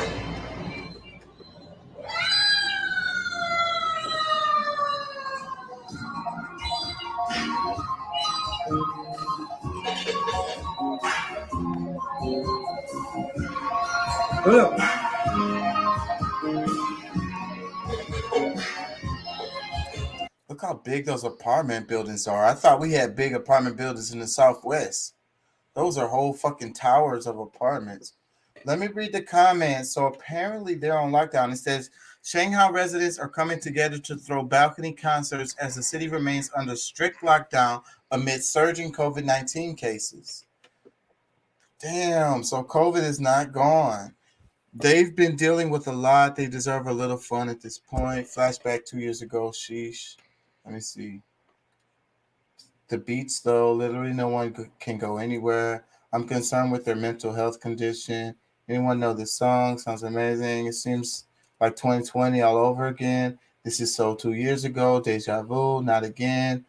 Oop, here we go again. OMG, it's 2020 again. Why are they locked down? They're just losing their minds. History of repeating. Didn't this happen in Italy somewhere 2 years ago? I missed the lockdowns. Looks like Miami giving 2020 vibes. Again with the propaganda.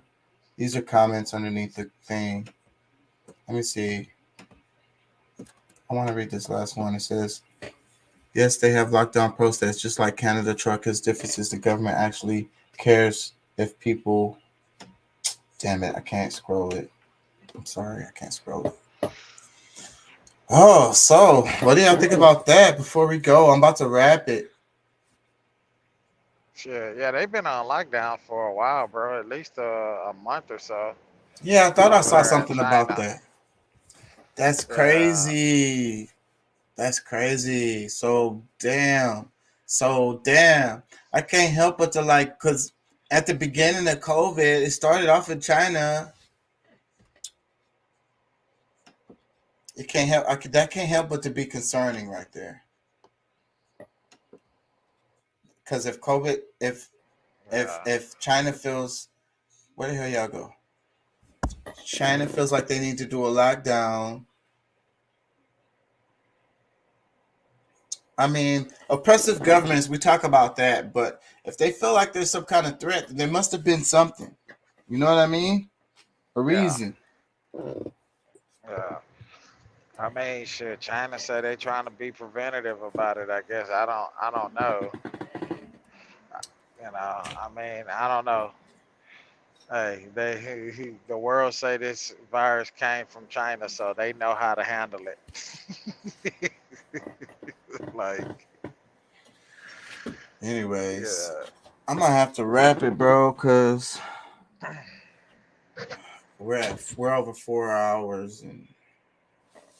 All right, yeah, shit ain't no thing. I'm about to get ready to do shift change here anyway, bro. So And it's 4 a.m. and I came on all late and shit. I put Pat to sleep. He couldn't stay up late.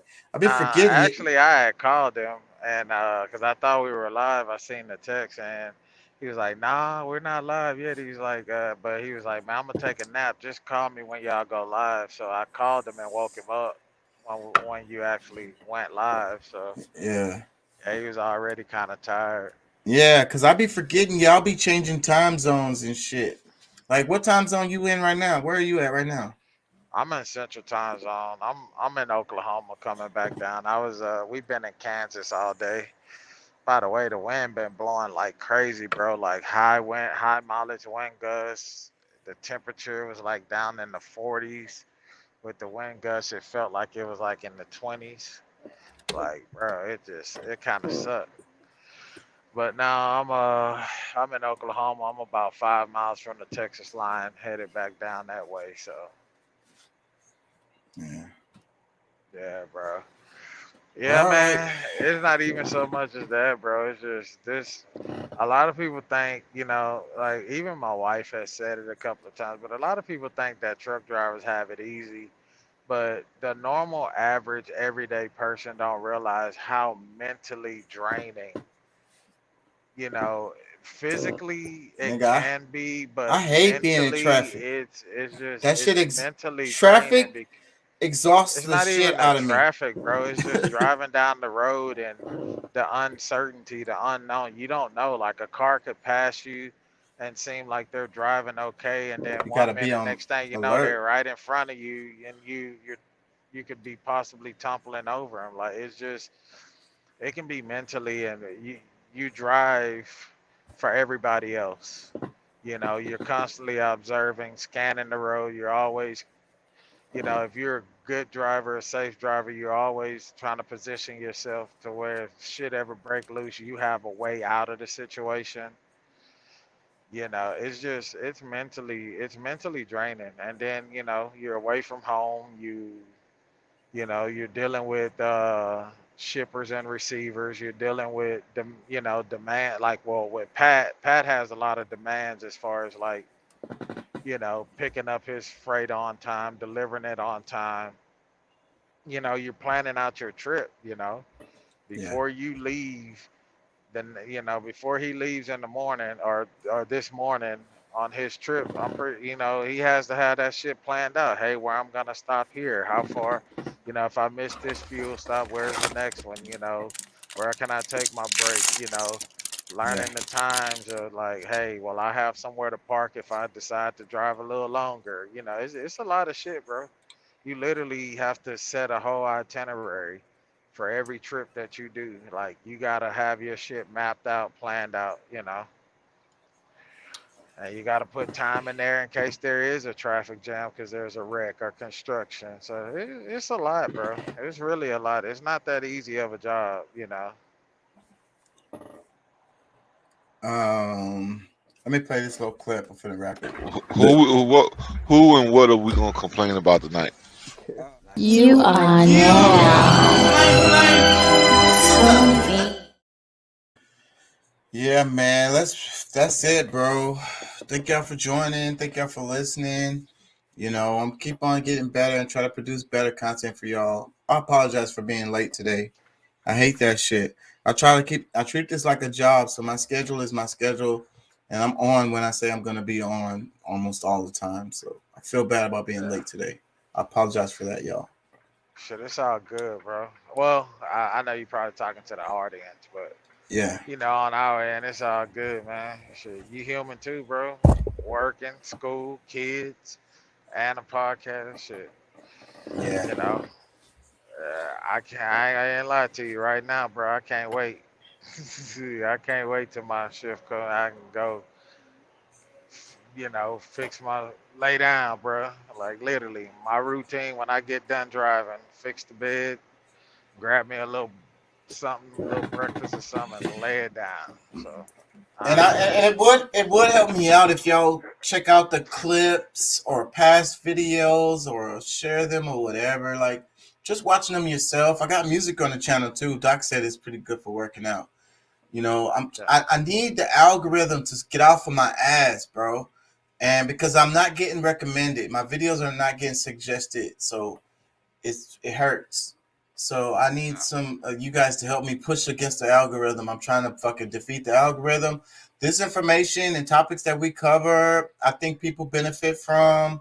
I think this is a great thing that we're doing here, you know. And there's an opportunity for this because the the damn news media sucks so bad. So boom, it's a big old huge area of topics that we could talk about that you're not gonna even fucking hear on your mainstream media.